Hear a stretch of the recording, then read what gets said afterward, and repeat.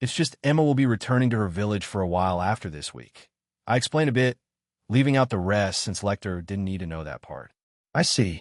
I take it I won't be able to see you again for a while, Lecter asked back. Emma said, nodding her head in acknowledgement. Our village doesn't respond to outsiders too much, Emma answered. She then turned her head toward Lecter and looked at him. Why not turn it into a little game about whether or not you can find it?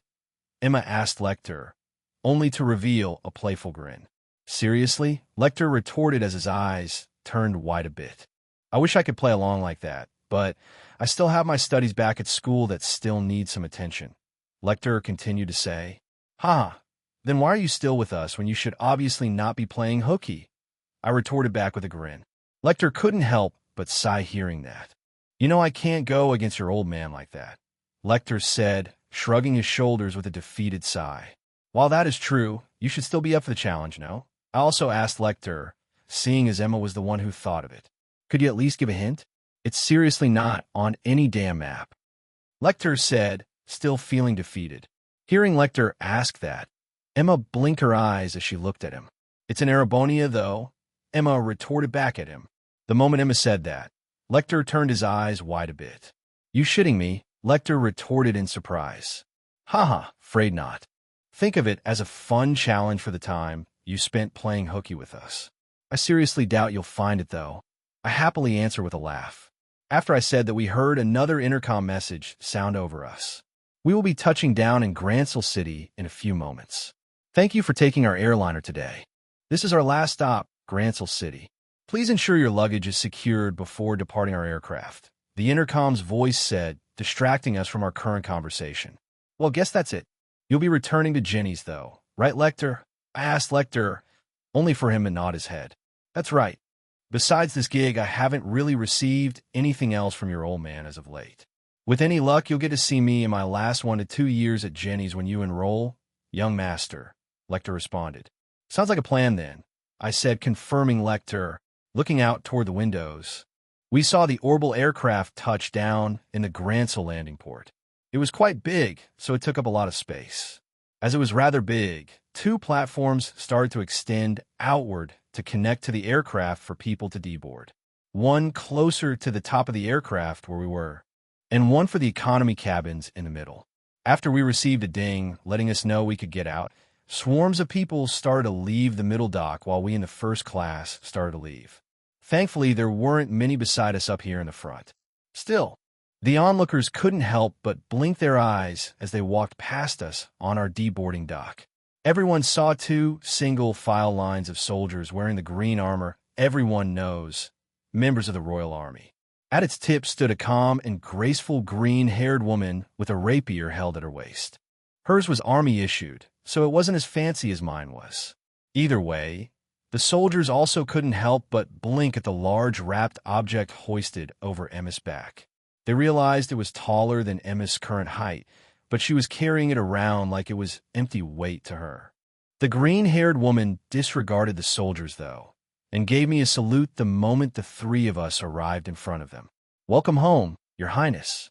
Did your trip go as planned? Julia asked as she welcomed us. I replied with a nod of my head. You didn't need to bring an entourage to welcome me, though. I continued to reply as I scratched my cheek, seeing the line of soldiers welcoming me. How could we not? There is a rule for everything, Your Highness, Julia retorted me, only to shift her eyes to look at the scarlet-haired teen beside me. Who is this, though? Julia asked, wondering. Hearing that, Lecter chuckled and waved his hand at me. Haha, I'm just a friend. I'll catch you around, young master. Gotta catch my next flight back to Jenny's, Lecter said, only to wave his hand at us and left for another boarding dock. We were in Grancel now, so he had another flight to catch. Still, Julia blinked her eyes, seeing Lecter call me like that. Did that guy just call you young master? Julia asked as she blinked her eyes. Like Lecter said, he's just a friend. Why don't you give me up to speed with how things are doing here? I decided to ask, which caused Emma to nod her head as well. Seeing this, the 2 of us began to walk with Julia next to us. The green-armored soldiers also followed after us and kept their silence. That I can do. Since you've left, we have finished prioritizing the collaborative attacks on those cult lodges. There aren't that many bases left. We have not had any luck finding any survivors, though. Julia began to explain what happened here. As she did, we all left the boarding dock, only to arrive in the North Block. We soon saw the market bustling with activity. Onlookers looked at us in surprise as they saw their crown prince return. But before they could react, we could already be seen making our way to the Central Block. I take it peace has returned to Crossbell, then? I asked Julia. Very much so. Even we have entered a period of peace after that freak explosion at the guild. Thankfully, the guild quickly issued a notice, saying it was an internal affair, so no harm was done. It's the height of summer now, so everyone has been enjoying their spending sprees, Julia responded. Business is booming. I like the sound of that. Has the military been doing well since Cash's departure? I asked Julia. I could see a hint of sadness appear in her eyes, but she still responded. We've been trying to restructure our military since Mr. Cassius left, but we've been doing well. We currently don't have a looming threat. So most of our soldiers have either been assisting the guild in hunting monsters or doing training back our fortresses. If there was one piece of news, though, it's that we received a new blueprint for a high-speed cruiser. Its specs are like no other. Julia's eyes started to beam as she said that. An advanced high-speed cruiser, eh? I take it was one of his works? I asked. After asking that, we soon found our way approaching the castle after arriving in the Central Block. Who else? Professor Russell is one of the top experts in the field of engineering. Many of us in the military are already looking forward to its development. A prototype is expected to hit the field early next year. Julia responded in excitement. Haha, is that so? I might have to take a visit to Zeiss then and get acquainted with Professor Russell, if he is as important as you say he is. I retorted with a laugh. It sounds like it's quite peaceful around here, though. Hopefully my dear sister hasn't been slacking off, I continued to say. Hearing me bring up Chloe, Julia blinked her eyes at me before her face turned serious again. She hasn't. I've been overseeing her swordsmanship training. She may very well be suited to have a spar with you now, Your Highness, Julia said, carrying a respectful tone. Hearing that did bring me some surprise. You think Chloe is already ready for sparring? I asked, turning to Julia, blinking my eyes. Hee, why don't you find out for yourself, my dear brother? A third voice suddenly said, reaching our ears. After reaching the castle, we saw the two big doors open, only to reveal two figures exit. The moment these two figures exited the castle, the couple of soldiers stationed there gave them a salute. I soon saw a short violet-haired girl who seemed to be the same age as me approach us, along with a much older woman who was currently dressed in her regal dress. So you were around, Chloe, I replied happily, seeing Chloe and grandmother arrive in front of us. Aside from Emma and I, the rest of the soldiers and Julia gave the two a salute as well. After I said that, however, I saw Chloe blink her eyes once she got close enough. Why do I smell a hint of lavender? Chloe strangely asked, which caused my eyes to blink at her. Ha ha! Emma tried to respond with a dry laugh, only to have her glasses fog up a bit. When we reacted like that, a smile bloomed on grandmother's face. Welcome home, Naoto, Emma. I think I may know, grandmother responded vaguely, which caused Chloe to look at her. We'll have to talk about this later, though. For now, why don't you two get situated since you're home now? Grandmother asked us, only to look at Julia next. Thank you for escorting His Highness home as well, grandmother continued to say. It was no issue. We are only doing our duty after all. Julia and the soldiers immediately responded, giving us another salute. With that, they soon went about their own duties, as did Julia. We were soon left by ourselves before we started to walk again. That we can do, I replied happily. Yes, that would be nice, Emma began to say as she nodded her head. I too will have something to discuss later, Emma continued to say. I see. I look forward to it then, Chloe replied happily. With that said, we all enjoyed the fact we were going back to our home, even if it was just the four of us temporarily. It really did feel nice to go back to our room, especially since this trip started with me going to Northumbria. Before I knew it, time started to speed up again when Emma started to declare her intent to the others. Chapter 138. Rosenberg Studio, for those who don't know what will show up this chapter, don't post images until the end of the chapter, smiley face. Meanwhile, as a certain violet-haired boy and a plum-haired girl began to explain their situation to Liberal's princess and Her Majesty the Queen, somewhere to the north of Crossbell City.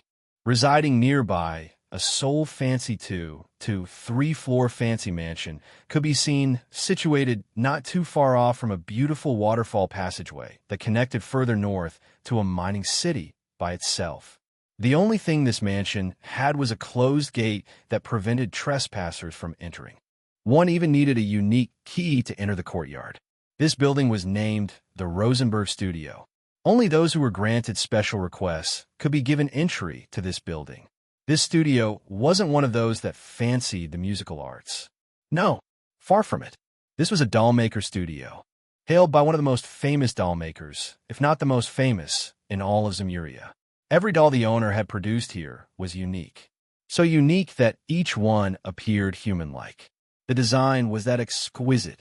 When one would appear at auctions, it would attract nobles and rich people far and wide across the continent. Each one would sell for millions and millions of mira. The owner has even reached the point recently where he had started to make automatons, dolls that could even move like humans could, on the outside at least. Unbeknownst to many, the Rosenberg Studio held a single secret, only known to a few. It hid away the secret that it was one of the 13 factories. Unknown amount of large underground underneath the studio. A single room could be seen with various types of equipment and large empty canisters scattered around. Toward the room's door in front, off to the left, a single padded chair surrounding several orbital monitors connected to the wall could be seen. If a modern person saw this computer setup, they would likely get jealous. Especially so for a certain freckled boy, a girl, seemingly no older than 8 or 9 years, wearing a frilly purple dress, could be seen sitting in the sole padded chair, typing away on her keyboard.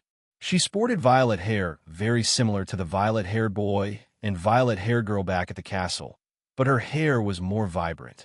Many moving images could be seen covering different areas. On one particular monitor had a white castle in its view with little specks as people moved out and about. On another, it showed a certain black-haired boy and silver-haired teen going into a cave, ready and armed. The violet-haired girl could be seen humming away as she continued to type. Hee, it looks like the professor's astral code is working like a charm. It even hasn't been that long since the orbital network was introduced, but we can already observe like this. The violet-haired girl happily said to herself as she hummed. Her eyes darted between the two screens. Big Brother looks like he safely returned from his trip, so nothing out of the ordinary happened after all. Big Brother Loey and Joshua haven't cleared out every cult base yet for the ones that are on our list. But I'd say the cleanup is mostly done, the violet-haired girl continued to say to herself. As the violet-haired girl idled away in her own free time, a few moments passed before she heard a hissing sound of a door not too far away. Unlike other doors, this one actually opened by itself the moment it detected a figure approaching it. A soul figure soon entered the room, appearing to be a rather aged man. He had a decent-sized white beard covering his face, too. Oh yeah, so you were still here, Ren. I thought you would have gone out to Crossbell by now for some shopping. The aged man said, rubbing his beard a bit as he arrived in the room. He carried 1 or 2 shopping bags himself, mostly composed of electrical equipment made of orbital energy. Seeing this aged man arrive, a smile bloomed on the girl's face. Welcome back, Meister. It truly is rare for you to go out of your comfort zone. The violet-haired girl named Ren retorted. You've been cooped up here all day. Every once in a while is nice to get some fresh air, especially since you're still a young brat. The aged man retorted back. Ha! I can do that anytime I want to. Unlike you. But right now, I'm acting as an enforcer to make sure the gospel plan starts without issue. It's been rather peaceful and liberal as of late, so it will be opportune to strike soon, Ren happily said. Hearing that, the aged man shook his head with a defeated sigh. They really made you an enforcer, huh? Those snakes really are something else, the aged man replied as he sighed. I had to. Big Brother gave me this goal after all. Now, we'll be able to spend even more time together, the girl named Ren happily said. After Ren said that, the aged man saw Ren hop down from her chair only to walk past him into the opposite end of the room. Over here was quite the contrast to the other end. It almost appeared to be a hangar of sorts. A metal catwalk could be seen a ways up, allowing one to walk across it. The hangar-like room wasn't empty either. A large humanoid doll of sorts could be seen standing there, spanning upward tens of feet. Many large cables could be seen attached to it. In its current state, it seemed as if it was almost operational. Once Ren reached this giant doll, a smile bloomed on her face before she continued to speak. Isn't that great? Pater Mater? You'll be able to meet Big Brother soon, too. Ren spoke excitedly as she looked at the giant doll in front of her.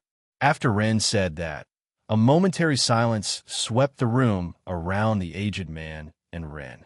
And yet, as if reacting to Ren's voice, the eyes of the giant doll suddenly glowed, albeit faintly.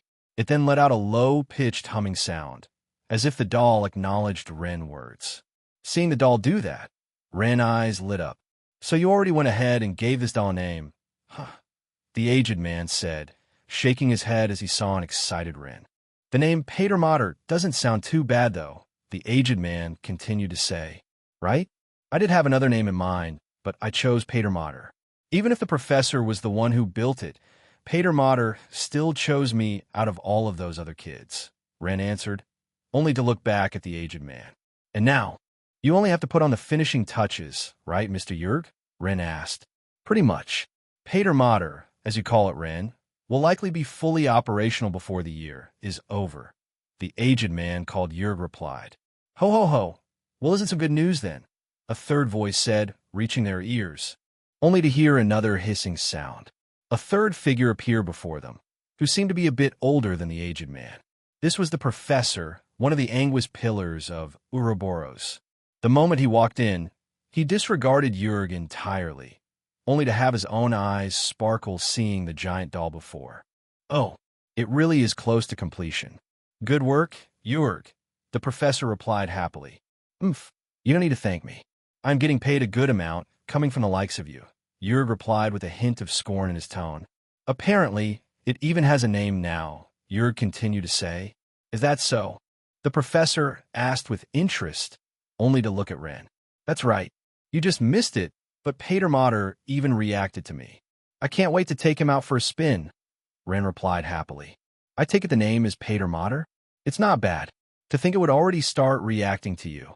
It has not shown much sign since that initial test. This is most good news, the professor responded happily. So this is the one.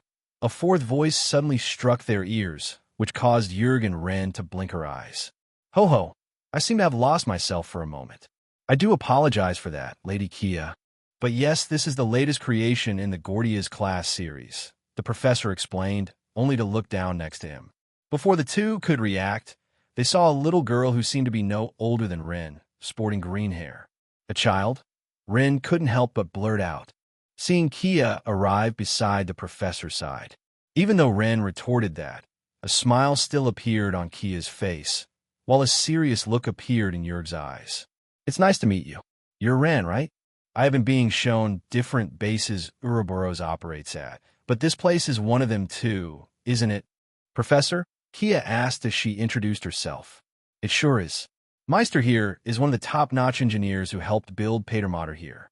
Ren is also of similar stature as to yourself, so you two may be able to get along, the professor answered Kia. I didn't think Ouroboros would reach such a low as to become a daycare professor, Ren retorted, seeing Kia beside him. Yet hearing that, the professor only laughed. Ho ho ho, now that is where you are wrong this time, Ren my dear, the professor replied with a laugh.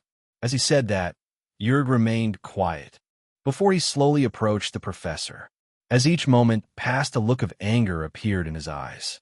Jurg even began to lift the professor's robe, only to lift him into the air, which caused Ren to blink at him. What did you do this time, you bastard? I don't feel any life coming from her. Jurg retorted out in anger as he placed his fist on the professor's body. The professor revealed a playful grin after hearing that. Feeling no life? Why, Lady Kia is the epitome of life. A lowly being like you wouldn't begin to understand Lady Kia's mechanisms, Meister Jurg. The professor retorted back. ignoring that he was being lifted right now. You see, the professor began to explain. Unbeknownst to me, a hidden current began to ride its waves as a certain violet-haired girl happened to come across a green-haired girl, who at the time, I had no idea that she had already woken up. Insert picture of Ren here, insert picture of Patermatter here, insert picture of Jurg Rosenberg here. Enjoy the new cover too. Sarah's focus is now over and it's Ren turn to shine. Ren current age, 7. Among the girls in Trails, she is quite the youngest. Chapter 139. Crow Armbrust 1 year later. Western Arabonia, Lamar Province, bordering the Balearic Sea. A beautiful city could be seen facing the sea's coastline. A renowned port city very similar to the port city back up in Calvert, but this one appeared much more luxurious. Many fancy white buildings litter the streets. With it being the height of summer again, many fishing boats and cruise ships could be seen sailing the Balearic Sea, allowing traders to come and go as they please. This was the port city, Ortis, acting capital of the Cayenne Duchy, one of the 5 great houses, but also home to the Egret family, who were distant relatives to the Cayenne Duchy. Unfortunately, despite heeding a warning from a certain violet-haired boy several years ago, the unfortunate maritime accident still seemed to happen, and the Cayenne Duchy suffered a large blow with its head dying in the process. In turn, the head's younger brother took over, who is ignorantly passing away his time in his own stress, as he could not find any traces of the dream he has been trying to achieve. Yet the same violet-haired boy did not know his actions that prompted a certain trial to appear has thwarted such a man's actions. As a result, Ortis has been bustling and growing in activity each passing year. It wouldn't be hard to say that Ortis was one of the most successful cities to display its growth during the last 10 years or so. But that was what its citizens were experiencing on the outside, remaining blissfully unaware to what was residing inside of Ortis. Similar to the Rosenberg studio, Ortis held a single secret, one that not even its passing nobles knew about. And yet, there seemed to be some activity stirring beneath Ortis, hidden deep within one of its vast waterways that connected throughout the city, allowing it to be a city of water, somewhere deep below Ortis. So this is the place, a voice echoed inside a small corner of one of its waterways. That's right, this is the entrance to the trial grounds. You'll be attempting the Azure trial here in a year's time or so. You're not ready yet, but I figure it was time to at least show you its location. A second, more feminine voice spoke out beside the first voice. Is that so? Well, thank you for that. It's a lot better knowing the place instead of going in blindly. The first voice said, only to reveal a teenage boy around 14 to 15 years old, very similar in age to the second figure beside him. But the other person still appeared a couple years older. This teen sported very messy gray hair. Preparations are the least of your worries. You need strength and your wit if you want to be successful in the Azure trial. This place has been the property of the Cayenne Duchy for generations, and yet they haven't even reached the true trial. I doubt they even know what lies underneath this place, the second voice said with a hint of scorn, only to shake their head. Beside the messy gray-haired teen was a very beautiful girl sporting lush sandstone-colored hair. She had turned 19 this year and had only recently started to work at a certain famous opera house. On the outside, she was a diva, but on the inside, she was a witch who was responsible for guiding awakeners through their trials to come. This woman is finally enjoying her freedom, albeit at a cost at her responsibility. Thanks to her previous actions, a certain someone placed this woman under house arrest for a couple years. So aside from checking in with the organization she belonged with, she was unable to leave her home. You claim this trial ground to be hard, but is that the truth? The gray-haired teen responded to the woman next to him. His eyes then landed on the giant door, which sported a fancy symbol of sorts. Lost through time. This very symbol could also be seen beneath the statue of Emperor Drachel's back in Drachel's Plaza in Heimdall, also waiting for one to attempt its trials. Very much so. It is a trial of one of the Divine Knights. Just do not forget, I chose you, Crow Armbrust, the woman said, only to look back at the teen who she called Crow. Hearing that, a playful grin appeared on the teen's face. Haha, more like, I am the only one you chose. You didn't even bat any eyes toward any other. Still, that makes me feel like I'm worth something. Crow responded as he scratched his head a bit while retorting that. Hee am not inclined to say. You just happened to fit all the bills required to pilot the Azure Knight. Now I do hope my choice was not wrong. You better not die when you're in there. The woman retorted back at him. They'll try to live up to your expectations, Miss Witch, Crow said as he pumped his arm a big, showing his vigor. The woman beside him replied, happy to hear Crow's response like that. And by the by, how familiar are you with this tale? The woman beside Crow asked him. When she asked that, Crow couldn't help but shrug his shoulders. Not a single clue. Even restricted access has limited information. I can't believe there are resting grounds like these scattered throughout Erebonia. You won't say much since the trial hasn't started either. All just that I'm a suitable candidate for whatever this Divine Night trial lies beyond this door. Crow responded as he shrugged his shoulders. Hearing that the woman giggled at Crow's response. That's because it's passed down through select individuals or that it's outside your current reach. Just know you won't be the only one. If you pass your trial, I can take you to meet your senior, the woman suggested as she blinked at Crow. Crow paused after she suggested that. You saying someone already has one of these? Crow asked with surprise, looking back at the giant door in front of him. More or less. She's quite an aloof character and a busy one at that, but when time allows, I can have you meet with her. There's also another friend of mine who is going to be attempting a trial, much like yours. He hasn't contacted me much, though, in these last couple years. I do wonder what he's been up to lately, the woman said, resting her hand on her chin. Someone who is like me, huh? Crow uttered, letting his interest grow after hearing the woman say that. Hearing Crow utter that, the woman turned to look at him again as an idea popped inside her head. Well, we're mostly done here for the moment. How about a trip? Unless you got something happening right now, the woman asked, revealing a playful smile.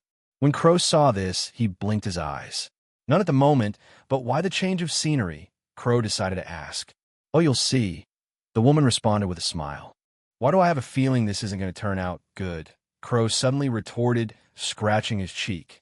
Crow could have denied the opportunity to travel with the witch beside him right then and there in the waterway, but for some reason, he felt compelled to go for some reason. So he didn't deny her. And the two left Ortis just like that.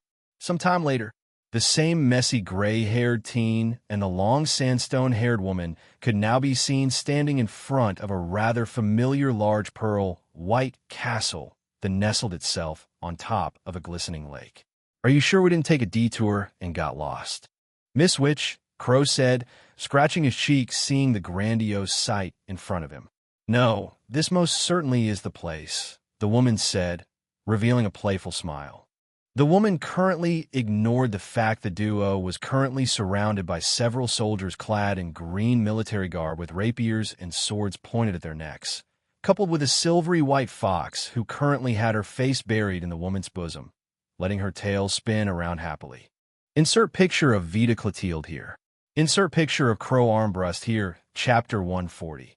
Seeing Vita again took time with this one of how much to progress since the 1-year skip. Alongside drew the duo's eyes as they stood in place motionlessly, lest they would get attacked by the guards who were currently holding the duo up. The woman stood there motionlessly as a silvery white fox enjoyed the woman's embrace, with several tails swaying around happily. The messy gray-haired teen stood there with his hands raised in the air, lest he be attacked by the palace guards. In the next moment or two, the two large pearl white doors of Grancel Castle. Crow soon saw two identical figures slowly approaching. A boy who seemed about 55 and a girl who was about 53, both sporting short violet hair, and a year younger than him. Yet once the two came close, Crow felt a cold gust of wind sweep through his body, almost as if something had seen right through him. He then was taken by surprise by what he saw, the violet-haired boy's eyes. They were mostly golden with very small pupils. The hell is up with this guy's eyes? Crow uttered softly, but it was loud enough for Vita to hear him. Oh, you'll get used to that, Vita answered Crow, only to blink her eyes again to observe the violet-haired teen. Puberty had finally hit him this last year, and experienced a rather big growth in his body, to which has not shown signs of stopping yet. In a couple years, he will likely reach over 6 feet tall. The same could be said for the girl beside him. She no longer was a kid herself either. She was becoming more beautiful, and her chest was starting to swell. "But is that really you, Naoto?" Vita asked, still in disbelief at the boy's growth. The last time she had seen him in person was the island back in Calvert. She had not seen him since Rosalia dragged Vita away. "Of course it's me. But did you really think you could waltz into this place like it's your own backyard, Vita?" the violet-haired teen asked as he squinted his eyes a bit. Some of the guards also saluted the violet-haired teen, seeing him arrive, including a green-haired woman who seemed to be a couple ranks higher than the other soldiers. "Greetings, your highnesses," Julia called out to welcome Chloe and I as she gave us a salute. We were not allowing visitors in today, so we caught these 2 suspicious individuals loitering around the front gate. "I couldn't help notice, though, that you seem to be already acquainted with one of them. Your Highness?" Julia continued to ask as she looked my way. "Ha, you could say that." I answered Julia with a nod of my head. Seeing me do this, Vita blinked her eyes. "We could always come at another time, especially if you aren't accepting any visitors today," Vita said as she waved her hand a bit. "You guys already made it this far, so might as well let you 2 in." "But it is true we aren't letting any visitors in lately," I began to say, only to cause Julia to nod her head. "That's right, your Highness. Ever since Her Majesty permitted the royal harem, rumors have started to surface. In turn, we have started to tighten security around the castle. It is our duty as the Imperial Army to ensure your safety," Julia said with respect in her tone. However, the moment Julia uttered that, Vita couldn't help spat out a mouthful of air, and her eyes turned wide as she looked back at me. Crow also blinked his eyes my way. A smug grin couldn't help but form on my lips as I saw her surprise. "Did I just hear that right?" Vita tried to ask with surprise in her eyes. "You really have missed out on a lot, Vita," I replied, only to shake my head a bit. "Haha, so we really did have guests today," a third voice said. A third figure came out the gate, only to reveal a purple-haired girl a year older than me dressed in a casual outfit. Vita felt a familiar air seeing this girl arrive, but her eyes were taken for a spin again the moment Vita saw her hands wrap around me, only to give me a quick kiss on the cheek. "You," Vita tried to utter but couldn't finish her words. She then heard a whistle come from Crow's mouth. "Sheesh, this guy is shameless, isn't he? Maybe you got the wrong guy after all," Crow retorted as he looked at Vita. "Ah, Vita didn't. You must be Crow." "Thank you, Julia, but you guys can stand down. They'll bring Vita and Crow in. Keep up the good work." "Oh, and Tama, stop bothering Vita," I responded to everyone. "Ha!" Julia and the other soldiers responded, giving us a salute as Sec 1 began to sheath their weapons. Seeing the soldiers do thus, Crow let out a sigh of relief, seeing that his life was no longer threatened. "Cute," Tamamo replied. The cute fox then suddenly leapt from Vita's embrace, only to be caught back into mine.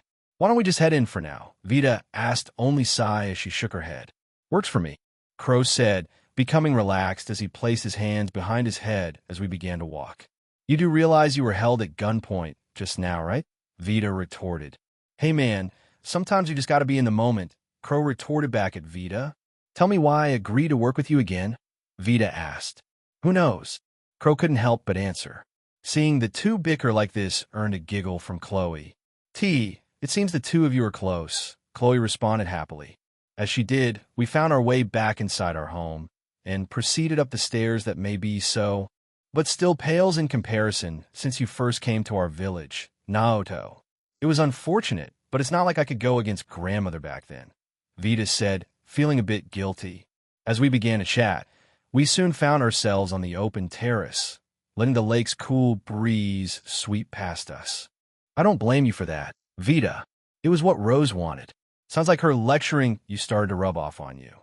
You're finally taking your role as a witch more seriously," I answered, revealing a smile as I turned around, only to look at Vita again. Feeling my sincerity, Vita blinked her eyes at me for a moment. "It was only a matter of time," Vita said, shrugging her shoulders a bit. "But now that we're here, I couldn't help but notice there's a lack of a certain someone." My dear little sister couldn't be hiding now, is she? Vita wondered. Hearing that, I turned quiet, while Vita saw Chloe shake her head. Like Brother said, a lot has happened since you were last with Brother. I do believe this is our first time meeting too. You two look different, but I can feel a familiarity, as with Emma. But sadly, Emma isn't present at the moment, Chloe said, looking at Vita. You two really members of the royal family here?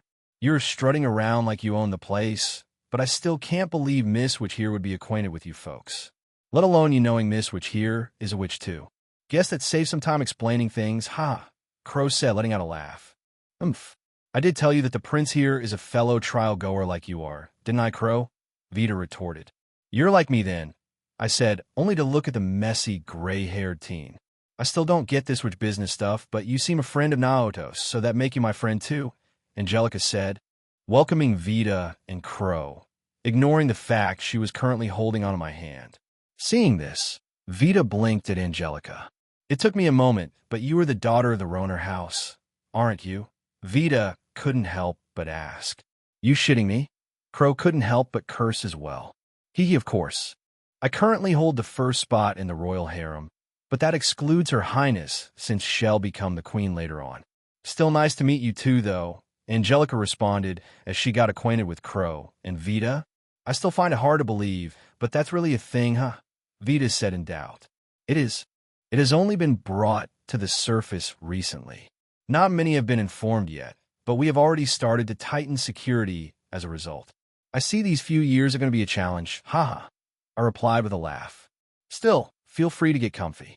You guys came all the way here, so the least we can do is show our hospitality. We were about to start something, though, right as you guys came. Chloe said, that's right. You'll get to see a connection test of sorts, courtesy of the latest progress of the Epstein Foundation. Hope you guys don't mind. I also explained. Hey, I'm just here 'cause Vita is. Don't mind me, Crow said, shrugging his shoulders. Will that be all right? We'll be able to catch up on things after, Vita asked. That'd be nice, I answered with a nod.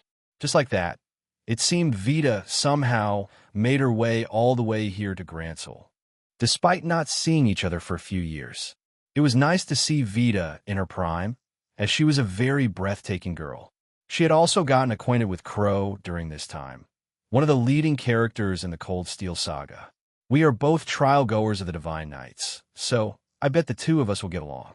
Considering the fact if it progresses into the Cold Steel games, we'll eventually become fellow classmates at Thor's. But for now, we gave Crow and Vita Z a small tour of Gransel Castle before resuming what we were about to do next. The moment Vita and Crow arrived in our room, they were confused seeing a large orbal repeater in one of the corners, designed to receive long-distance signals. Chapter 141, Tio, Plato, Crow, Vita, Chloe, and I with Tamamo still held in my arms, and Angelica, holding my hand slowly, arrived at the open-floor terrace. It was mostly made of grass with scattered trees. Off to the side was a large enough area to where Chloe and I would frequently spar. In the past, I had suggested to grandmother to plant several sakura trees on this terrace. They have been growing quite well, and perhaps due to the orbal energy around us, we may even get to see them start blooming soon. Enjoying the cool breeze, we soon arrived in our private quarters. They immediately spotted a few monitors placed against a wall, all connected to a machine of sorts to power them. In its middle was a vermilion laptop, which I frequently use for my record keeping. Off to the side stood an orbal repeater with a decent-sized antenna used to receive specific radio waves that pass through, the so-called Wi-Fi signals. That's right, in a way, the Trails verse was very similar to my past life in terms of its science. Ignoring the fact that orbal energy was the cleanest source of energy there was. The concept of the internet didn't even exist a decade ago. Actualizing it here was a feat in itself. It's been 9 years since the internet became the internet here, and its expansion has been rapidly developing. So much as to where our recipients on the other side, they were now set to do a connection test in Crossbell City. And they just so happened to reach out to us to help them with this connection test. With 2 receiving ends, it was only a matter of time until it was time to initiate the test. What is all this? Vita couldn't help but ask as she sat off at one of the tables to the side. Angelica began to pour some tea and temamo on the table next to Vita at its edge, letting her tails droop down and swing around happily. Crow joined them at the table, while Chloe began to fiddle with the orbal repeater. Now that I think about it, you probably haven't been exposed to orbal technology much, have you, Vita? I asked with interest. Aside from the everyday appliances that have been appearing on the market and how we travel around. Not really. I didn't know of an individual who is crazy over it, though. Vita said as she rested her hand on her chin. She must be referring to that crazy professor in Ouroboros, I thought to myself. I'm not sure how many interactions Vita has had with him yet, but seeing her reaction like this, it was probably not many. I continue to think. Thinking that, I nodded my head at Vita. The Epstein Foundation revealing the Orbal Network project to the public was pretty revolutionary in of itself, but it'll try to keep it simple. It's a method to send and receive information over a very large distance. And this repeater here is used to help receive the signal to where I'm trying to send it to. I started to explain. I see. This signal not visible to us either, right? Vita asked. It isn't. But with the introduction of a means to store data, it allows us to customize it in any way, shape, or form. Are you ready? Chloe, I responded, only to turn my head toward Chloe as I began to work my vermilion-plated laptop. Chloe was working with the orbal repeater. After a few moments, the antenna started to light up green. It was near one of our windows, so she proceeded to open the window, and we all felt a cool breeze sweep the room. There were minimal clouds out today, too, after getting a clear look outside. Ready to engage, brother. Weather conditions look optimal, too, so there shouldn't be much interference today. With any luck, we'll be able to see our friends in Crossbell. Chloe responded happily with a smile. Excellent, I responded, only to log into my laptop. Operating systems weren't really a thing here in Zemuria. That meant no Windows, no Macintosh, etc. Orbal energy and the radio waves would just receive directly into the kernel, and we could code anything we want from there to display on screen. For the terminal in Crossbell, it was the logo of the CPD that remained in the background, with simple input commands of providing data, only to connect to the police department HQ and receive its responding data accordingly. Most of the time, one was rewarded after completing quests, but you get the idea. There was the Capel system invented by Professor Russell, but that just started to take shape for it to be renowned to be the fastest in data processing and converting it.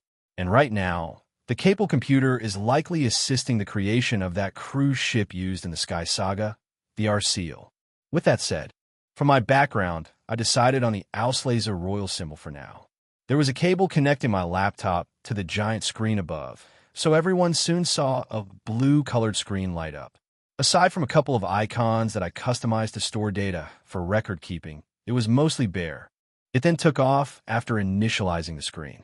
With the help of the orbal repeater, it didn't take long for us to see a singular window appear on the screen. All of us saw a blue-haired girl, seemingly no younger than 9 or 10 years old, appear on a screen. The moment she saw all of us, a smile bloomed on her face. Connection test successful. Can you hear me, Naoto? The girl asked me as I looked at the screen. Loud and clear, Tio. It really has been a while, hasn't it? I happily asked. Yes. It is good to see you're in good health, Tio replied as she nodded her head. Haha, I could say the same to you. Sounds like you've been pretty busy both in Lehman and Crossbell, I answered. Hearing that, Tio cracked a rare smile. Seeing this, I blinked my eyes for a moment. I do wonder if the Gnosis drug has been affecting her as of late. She has received a heightened intellect and a boost in her senses as a result of it, allowing Tio go so far as being able to sense and perceive mana. But the drawback was that her emotions became heavily suppressed, but it's not like they are gone. She did stay with us back then for a while, so hopefully that was able to help her situation regarding this.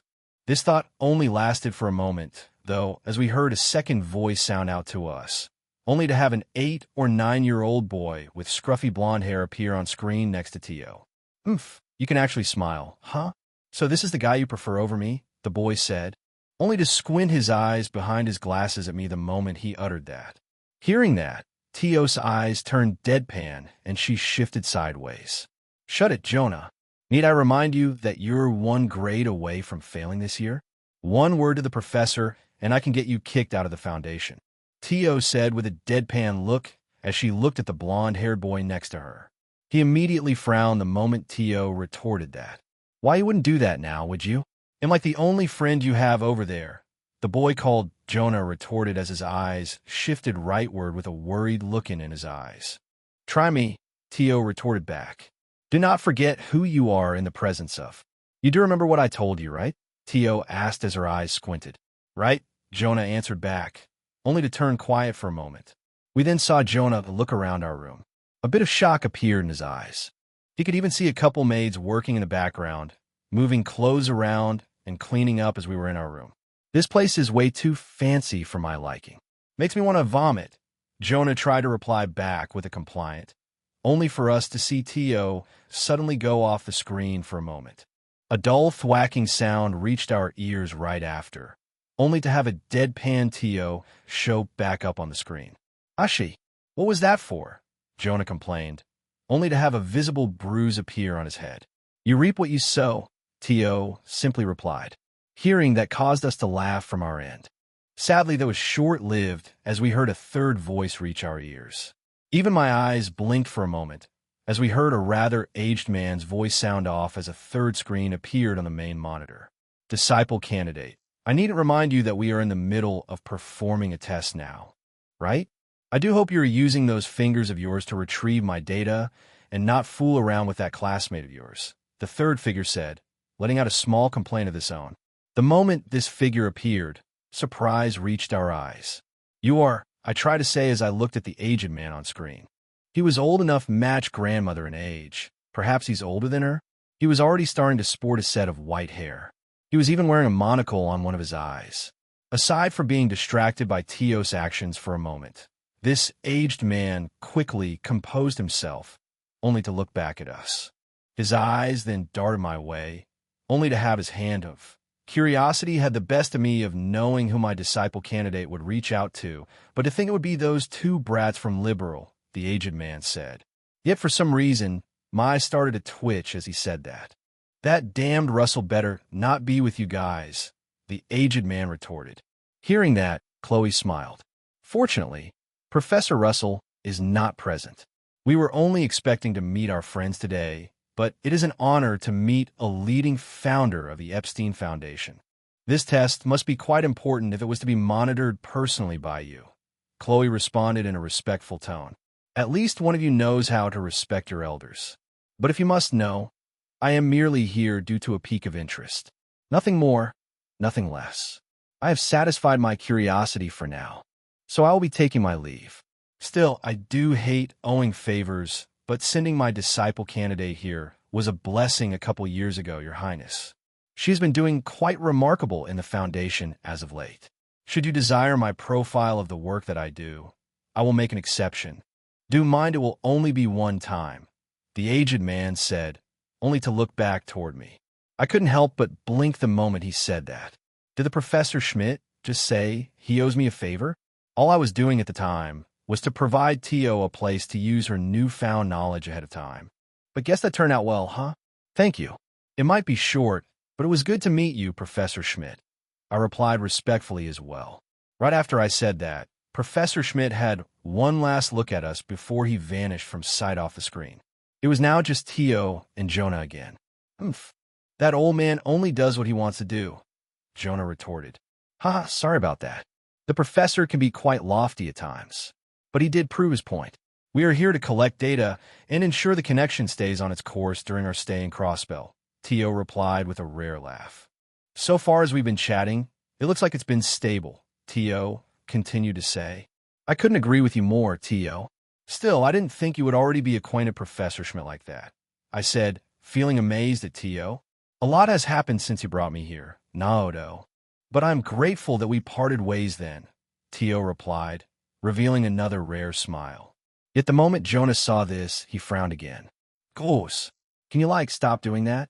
You smiling more than once is starting to weird me out, Jonas started to say, only to see Tio look back at him with a deadpan look. Seeing Tio's intent, Jonah knew to shut his mouth. This earned another laugh from us. Still, before we realized it, most of the day blew right past us as we continued to chat with Tio and subsequently Jonah. It appears the two had already gotten acquainted, and it was still early in the years to where Jonah wasn't kicked out of the Foundation. With him being this close to Tio, I do wonder if that will still happen this time around and become his infamous hacker ego, or continue his studies instead. Crow and Vita also enjoyed the time spent here, getting acquainted with us too. Crow was just as happy-go-lucky as he was in the games, and just treated today as an event like he normally would, not giving a shit about what would happen. I have a feeling I will get along with Crow quite well once he comes to see me attending Thor's together with him. Vita also came to learn of Emma's resolution, and that brought another wave of surprise to her. With Emma and Celine now back in Aaron to train their magic further, it was now only Vita who was out and about. She had thought about it, and wondered if she should focus on what she was currently doing, and that was assisting Crow with his trial. I did inform Vita, however, that when the time comes, Emma will still be assisting with my trial.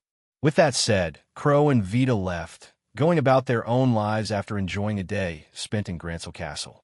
Tio and Jonah had also disconnected from our call after having collected enough data for Professor Schmidt. Even if we were to end the call here, Tio ensured me that their connection would still be available for the time being should we want to call again. It looks like getting the Orbital network up and running was still in its initial phase, but it seems it was going well on their end. It was now just Angelica, Chloe, and I enjoying the evening together. We were going to get ourselves ready for bed, but I soon heard a tapping sound coming from the veranda, which caused me to halt what I was currently doing. Angelica and Chloe were curious as well, but I took it upon us three to go check it out. Insert picture of T.O. Plato here, insert picture of Jonas Sacred here, insert picture of Professor Schmidt here, Chapter 142. Garden of Swords I used this last week to determine how to proceed where MC currently is. I had two options I was thinking of, but it's been decided, so enjoy the coming chapters. Smiley face. Deep into the night, with a crescent moon hanging high above in the starry sky, with a silky white cloud placed here and there. With the activities over and done today, Angelica, Chloe, and I found ourselves relaxing while Tamama was already dozing off into her dreamland. Expecting to wrap up the night, we suddenly heard a knock coming from outside our veranda, not expecting any more guests. Angelica and Chloe had a look of interest, but I took it upon ourselves and got up, only to stand up and close the veranda door to not disturb them. The moment I shut the door, I heard an ever so familiar voice which caused me to come to a sudden halt. This day is just full of surprises, isn't it, Your Highness? A familiar voice said, reaching out to me. I didn't think I'd get to see the Azure Abyss today, either. The voice continued to say, only to reveal a green-haired figure who hadn't seemed to age a day since we last communicated. A tattoo-like marking could be seen under one of his eyes. See Campanella? I said, having to rub my eyes to make sure it was him who I was seeing correctly. That is me, yes. It pains me to see you almost forget who I was, Your Highness, Campanella said, revealing a playful smile. Seeing Campanella here, though, probably isn't something good, or that he has something to talk about. Curiosity couldn't help but reach my eyes. I could only sigh at the same time, seeing Campanella arrive on our veranda. Huh, I replied, letting out a sigh. You're never one to beat around the bush, though, so it's pretty obvious you've come here with something in mind, especially for you to come all the way here. I'm more surprised you didn't try to contact me through one of your phantoms or through my orbital monitors. It must be pretty serious, I said, scratching my cheek a bit, seeing Campanella hidden from sight as he hung around the edge of the veranda, calmly observing the crystal blue lake beyond us. Haha, I could have. Yes, I wouldn't call it serious, per se, but this matter does require your attention. Your Highness, Campanella began to answer. As you must know, members of Ouroboros are required to partake in missions after a given amount of time, no matter what enforcer rank you are. While you did help us with that matter a few years ago, it is now time to partake in your mission, Your Highness, Campanella continued to say. So it's come to that, hasn't it?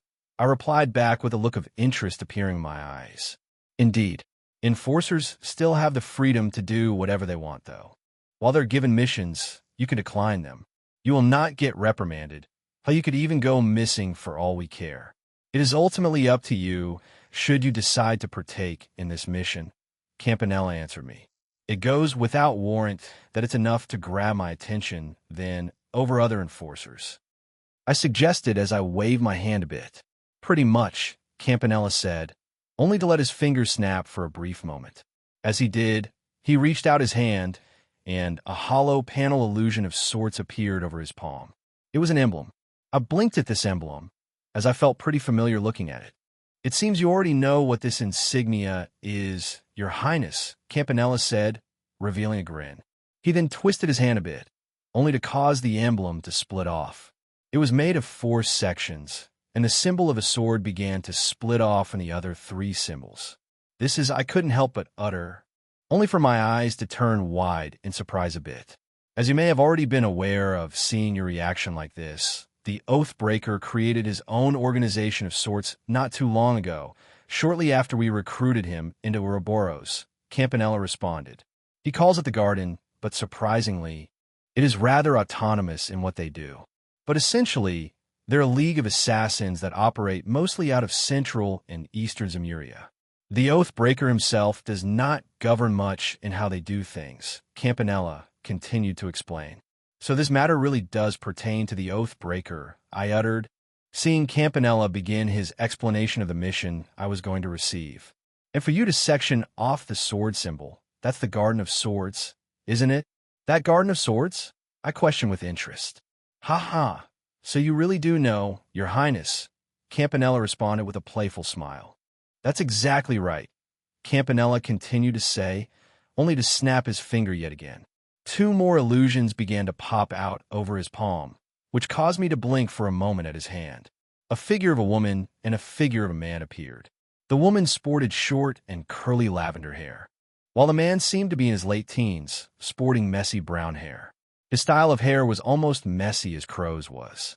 Ace Rain, Campanella began to say, which drew my attention back to him after being momentarily stunned by the woman appearing over his palm. He has been recently promoted to the First of Swords, the highest rank among the 14 positions in the Garden of Swords. As of late, the Garden of Swords placed a hit on one of our fellow enforcers, who is currently on leave, Kroiger. The Garden of Swords keep pestering Kroiger to join their ranks, as she used to belong to the Order of the Moonlight Horse, as did they. But each time, Kroiger refused.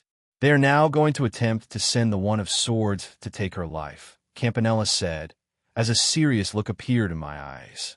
They'd go so far as to try to kill Sharon despite her repeated attempts and refusal, I thought to myself. Seeing me turn quiet briefly, Campanella revealed a smile. You can probably guess what your mission pertaining to this will be. Kill Ace before they kill Kroiger. That is your sole mission, Campanella said, only to twist his hand again, causing the illusion of Sharon's face and Ace's face to vanish from sight. A kill or be killed mission, I uttered. Got it. But did you really take the lengths to request help? Can't Kroiger handle this on her own? Moreover, I could have sworn I've heard the name Rain before. I continued to utter. Maybe a little memory jog will get you rolling, Your Highness, Campanella retorted with a smile. That One of Swords is really a pitiable fellow. His father sold him off to the garden, and his daughter is likely to follow suit. In fact, it has not been long ago since his daughter preemptively joined its factory, Campanella said, only to snap his fingers once again. This time, a little girl sporting vibrant pink hair currently appeared as a new illusion over Campanella's palm. I blinked the moment I saw this girl. She looks almost equivalent to Cheryl, except she had a dead look in her eyes. But I was immediately able to recognize her. Now I remember, that's Nadia Rain, Ace's younger sister, I uttered. Are you telling me Nadia already started her training in the Garden of Swords? I decided to ask. Hearing that, Campanella shook his head. Not exactly. I heard the Oathbreaker mention that the Garden of Swords recently received a fresh batch of kids to train to become their next assassins, and yet Nadia actively sought them out to join. Right now, she's still quite young, so she's on probation. If I were to take a guess, it was probably due to that brother of hers, Campanella suggested, shaking his head a bit. I began to wonder after hearing Campanella say that. The mission is kill or be killed, But that can't be all there is to it, can it? If it was to go based on the games, Nadia would seek her brother out, only to come to learn at the time. Swin would have already killed Ace to escape the garden. But right now, it is still a couple years until that happens. Ace is still alive, and if I remember, he too was looking for a way to escape together with Swin, right? I doubt Swin and Nadia have met yet, but this could be a chance to help lead to their rescue down the line. And to keep Ace alive? If Campanella was one to complement his strength, as the one of swords, his strength may even be comparable to an A-rank bracer, or to someone of Loe's caliber. Seeing me turn silent again as I began to wonder, Campanella smiled once more. I see you're already starting to plan out how to attack this, so I assume that you're going to partake in this mission, Your Highness? Campanella asked with an interested look. Hearing that, yes, but it will have to be covert. Grandmother isn't expecting me to go out for a while, but I can always say there's been a change of plans. I just have one question, though. I asked Campanella. What will that be, Your Highness? Campanella asked as a glint of light streaked across his eyes. Ace just needs to be pronounced dead, right? In name only? I asked, revealing a grin of my own. Ha ha ha. Take this mission as you will, Your Highness. I will say nothing more of the matter. Campanella responded, letting out a laugh. Still, I do have one final remark, Campanella continued to say, only for me to see his body turn around. He then yelled out, only to call out to someone, despite it just being the empty sky around us. You can come out now, Campanella said, calling out into the air. Before I could do anything, from up above, a swift shadow quickly swooped downward, coming out of thin air. It was hard to see, but as the figure dropped down, further up, a reflection quickly spread across a rather decent-sized figure. I was wondering how Campanella got here, but I guess he arrived in a cloaked airship after all. Once this cloaked figure arrived beside Campanella, I heard another familiar voice call out to me. Oh my! Is it time already? The figure began to say, only to quickly reach in front of me. Before I could do anything, I saw the figure quickly reach out their arms, only to reach around my back. Before I realized it, I found my head being pressed against two rather soft and large mounds as the figure began to unveil their hood. Or should I say, her hood. Tee, you've grown up quite splendidly, young master. It brings me joy seeing you grow up like this. It really has been a while, the figure said, only to reveal a woman around my age, perhaps a couple years older, sporting long and wavy indigo hair. I couldn't help but blink my eyes seeing this woman appear before me. Enya, is that really you? I asked, looking back at the indigo-haired woman, only to reveal a gentle smile as she continued to press my head against those two soft mounds of hers. It's still a couple years before Nadia and Swin meet, but as far as I can tell, Ace is already a member of the Assassins. Insert picture of Enya here, insert picture of Nadia Rain here, insert picture of Ace Rain here, insert picture of Swin, Abel here, chapter 143. Sparks, if one wants an age comparison, MC and Chloe are now age 13. Angelica is 14. Enya is 17. Vita is 19.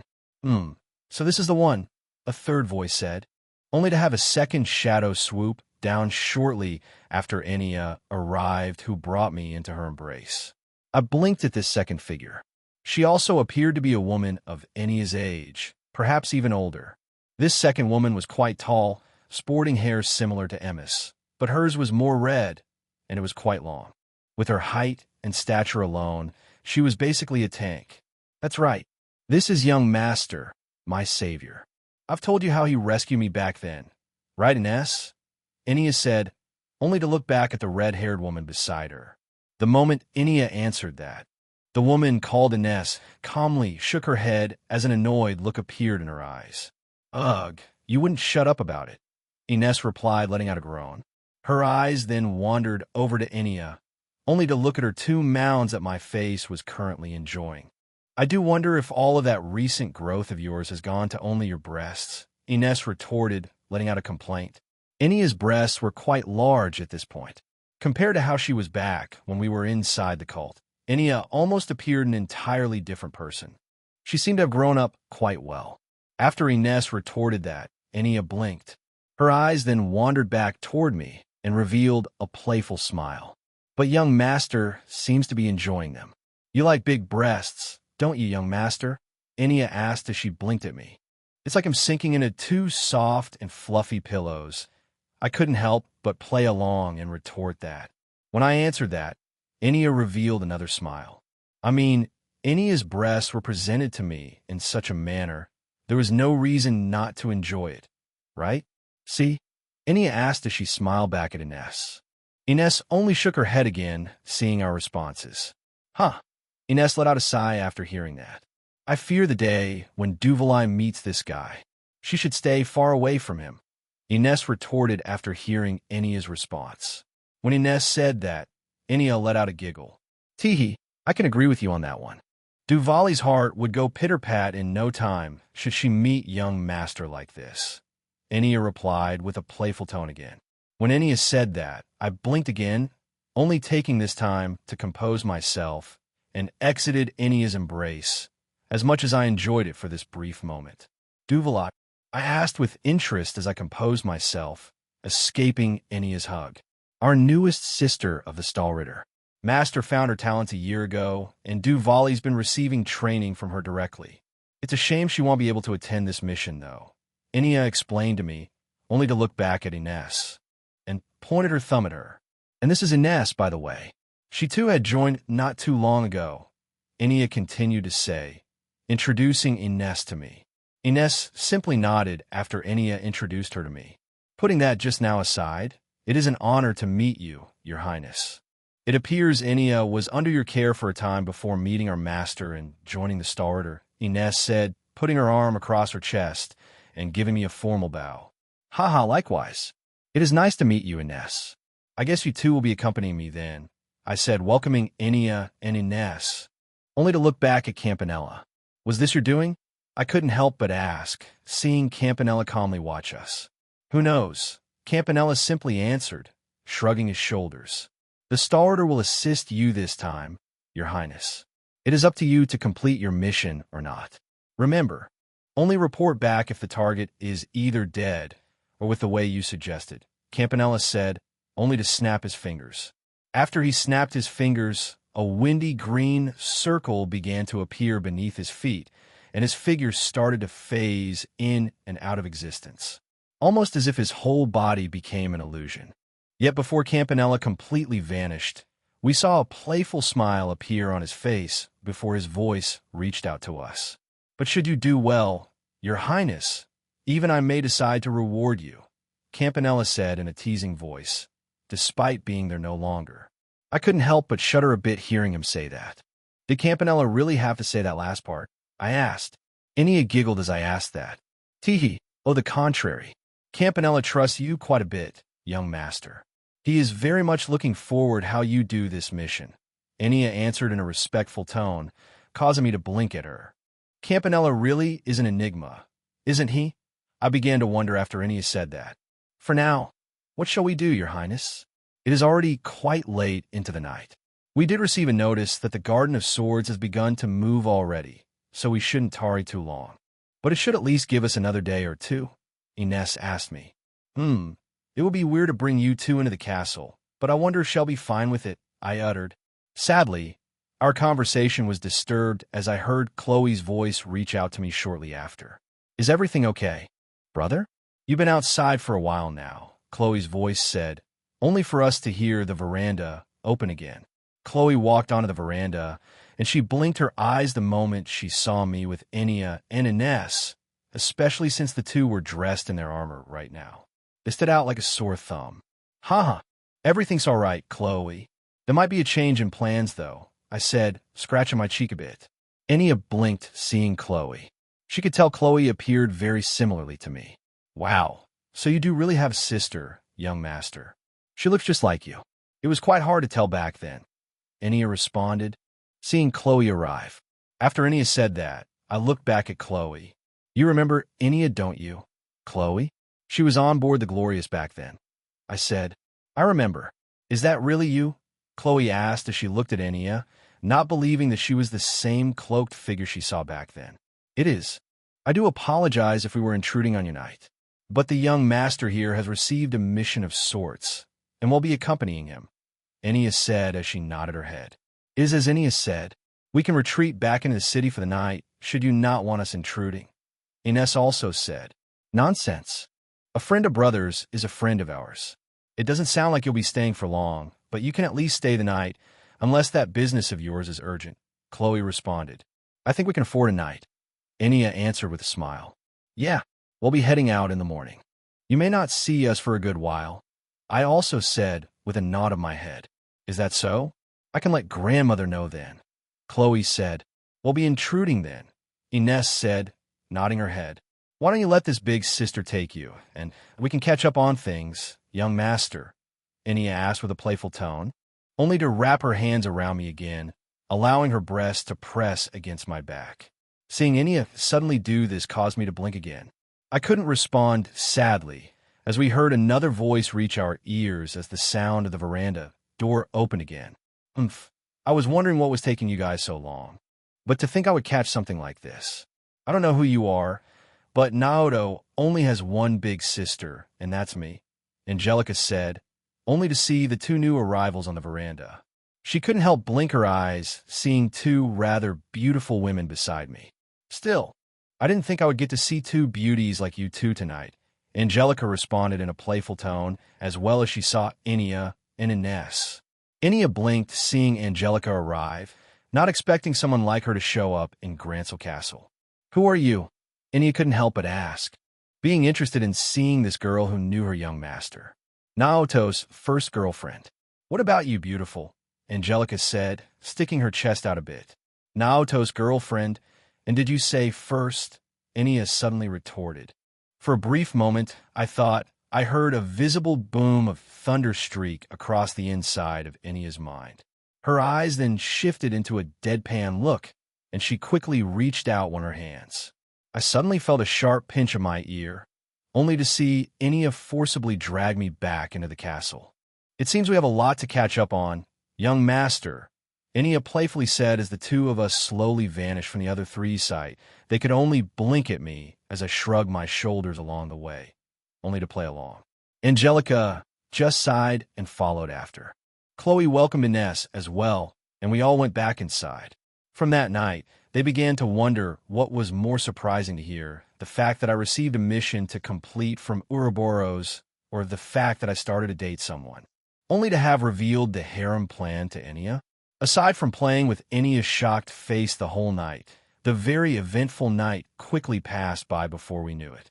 Meanwhile, as a certain boy mulled over meeting one of his friends again back at Grancel Castle, the next morning, a certain duo could be seen back in Grancel City, or more specifically, underneath the city, deep inside one of the sewer blocks. A third figure acting as the duo's senior could be seen accompanying this certain duo. An anger mark soon appeared on the first girl's face, seeing a broken vase she had already passed by countless times, trying to flaunt her staff. Okay, are there seriously no more vases to smash? This area is too confusing, the girl complained. Have you even considered using your map? At least once, Estelle. The boy beside her retorted. The moment Estelle decides to use a map is when Il retires a bracer.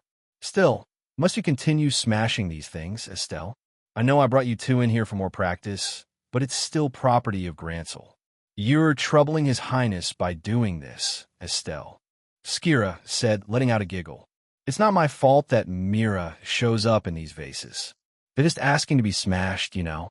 I always find it more practical than trying our luck in finding some random dirty treasure chest that may have been looted already, Estelle retorted Skira, sticking out her growing chest in pride. Skira could only shake her head, placing her fingers over the bridge of her nose. I swear, what is Cassius teaching you these days, Estelle? Skira retorted, seeing Estelle behave like this. Trust me, I've tried, Skira. These days I just tend to play along with Estelle's shenanigans. Joshua, the boy beside Estelle, responded as he shrugged his shoulders as well. He was careful when he did that, though, as he currently held a pair of daggers in his hands. See? Everything's all right, so stop worrying, Estelle also said in response. Fine, but the next monsters you guys come across, I won't be assisting you. Up for the challenge, Skira responded as she rested a leather whip in her hand. Works for me, Estelle happily responded. It would make a good experience, so I'll agree with that too, Joshua also said with a nod of his head. Good. Then as punishment, you'll lead the way, Estelle. And for the love of ADOs, could you at least use your map this time? Skira asked in a serious tone, only to have Estelle giggle hearing Skir say that. With that, the three then dove deeper into Gransel's sewers, hoping to gain more experience in fighting monsters that may be lurking in preparation for their bracer exam. Insert picture of Ines here, insert picture of Duvalai here, Chapter 144. A witch and a knight meanwhile, as a certain indigo-haired woman reunited with the boy who saved her ever so long ago, and subsequently learned the fact that said boy already had a harem in the making, at an undisclosed location, somewhere deep within the land of Erebonia, inside one of its many forests.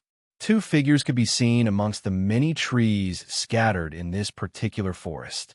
If one had a closer look at the surrounding trees, one would notice overarching pathways, a canyon one would say. Many paths crisscrossed each other, creating one ravine after another. If one wasn't being careful enough, they would surely get lost around here. One misstep could even lead to their death, as the ground to these archways had quite a gap. However, such a maze of trees and paths didn't seem to faze the two figures who could currently be seen deep inside this particular area. One figure appeared to be dressed silver-plated armor, sporting braided brown hair which was kept hoisted by her helmet. Aside from her silver-plated armor, she currently wielded quite a big one-handed sword, as well as a silver shield that had a blue gem embedded in its center. Behind the brown-haired girl, who seemed to be around 16 years old, was another girl who was a couple years younger than her. Despite that, a resolute look could currently be seen in this second girl's eyes.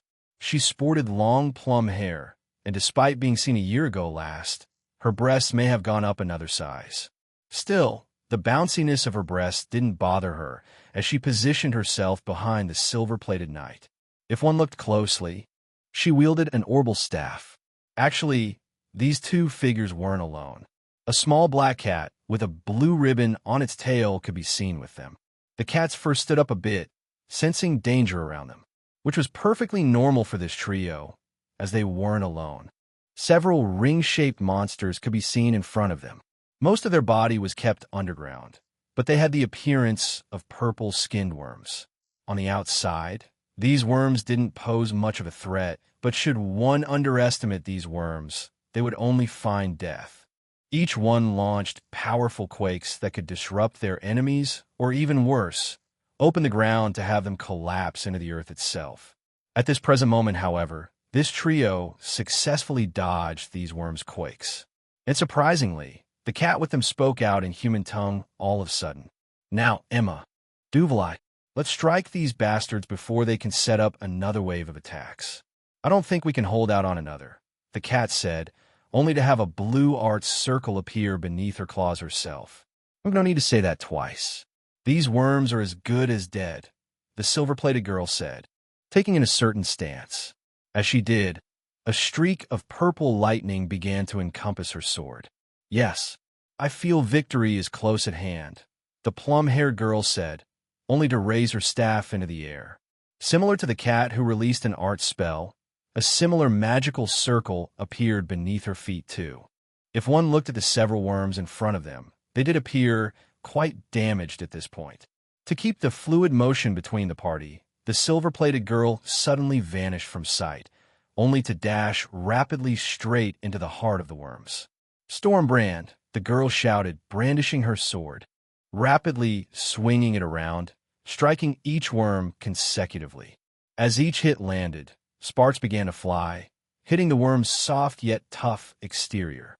These sparks seemed to have landed as well, causing each one to become paralyzed, unable to move from their current position, with their actions currently halted. The plum-haired girl took this time to activate her art. Ariel, the plum-haired girl shouted, only to have her staff let out a powerful glow of an orbital art. It immediately turned green in color. As the art was unleashed, the winds around them began to whip around. That was good. Now get out of the attacking zone. Duvalai, don't get caught in the explosion, the cat said, only to finish casting her art as well. Flare butterfly, the cat continued, only to have red swirls appear around her. In no time, these red swirls of orbital energy condensed into tiny little butterflies, using the orbital energy around the cat. She sent these red butterflies as the wind began to whip around the worms, forming a large tornado. Seeing two arts be cast in succession, the silver-plated girl finished her motion, only to reappear outside of the casting range. Thanks to the worms being paralyzed, they couldn't move. They could only sit in what fate had in store for them. They were all swept up into the large tornado-like swirl, causing the leaves around them to sweep up into the sky. As the wind increased in speed, the fire butterflies started to detonate, causing one explosion after the other. Despite not being as weak to fire as with wind, the force of these explosions did more damage to the worms. With the force of the wind, these worms stood no chance against this party. All that was left for them was death. Once everything finished, the worms started to let out their death woes, only to slowly vanish from sight. Seeing the worms no longer there, a smile appeared on the silver-plated girl's face as she chuckled.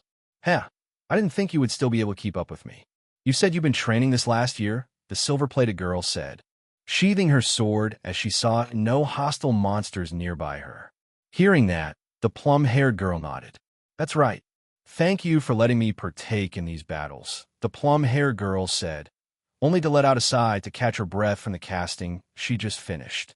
"There is no need to thank me. We just have a common goal in mind. If anything, thank that master of yours. I had no expectation she would be an acquaintance of my lord's," the silver-plated girl responded. "Well, at that point I can agree with you," the cat said, only to walk up to the two girls and sat down again. "We should rest our stamina for a bit diving deeper into this canyon. It's riddled with monsters like these worms here," the cat continued to suggest. "Yes, one may not know what is lurking further within. We mustn't be too complacent, even if this is just for training," the silver-plated girl said, agreeing with the cat. Despite having a haughty nature, she was not foolhardy. She knew well what to expect when fighting monsters. The plum-haired girl simply nodded at the cat's word, and the three took shelter at a nearby tree to rest for a bit. As the three began to rest further in the distance, they were not alone as one would expect them to be now. In a soul tree, a soul figure stood up high on one of its branches. If one looked closely, a fully armored-clad knight could be seen standing on it.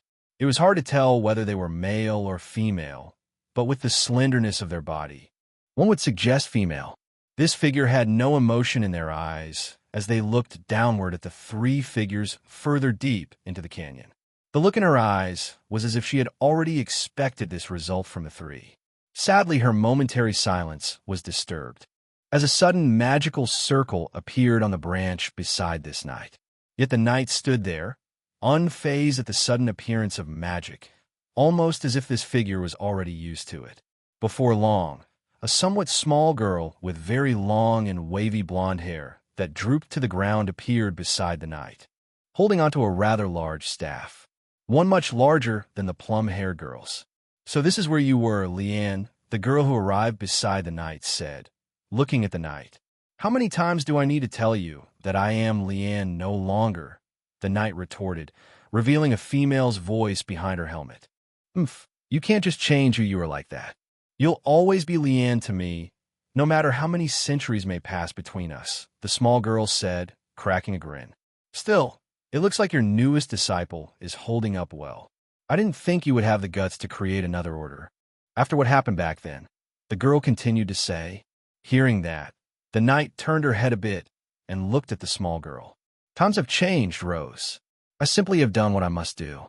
It will still be up to my children to prove their worth. And I could even say the same for your disciple. She shows much resolution in her eyes. Achieving that is by no means simple. I do wonder how such a thing came to be," the knight answered the small girl, giving a rare praise to the plum-haired girl further down. "I would like to know that myself, too. If I had to take a guess, it would be that boy I trained a few years ago. He helped you that time, too, you know?" the girl wondered as she said that. "Yes, it was an experience at the least. And by doing this now, this is my debt paid to him. Allowing your disciple to train with my children," the knight simply answered the girl. Yeah. I only came here to check up on things, but it seems Emma's training is progressing at a good pace. They'll be back to come pick her up when it's time for the boy to start his trial, the small girl said, only to cast another spell, the same magic circle she had just arrived with. Must he go so soon? The knight decided to ask. Unfortunately, yes. There's rather an articulate spell currently being prepared right now, which has been in progress. I do not know if it will be used this time around. However, the small girl said with a hint of reluctance, as she wanted to be beside the knight for a bit longer. I see. You know how to reach me. It was nice to see you again, Rose. The knight responded, causing the small girl to smile. Yes, he'll see you around, Leanne, the small girl replied, only to motion her hand, raising her staff up a bit. Just like that, the small girl suddenly vanished, as if she was never there to begin with. Seeing her disappear, the knight turned back, only to see the three figures no longer there at the tree they were resting at, likely having gone deeper into the canyon to continue their training. Chapter 145. A new member enjoy a fluffy scene. Unbeknownst to a violet-haired boy that the newest sister of the Stalwarter was currently in training alongside a very familiar, which that he spent lots of time with. He himself was about to go through a rude awakening of his own the next morning. Well, perhaps one wouldn't call it a rude awakening. It was more of a soft awakening. Two very soft ones. Insert your favorite gif of two bouncy marshmallows here. A soft voice spread inside the private quarters of Grancel Castle, nestled into the second floor beyond the grassy terrace. Thanks to this voice I just heard, my mind stirred awake from dreamland, signaling the start of the next day. My thoughts were immediately interrupted by a very soft feeling, causing me to open my eyes as my head touched a soft pillow, or at least I thought it was a pillow. The moment I started to see some skin, before me stood two large breasts, making my mind turn blank the moment I saw these two breasts that were bare. I saw them attached to a woman who wasn't Angelica. I couldn't help but sit up for a bit, only to see Enya, fully bare with no clothes on right now, sleeping peacefully right beside me. Her breasts were in full view, but thankfully she still at least had some sky blue panties covering her lower area. That was the least of my worries, though. But before I could think about anything else, I heard Angelica's voice speak not too far away. Good morning, you Lecture Prince. Angelica revealed a playful smile as I turned my head toward her way. I saw her resting up against some pillows. She was not dressed too heavily. She was in fact wearing some pretty dangerous lingerie herself, but she was mostly covered by the covers. She was watching on as if she was enjoying a show. Is something going on? Enya's voice asked in a dreary tone, slowly waking up herself. As she did, I saw her two marshmallows bounce again as she leaned up against her pillows. That's right. What happened last night again? I began to wonder, only to continue to look at Enya, mostly naked with my thoughts still distracted. Seeing me in a distracted state, a smile appeared on Enya's face as she saw me awake now. We didn't do anything last night, did we? I couldn't help but ask. How could you say that? Young master? You thoroughly ravaged me last night, you know, Enya responded playfully. Right? I mean, how could you play with such a beauty you had just seen the night prior before you even had a chance to play with yet? Naoto, Angelica also responded in a teasing tone. Domicile broder, Angie. Any more of this, and hell think there's a misunderstanding going on here.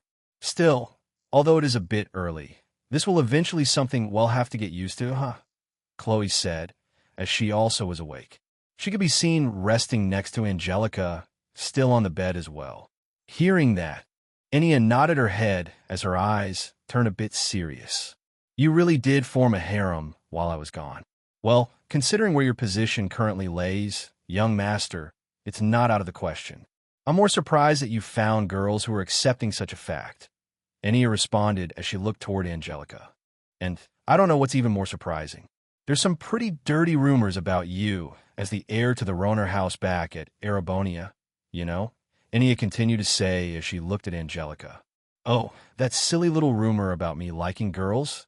Angelica asked back, guessing what Enya was referring to. I had my own resolution, you know. I just need to say one word to Daddy, and that rumor will kick the curb in no time. Angelica happily responded.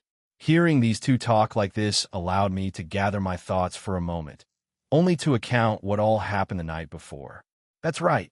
I received those notifications, didn't I? After Enya took me back into the room, one thing led to another, and those notifications were the result. I received Enya's blessing, and she ended up joining the harem. To think she would still contain feelings like that, despite joining the stalwarter. However, seeing me stay silent like this, Angelica blinked her eyes before she looked toward my way. You've been awfully quiet, Naoto. Don't tell me you really forgot what happened last night, Angelica asked, seeing me stay quiet like this. I calmly shook my head, hearing hat. How could I not forget? Enya made quite a big ruckus, didn't you? I retorted back at Enya. I am a bit ashamed I made a scene last night, but I do apologize, young master. The result is acceptable at least. No, you accepted my feelings after all, Enya responded happily. Before I could do anything, Enya stood up a bit and brought my head into her arms. Her two soft breasts were very warm as I started to feel her heartbeat. There's no turning back, though, I said back to Enya, only to look at her in the eyes. You aren't the first, and you won't be the last either, I continued to say. That I am very well much aware of, young master. I mean, that answer is obvious. Just look the size of this bed, Enya said, only to turn my body around to have a good look at the bed we were sleeping on. Seeing the size of it, I could only scratch my cheek a bit. Hee, you were right on that. This bed can hold several people at once. But with you, Enya, this makes the fourth member, Chloe said. Well, the third if you exclude me, Chloe continued to say. Hearing that, Enya blinked her eyes for a moment. The third member. There was a second? Enya asked with interest. I nodded my head at her. That's right. It's Emma. She declared her intent toward me before resolving herself to return to her village for the moment. It's been a year since then, but I still see her as a member of this harem. So you'll be the third, Enya? I answered her. Is that so? I remember her, Enya happily said. But sadly, that will be it with the explaining for now. We should go and form a nest of today's travel plan. You two brought your own orbital ship, right? I asked Enya, only for her to nod her head. We did. It's a rather small one, so traveling in the air should be pretty quick compared to a commercial airship. It shouldn't take no more than a couple hours to reach Roar, Enya answered me. To think you guys will be going back to Roar so soon, Angelica uttered. Don't worry, brother. I'll make sure grandmother isn't worried about this matter. You'll be heading out the sooner the better, right? Chloe asked me. Yes. But before we leave, I think it's about time to power up our equipment. It's times like these to where I can make good use of these guys, I said, only to reach my hand into thin air. Chloe and Enya was used to me using my inventory by now, but it still caused Angelica to become surprised. Along with taking out my own combat ornament, I took out several colorful spheres in different sizes and colors. These guys were unique to the Trailsverse. They were quartz, products refined from septium, special gemstones that get mined from the land's veins. That's right. I decided to reap my rewards over these last few years spent out and about. It was time to claim all of those quests and power up our equipment. As soon as I did, one notification began to flood in one another. Chapter 146. Status window, enjoy a bit of more fluff and the status toward the end. It should be more fluid now. Reverie has a quartz gacha, which makes it easier to roll the boxes. Haha. If you haven't played Reverie, its gacha function is solely grinded through the dungeon. You cannot pay real for it. These are quartz, aren't they, young master? Enya asked as she leaned up against her pillow, observing the several sphere-shaped objects scattered around our bed now. They were different sizes and different colors, but they all served one purpose or another, and that was to assist us in combat. These are the so-called quartz. That's right. These are the products of refined septium. They are extracted from minerals known as sepith, which are actively mined throughout Zemuria. There are special craftsmen who make it, but in the end, most of us buy them. If you do happen to go out into a dungeon, I've heard they're frequently dropped from monsters. I explain a little. I see. Don't these craftsmen make combat ornaments that are in tune with our bodies? It's such a weird way to be able to synchronize like that. Angelica mused. I can agree with you there, Angie. The one brother had custom built for me is very in tune to just one element.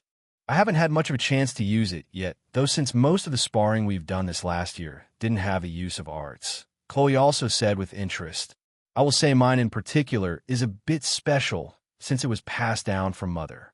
But why don't you guys go freshen up first? We're going to have a bit of fun after. I hope you all are in a gambling mood. I responded with a playful grin. What are you up to this time? Angelica said, squinting her eyes a bit as she proceeded to get out of the bed as she did. I was able to look at the lingerie she was wearing. You'll see. I simply answered with a playful smile. After I said that, I went ahead and put the few quartz I pulled out away. Despite being a teen like Chloe and I were, Angelica was still a year older, and her body was quite developed at this point. It was quite hard to look away from her. In turn, Angelica revealed a grin, seeing me behave this way. She then looked at Enya and Chloe, who were also getting out of bed at this time. We'll go freshen up. But before that, don't you have something to do first, Enya? Angelica asked Enya as she too could now be seen off from the bed. When she did, I saw her breasts bounce again. Out of Angelica, Chloe, and Enya, she had the biggest pair between the three. Oh my, whatever do you mean by that? Enya responded, seemingly not knowing what Angelica meant. You had fun last night, didn't you? But you're a part of the harem now, Enya. You haven't sealed the deal yet, right? Angelica asked. That's true. That's going to be a problem, isn't it? Enya continued to ask as she tilted her head a bit. She then looked toward my way as I was off the bed as well. Young master, why don't you come over here for a bit? Enya said, calling me over. Sure, I asked with interest. As I did, both Enya's and Angelica's bodies were in full view now. Right now, I wasn't sure where to look, especially since Enya was still bare with just her panties on. Before I could let my eyes wander, I saw Enya suddenly move her head toward mine. Before I could react, my lips were sealed, causing me to blink my eyes in shock a bit, but I didn't turn the kiss away. Seeing this sudden action, even Chloe had a light blush appear on her cheeks as she saw this kiss. She wasn't around when Angelica had her first kiss with me back then. Since that time, we've had some, but it looks like Chloe still isn't used to seeing it. I try to utter, only to hear a moan escape from my closed lips. In the next couple of seconds, I felt my lips open and felt a tongue that wasn't mine to slide its way in. We both enjoyed a kiss before parting ways. Seeing this, Angelica smiled. Now that's what I'm talking about, Angelica said with a playful tone. I can start calling you sister since Emma isn't around. But just keep in mind that I'm still Naoto's big sister, Angelica said, puffing her chest a bit. Are you now? Enya responded playfully as well, looking back at Angelica. Hearing this, Chloe could only shake her head. Come now, you two. Let's not make brother wait too long. He'll go start running the bath, Chloe said, shaking her head as she saw Enya's and Angelica's current behavior. Hearing that, Angelica frowned a bit. But I wanted to tease Naoto some more, Angelica said, ignoring Chloe's remark. Before we could do anything, we saw Angelica start to take off her lingerie, but Chloe's eyes turned serious. Oh no, you aren't going to drop the rest of your clothes here. At least have some decency, Angie, Chloe responded seriously, disregarding that Angelica's breasts were now bare. What? Naoto's already seen my perfect ass before. Do you want to see it too? Angelica asked, only to cause Chloe to blink at her before she looked my way. Her expression became a little deadpan. So that's what happened, Chloe asked me. Hey, I'm not the one to be punished here. Angie did it willingly. I retorted back, scratching my cheek a bit as the two said that. Hearing that, Enya let out a giggle. Oh, I can already tell this is going to be fun. But let us depart to the bath. Enya urged Angelica, who finally gave in. Fine. I'm curious as to what you're going to do after this, Angelica said, nodding her head. Chloe even started to push her toward where our bath was, and I couldn't help but sigh seeing the three depart from my view. Was it really the right choice to let Angelica into my harem? Well, there was no need to have second doubts now. I love Angelica as much as I do Chloe and now Enya. I still find it surprising that Angelica was the one to confess to me, instead of me confessing to her, though. Regardless, as I thought that, I soon heard the door leading to the bathroom close, only to have the running water turn on.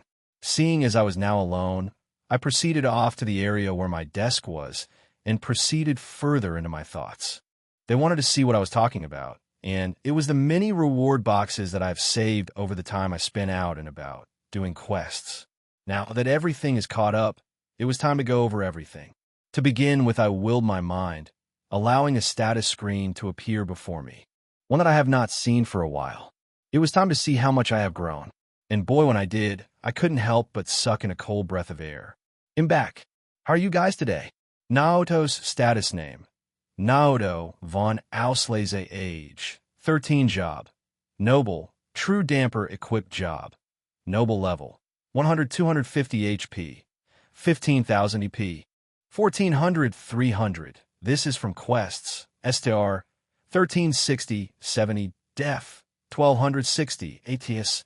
1770 ADF. 1125-50.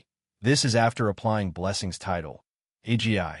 7710 DX. 110-10 INT. 1110 luck. 50 AN. I've decided to correlate INT-EP. Should make it easier. More INT. More EP Naoto has to cast spells arts. For the child of the progenitor title, I've decided for it to only affect STR, ATS, DEF, ADF. Skills. Active, AN. Feel free to give me more suggestions for active skills. This does not include any active skills tied to weapons. Vermilion Eyes. Max Meditate. Max Jump. Max, new, Blood Drink, LV2 new, Cast Magic Max, new, Passive Unknown, Max Reading, Max Writing Max, new, Falconry, Max Running Max, new, Persuasion, Max Endurance Max, new, Sailing Max, new, Chivalry, LV1, new, Undying Will, LV3, new, Fire Resistance, LV1, new, Mind Resistance, LV5, new, Masteries Rapier Mastery Bow Mastery, new. Sword Mastery, new. Staff Mastery, new. 104 Military Combat, new. Bloodlines, new. Auslese Bloodline Arnor Bloodline Magic. Fire Magic Water Magic Ice Magic Darkness Magic, new. Blood Magic, new. Titles Inheritor of the Vermilion Knight Harem Seeker and Witch's Friend Otherworldly Slayer Child of the Progenitor Quest Slay Cryptid. Agnigarn. Completed Learn Magic. Completed Slay a Magic Knight. Completed New. Create a Familiar. Completed New. Duel Randy Orlando. Completed New. Escape from the DG Cult. Completed New. Duel Rutger Clausel. Completed New. Partake in a war between Jaegers. Completed New. Partake in a battle in the 8 Leaves One Blade School. Completed New. Vermilion Trials. Active Kill or Rescue Ace Rain. Active. New. Inventory X15 Weapon Boxes, X15 Armor Boxes, X15 Accessory Boxes, X5 Master Quartz, Single Drop. X5 Lost Quartz, Single Drop. X20 SR Quartz Boxes, 10 Drop. X15 UR Quartz, Single Drop. Blessings Aurelia's Blessing. Will up, Mind up. Rosalia's Blessing, ATS up, Angelica's Blessing, STR up, new. Emma's Blessing, ATS up, INT up, new. Ennia's Blessing, STR up, DX up, new weapons. Radiant Starlight, growth, LV 100 250 STR, 750 def 100 AGI, 7550 to ATS when equipped. EP recovery rate is doubled. Piercing Light, adds ATS to STR before striking. Additional 35 to crit. Moonlight Ensemble, clears status ailments of player. Grants Arts Reflect, if HP 100. Verbrant Ties, growth, divergent weapon. LV 5250 STR, 1000 dex 500 soul fire shot. Fires a shot of condensed vitality. Upon landing a death blow, separates target's soul from body and erases it. If target has a strong will, this will have no effect, but it can cause irreplaceable damage to their soul. Crystalline Volley condenses fire into the form of ice and creates several arrows, depending on player's INT. 50 chance to inflict burn and freeze. Familiar Slot, 1-2 name, Tamamo Race, Silver 9-tailed Foxtails, 6 tails age, 9 level. 100 250 abilities: remove presence, quick feet, memory relocation, spatial swap, sight, link, mana bite, barrier magic, ice magic, str. 500 df, 600 ats, 1250 adf, 800 agi, 115 dx, 75 It's too early to go so soon. Current harem members at this time: Angelica, Emma, Enya. Chloe is excluded, as she cannot belong in the royal harem. Cause shall become queen later on. Smiley face. Next member is undecided at current progress. Next one may not be for a while. Ren is too young at this point, so it may very well be Estelle as the next member of the harem. We shall see. Second familiar poll. Wolfcat, the choice is yours. As usual, this poll will remain active for a while. Chapter 147. A new orbment. LUC was the biggest change with the stat readjustment. I have limited LUC to a cap of 100. 100 being the luckiest guy on the continent. While 5100 is better than your average Joe, and people at casinos may start growing suspicious of you. I have not personally tested to see if the other stats can go above 999 in the games, but down the line that may end up happening. I made a fun 6,969 ATS build in Reverie before for the fun of it. Don't forget to vote in the poll. As Tamamo continued to snooze away on the bed, I couldn't help but suck in some cold air as I saw a holographic blue panel in my vision before me. Quite a few adventurous years have passed since I've first seen my stats for the first couple of times. I have not slacked in training my skills over the years. To say the least, I can be safe to say that I've met the qualifications to partake in the Vermilion trials. Aside from activating the trial ground and defeating that magic knight, the last requirement was to attain level 100. As to where that placed me in the games, it's basically the end of SC and first third of Sky the Third. Likewise, around the end of Cold Steel 2.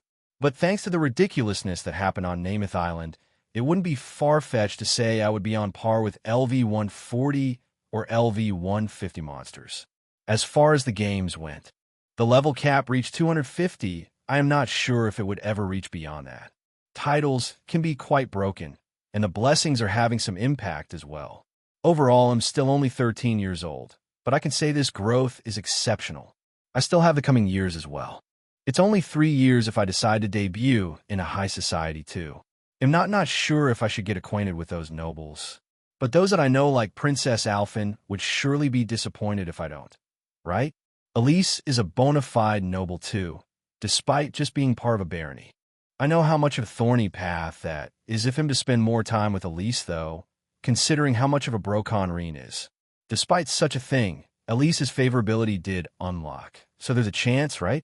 It was quite sad in the games to see Elise's love go unrequited. I know I have that mission to do right now, but perhaps there will be more chances to spend time together. I still remember that she didn't deny a head pat for me. Haha. Hell, even Angelica is set to debut in high society in 2 years. Though she was originally pretty rebellious at her father for wanting Angelica to do that in the games. The culmination of that led to that father-daughter duel. But with how things are going, I wonder if Angelica will take this matter more seriously this time. We have yet to announce our relationship to the other nobles either. I bet she'll want to start one-upping the other nobles sooner or later. I can only imagine a bunch of chaos will ensue then. But I digress. The focus I had for the present were those reward boxes I have been piling up. The count is close to 100, but I have about 85 loot boxes to open up. If there was a thing to mention, it was a surprise for the gamer system to reward Master Quartz. Knowing that, I decided to will my status screen away for the moment. Opening my inventory, I decided to pull out a certain combat ornament, which was mine of course. It had finally made its back in my possession. I could have stored it in my inventory, but the DG cult was full of the unknown, and I didn't want to take any chances with it being taken away. Such a thing did not happen, thankfully, but Ellie still safe-kept it for me during that time. It was a surprise for Kevin to return it. I did see both Kevin and Ellie on that airship in the northern waters in Calver during that trip. I wonder if that had more of an implication than at first glance. Ellie's been kind of off the grid since she started her schooling in Arteria. Maybe I'm overthinking it. There's no way Ellie would pull a Gaius and join the church, right? I quickly shook my head, sending that thought away. I focused on the special ornament before me now. This combat ornament was passed down from my mother. Combat ornaments didn't exist back when the Phoenix House was still active during the War of the Lions, so she likely had it made in secret, likely for self-protection. It seemed to be a second generation, too. It wasn't a standard issue, either. It had a custom azure purple plate with white specks. A fancy Phoenix insignia could be seen on the backside of it, but overall, it appeared to be a fancy pocket watch on the outside. But that was far from what these guys actually were. These ornaments could help a normal person activate arts, which is the closest one could get to the use of magic. For those who don't realize that magic exists. On top of that, they can provide a doping effect, increasing stats of one's choosing, depending on their choice. They could increase their strength, their stamina, their health, even their agility. A wide variety of effects, to say the least. Orbital workshops exist all throughout the land to help make these ornaments. Despite mostly being orientated for combat, other orbital devices can be seen in use in daily life. The orbital revolution, a little over 40 years ago, truly was a miracle worker. This energy can also help create larger constructs with ease as well. Unlike my past life, giant dolls and mechs do exist, which was a big fun part of playing the games. Hopefully I'll get my own soon. After partaking in the Vermilion trial, thinking that, I opened this watch-like device only to see several crevices inside. One main slot, which was the first slot to slot an ornament of any kind. It then created a loop counterclockwise. These are called lines, and depending on the user, they could have more lines. These lines affected what types of quartz one could slot into it. Various ailments could be inflicted, which could only come from a single line. The more lines a person has, the more ailments they could inflict, since it was limited to one type of ailment per line. And boy did trails have a lot of ailments and status effects one could inflict. As for mine in particular, I could see a long, singular line going all the way around the center, sporting 7 slots. One singular line stuck out from the center, not extending into the other line. It pointed the other way. This sole line was colored yellow. As for the other line that had 7 slots excluding its center for a total of 8, its third and sixth positions were colored blue and red respectively. I had a tricolored combat ornament. Having colors is a whole other matter, but to put it simply, only one element can slot into its color. Water is blue, fire is red, and so on. Seeing this, all slots were currently empty. I had a look at the center slot again, and sure enough, it was the same size as the others. It wasn't doubled or tripled in size, which meant the Master Quartz boxes served no use at this time. It was a shame, but I couldn't help but reveal a playful smile thinking that. I mean, the Professor Schmidt currently owes me a favor. I think you can put 2 to 2 together. I decided to immediately use it. In my own time after that call with T.O., I connected to Crossbell's branch again, as that was the method of contact Professor Schmidt gave me. I explained to him if he had any 4th or 3rd or 4th generation combat ornaments. He was surprised for me to ask about it, but he provided the knowledge I needed to hear. It turns out the designs for the 3rd generation were already complete, and in the testing phase and prototypes were already starting for the 4th generation. It was the 4th generation that introduced the Master Quartz slot, the Enigmatus. Seeing that Professor Schmidt owed me a favor, I asked to see if it was possible to upgrade my inherited device. He was in turn surprised to learn about such a device, but didn't deny the possibility. He could not fly here at present, though, to upgrade it. So, I suggested the next best thing, to reach out to another of a similar mind. The moment I uttered that name to him, he groaned, but didn't deny my request. I wanted to make use of these boxes sooner than later, so it looks like I was set to get my hands on an Enigma too sooner than later. Professor Schmidt worked his magic, and now a certain someone is on their way to Gransel Castle as we speak. With that thought aside, I closed the ornament device I had and placed it off to my desk, as it may get used after opening these boxes. But before I started to reach into my inventory to grab them, I looked over at a cute little 6-tailed silver fox, still sleeping peacefully on the bed without a care in the world. It was well into the morning now. Since when are you going to continue your napping? Tama, you really like to sleep a lot, don't you? I decided to ask Tamamo as I approached the bed again. Just 5 more minutes, Master, a small voice suddenly said, which caused me to come to a sudden halt. This voice came straight from the mouth of the little fox, who was still trying to sleep. Shock appeared in my eyes hearing this voice for the first time. I couldn't find words for a moment. It seemed the fox finally realized the voice that just spoke out too, and Tamamo suddenly opened her eyes and stared right back at me before using her paws, placing them over her mouth. That was supposed to be a surprise. Oh, big sister is going to be so angry, Tamamo retorted as she felt shame sweep across her eyes. I couldn't help but blink again hearing that voice come from Tamamo. Was that really you, Tama? I asked, still surprised as I looked at the silver fox. Chapter 148. Crazy scientists, don't forget to vote in the poll. Sometime later, Grantsel Landing Port. With the sun cast over the city was packed with people going about their activities and having lunches. As people were out and about, the latest airship had just landed, as a large ship could be seen slowly landing vertically toward the closest exit in the port. Ding!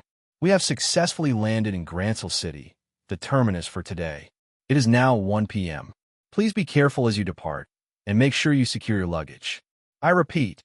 An intercom's voice rang out as many passengers began to move around on the aircraft, getting their belongings ready while a metal bridge extended outward. Once it connected, its passengers began to deboard one after another. In particular, once it was their turn, two figures could be seen leaving the aircraft. One appeared quite small, with the other having an appearance of an aged woman. Once the two started moving, excitement appeared in the small figure's eyes. The goggles they were wearing over their head shifted about as the small figure ran toward one of the edges. In the distance, this figure saw a large white castle. Hurry up, Mom. You can already see Grantsel Castle in the distance, the small figure said. Hearing that, the aged woman smiled as she approached the smaller figure after catching up to them. Ha! The castle isn't going anywhere, you know. Still, I know that look when you see it. You're already getting an itch to tear it apart. Huh, the aged woman said, revealing a smile. Yeah, ever since you got an invitation to Grantsel Castle, Mom, I wanted to check it out myself. It really is an amazing building, the smaller figure said, only to turn around again and look at the hanging castle in the distance that sat over the largest lake in Liberal. Right? You were too young then, so this is your first visit. It's a shame Papa is too busy with his work on the ship to come today. Whatever, it's his loss, the aged woman said, only to look at the small figure, which caused him to halt. You were the one who pushed that work on a Grandpa, though, Mom, the small figure retorted. Weren't you working on a top-secret project? The small figure pondered. Ha, don't sweat the small stuff, Tita. You were wanting to see what the capital looked like, and now, here we are. Mommy does have actual business to attend to here, though, as you said earlier. I can't believe that old bastard reached out to me after all these years, the aged woman answered. Hearing that, the small figure who the aged woman called Tita pouted. Remember, no cursing, right, Mom? The girl called Tita retorted back as she pouted. Right. You're such a little helper, Tita, the aged woman said as the woman ruffled the figure's hair a bit, only to start screaming on the inside, seeing how cute the figure in front of her was behaving. As the two conversed a bit, most of the people who left the aircraft have scattered in the airport, making it less crowded now. Seeing there was more freedom to move around, the aged woman looked around a bit before spotting the area they were supposed to head to, before she spoke out to the girl named Tita. Come now, Tita. Stay in front and close to me, okay? This isn't like back in Zeiss. There's a lot more people here. It's very easy to get lost, the aged woman said in a serious tone. Seeing the seriousness, the smaller figure knew that her mother was being serious. What was the capital of Liberal? The smaller figure knew the capital housed many more people than their home back in Zeiss, which was Liberal's nexus for engineers. Knowing this, the smaller figure reached their hand out and decided to hold onto their mom's hand to ensure they wouldn't get lost. Okay, Mom, our destination is the castle, right? Something about doing maintenance on an orbit? The smaller figure asked as excitement appeared in their eyes. That's right, my dear Tita. I also need to make sure these blueprints arrive safely as well. Without them, I won't be able to do it. Be a dear and hold on to this, okay, Tita, the aged woman said, only to peel out a metal stick of sorts. This appeared very similar to an old flash drive, because that's exactly what it was. Its sole purpose was for the storage and extraction of data. Nothing more, nothing less. Seeing the aged woman pull out this small metal stick from her bosom, excitement appeared in the smaller figure's eyes again. "Okay," Tita replied happily, only to take the metal stick with her spare hand, safely storing it in her clothes. "Now, let's head to the castle. His Highness is an extremely busy person, so he can't hold up his schedule for too long," the aged woman said as the two began to walk. Yet the moment the aged woman dropped that, Tita started to walk in a daze, not expecting that her mother's appointment today was scheduled with Liberal's crown prince. Tita couldn't find words as the two made their way toward the north block, all the while the aged woman making comments about Tita's cuteness from her current behavior. However, this certain mother-daughter pair arriving in Grancel City weren't the only persons of interest that were out and about today with an agenda to take care of.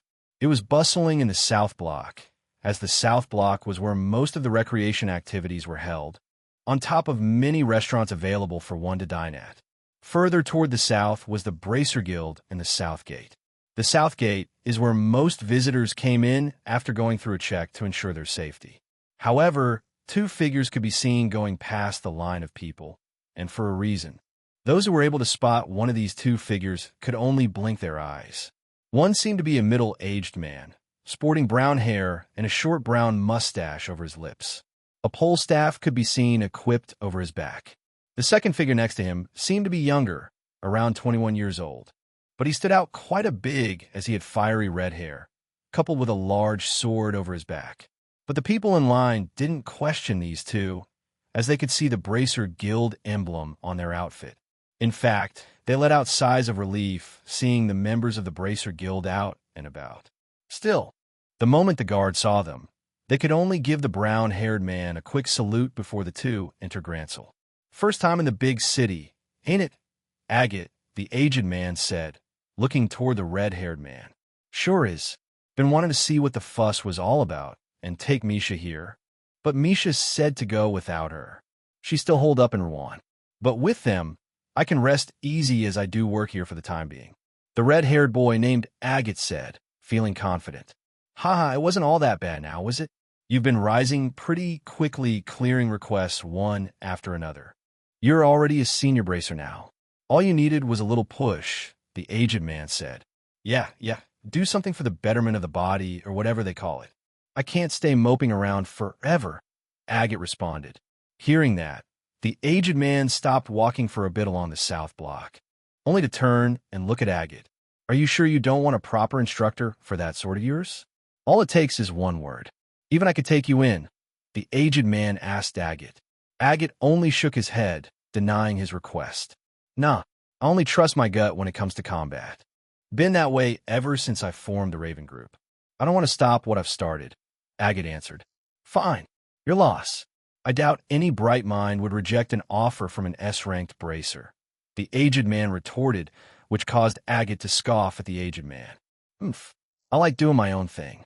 Get me? Training is the last thing I need," Agate responded. "Don't matter if you're an S rank or not," Agate continued to say. "Ha," the aged man responded, letting out a laugh. "Well, I brought you to Grancel to continue your work, so that's what you'll do then. I can get you situated with Elnan pretty quickly," the aged man continued to say. After saying that, Agate simply nodded his head. The two could already see the Bracer Guild in the distance. It only took them a few moments to reach the building. Upon seeing it, Agate had a good look at it. "Here we are," the aged man said. "Looks simple enough, just bigger. I'm surprised you're not running it." "Cassius," Agate said. "What can I say? I don't like doing menial work.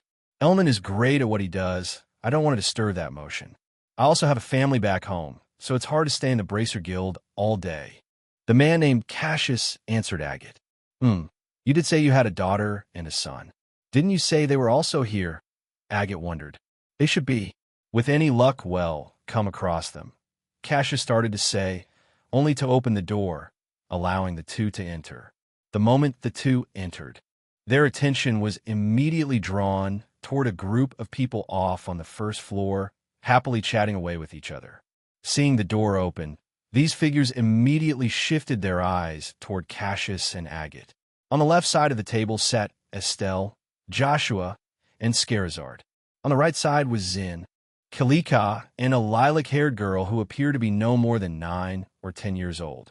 Despite such a young age, she had already developed muscles on her body and was wearing a similar GI to Zin. Estelle's eyes beamed seeing Cassius arrive and was curious about Agate, who was with him. "Daddy, you were in town after all," Estelle happily said, approaching Cassius. "Only for a brief time. It looks like you're still under Skir's care." "I see some familiar faces, too," Cassius said, not expecting the crowd before him. "Haha, we were also in for the moment. Cheryl here is mostly done with her training, so while Estelle and Joshua are still in the capital, ID figured it'd be easy to kill 2 birds with 1 stone and take them out for some monster hunting. Still needs Skira's supervision, though, considering the 2 aren't bracers yet," Zin said, explaining the situation a bit. "So that was the case," Cassius said, only to look at Cheryl beside Zin. Cheryl was still quite small, so the gap in height was rather big between the 2. Despite such a disparity, Cassius could feel confidence coming from Cheryl, only for him to blink at him. "You were that winner of the previous martial arts tournament child division we last held, weren't you?" Cassius asked with interest as he saw Cheryl beside Zin. "That's right. It's nice to meet you like this, Mr. Cassius," Cheryl said, introducing herself to Cassius. He smiled, then looked back at Zin. "Still, you really did take in a disciple, huh, Zin?" Cassius asked with interest. "Seeing Cheryl here, does that mean you have an interest in becoming a bracer too?" Cassius asked with interest. Hearing that, Cheryl could only scratch her cheek. "About that actually," Cheryl began to say. "I wish I could, but I already have prior arrangements once this last round of training is done," Cheryl reluctantly said. "But maybe if I have spare time, I may consider it," Cheryl continued to say. "It's as Cheryl said. Believe it or not, she works for the castle. Both Joshua and Estelle can attest to it," Zin also said. "That's right. But hopefully you'll have enough time to take a bracer test along with us in the next year or 2, Cheryl," Joshua said, nodding his head to confirm. Hearing that, Agate could only blink as he watched this conversation happen. "A small brat like you works in the castle?" Agate retorted. "You know, I've been getting this weird feeling since I came in here." "You're more than you look," Agate suddenly said, which drew everyone's eyes to him. Zin couldn't help laugh hearing that. "Haha, I'd cool it down if I were you, Agate. Cheryl's pushed me back more than once in our sparring," Zin said. Hearing that, Agate blinked his eyes. "You shouldn't me," Agate retorted. "Would you like to try it, Mr. Senior Bracer?" Cheryl suggested, revealing a playful grin. Hearing that, Skira let out a giggle. Now no fighting is allowed in the building. You all should know that. Still, been a while since I've seen you, Agate. You look well. This is Estelle and Joshua, by the way. They've been with me for a while in the capital. They're set to return to Roland soon, though," Skira said, welcoming them. "That's so. They'll be here for a while, but it looks like things are already busy here. It'll be good to pass some time." Agate responded after he was welcoming. "I couldn't help but see you're here too, Kalika. You don't drop around for no reason," Cassius asked, seeing Kalika remain silent. "That's actually what we were just going over before you 2 arrived, Cassius, Agate. Seems Kalika has been promoted to manager for Zeiss Guild Branch," Zin said, bringing surprise to those who hadn't heard it yet. Insert picture of Tita Russell here. Insert picture of Erica Russell here. Insert picture of Agate Krosner here. Chapter 149. Meeting Tita Russell. Don't forget to vote in the poll. Unbeknownst to me, several bracers and aspiring bracers have gathered in the guild, talking about the current happenings around them. As for me, however, the shock still remained after finding out that Tamamo could speak the human tongue. She did hang around Celine, Emma, and Rose a lot, so it was bound to happen. I just didn't think it would happen so soon. Aside from that part, I do know familiars in the Trailsverse do have the potential to achieve human forms too, such as the case with Celine. When I looked over Tamama's panel, I did not see such an ability. If she's trying to hide even that, she's doing a pretty damn good job at it, or she hasn't managed to achieve it yet. Sadly, as much as I wish I could hear more of Tamamo speaking, she seemed to be pretty shy about it. The moment Enya, Chloe, and Angelica came dressed out of the shower, they immediately spotted me next to Tamamo, and could see Tamamo was acting a bit down. "Is everything all right with Tama?" Chloe asked, as it was quite rare to see the little fox behave like this. "Ha, it's all right. If anything, it might be something to look forward to. Isn't that right, Tama?" I said with a playful grin. "Cute," Tamamo replied, containing a hint of embarrassment in her tone. I still find my own curiosity with this creature. This fox behaves very similarly to that cat that was always with Emma, but you two would never go into the specifics. I, for one, have never seen a fox get along so well with a human. "Tama here isn't a dog or cat, you know," Angelica said, placing her hand over her chin. Hearing that, I smiled. "I'll tell you about it someday. Given enough time, I'm sure you'll find the place of interest on your own. I do wonder if a certain someone has managed to achieve that feat yet." I mused, thinking of the challenge Emma, and I gave Lecter. If he did take it seriously, he's probably still searching for Aaron Village, or that he gave up and now is taking his studies seriously. Haha. Well, as long as Tama is still fine overall, I don't see an issue to worry about it any longer. Chloe responded with a nod of her head. "But you should go freshen up, brother. You're meeting someone today, are you not?" Chloe asked with interest. "Are you now?" Enya also asked me as she looked my way, only to cause me to nod my head. "That's right. Don't you worry, though. We'll be departing shortly after I meet with this person. They did take time out of their schedule on top of traveling here. It's in regards to this guy. I said, only to go back to my desk and picked up my combat ornament." "They aren't even from here?" Angelica asked. "Yeah, they're locals from Zeiss. But I bet you guys have heard of them. The Russell family. It is said that even the grandfather is one of Epstein's founding disciples." I explained a bit. "You're abusing your power, aren't you?" Angelica retorted me as she squinted her eyes the moment she heard that. "Hey, I had a favor owed me. That's all. Decided to make use of it. Or did you forget what Professor Schmidt said?" I retorted back, which caused Angelica to giggle at me. "Oh, there was that. Wasn't there? But I thought the Russells hated that Schmidt guy. Couldn't see eye to eye or something. I guess he takes owing favors pretty seriously." Angelica mused. "You aren't wrong there. It's quite known for the two to argue on every matter they try to discuss seriously. It is unfortunate. But Professor Russell couldn't come, so they sent his daughter in place.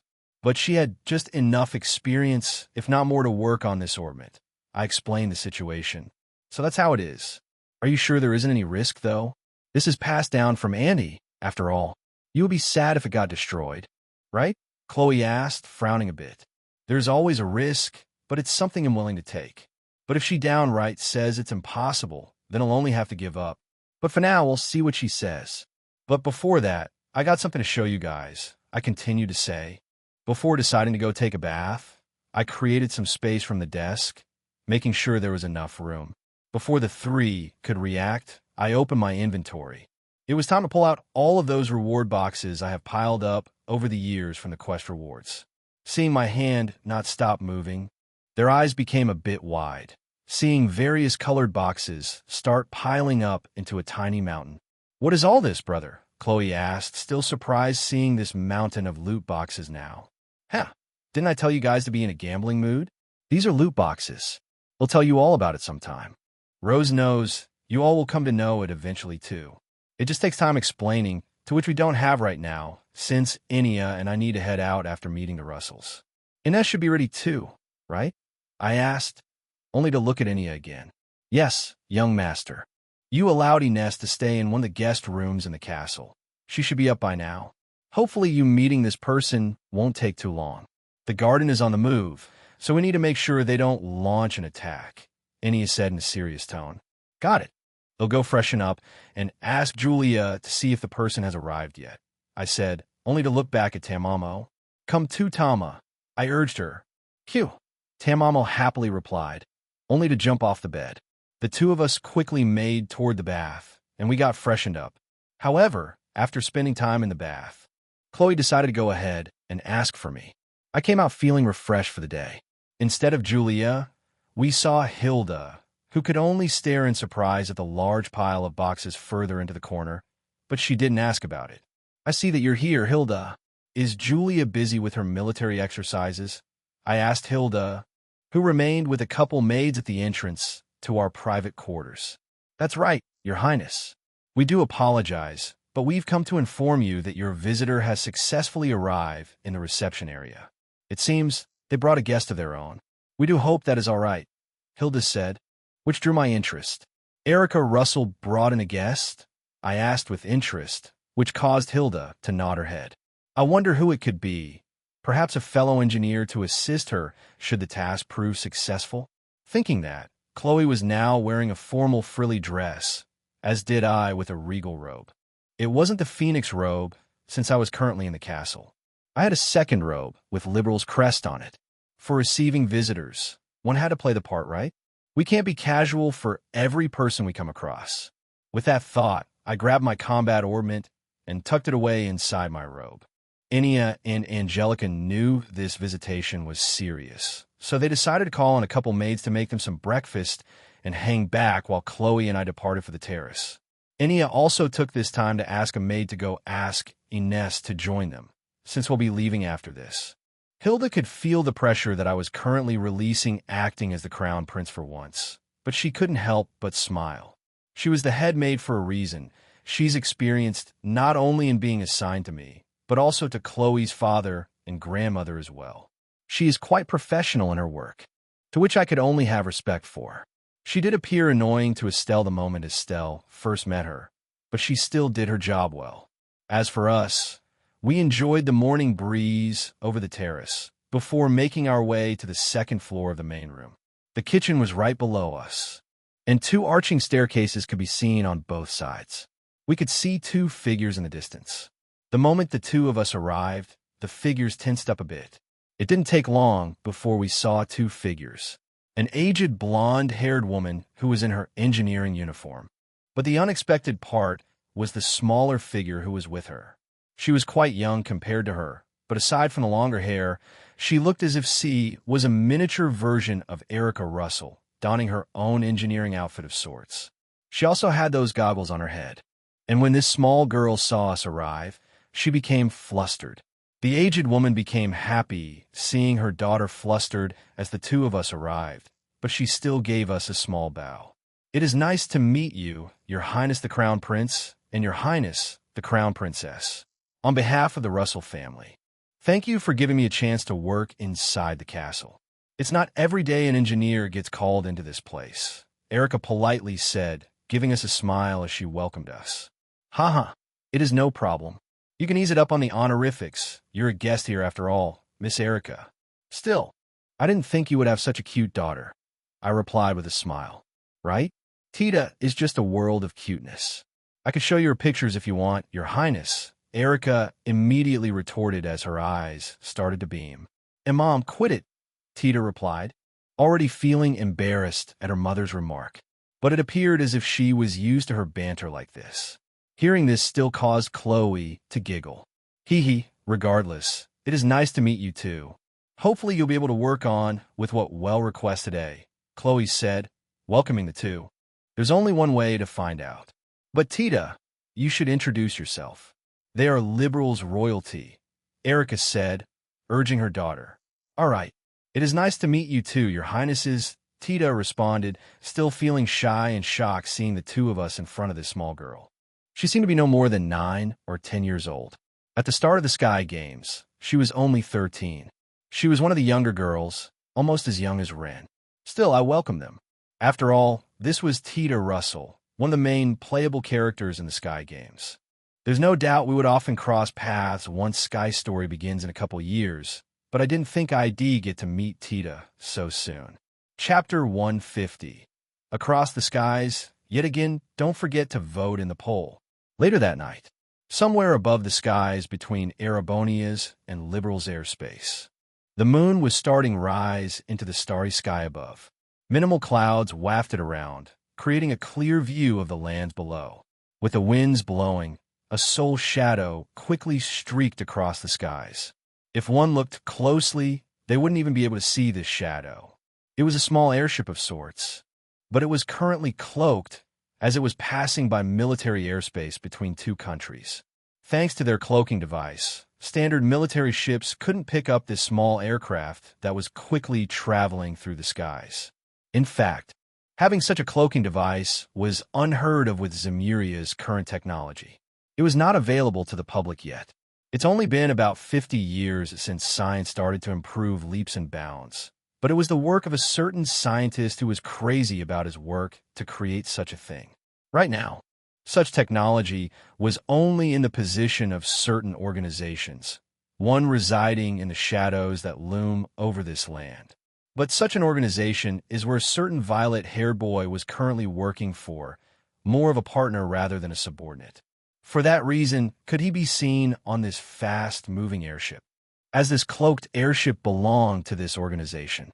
As the cold wind of the skies high above passed through, this boy could be seen standing on deck toward the eastern side, away from the front where the main deck was. As he watched on the never-ending clouds, the boy marveled such a scene since he wasn't able to experience this in his past life. Feeling the breeze thousands of feet into the air without worrying about the dangers. It gave a sense of freedom. Thinking that, a smile wrapped around my face. I could no longer be seen wearing my royal gown I used back in the castle.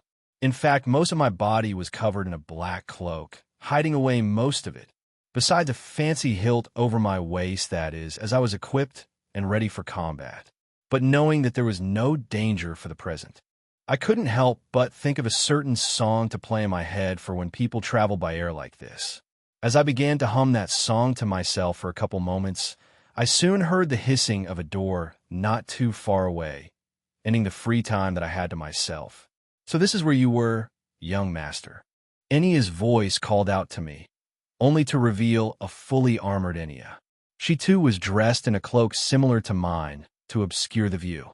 After all, we were essentially on assassination request provided by Campanella, but according to him, as long as the target is wiped of his name, it doesn't matter if the person who I need to kill is actually killed or not.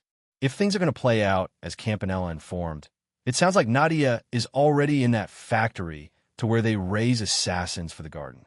I'm not sure if Swin is in the picture yet, but just for Nadia alone, he is likely seeking a way out somehow, should he still have his feelings of not wanting to involve his sister in his line of work. Seeing Enia arrive from the left, I slowly turned my head toward her. I'm just enjoying the night breeze. After all, tonight's going to be a night doused in blood. Though should it come to it, I'd rather hope it won't come to such a thing, I calmly said, welcoming Enia beside me. Though to my surprise, I felt Enia wrap her hand around my back, giving me a hug. Such is the life of an assassin, as they say. "Are you sure you're up for this, young master? I knew it's been a few years since we've seen each other, but I really am not sure if you're ready for this kind of business," Enia asked, feeling a bit worried. Seeing her worried only brought a smile to my face. "You probably don't know yet like the others do, but I took a certain path after we parted ways when you went to go train under the 7th Anguis. I have more blood on my hands than you think," I began to say, which caused Enia to blink at me. "Is that really the case?" Enia asked, feeling surprised at such a thing. "I do know you have.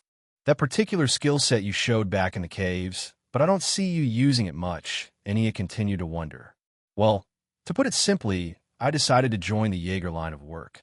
In the time we haven't seen each other, I've partaken in more battlefields than you might know," I answered Enia, only to cause her to blink at me. "A Jaeger," Enia uttered. "Now it makes sense to why you have such a stature. You've killed before, haven't you, young master?" Enia decided to have. "I have, but I could say the same to you, right? Such as being a member of the Stalwarder," I responded, only to look back at Enia. Who knows? If anything, killing allows one to be more decisive. "So I do hope this mission tonight will go as you want it to, young master," Enia responded with a giggle. Hearing that, I parted ways from her hug, only to look at Enia again.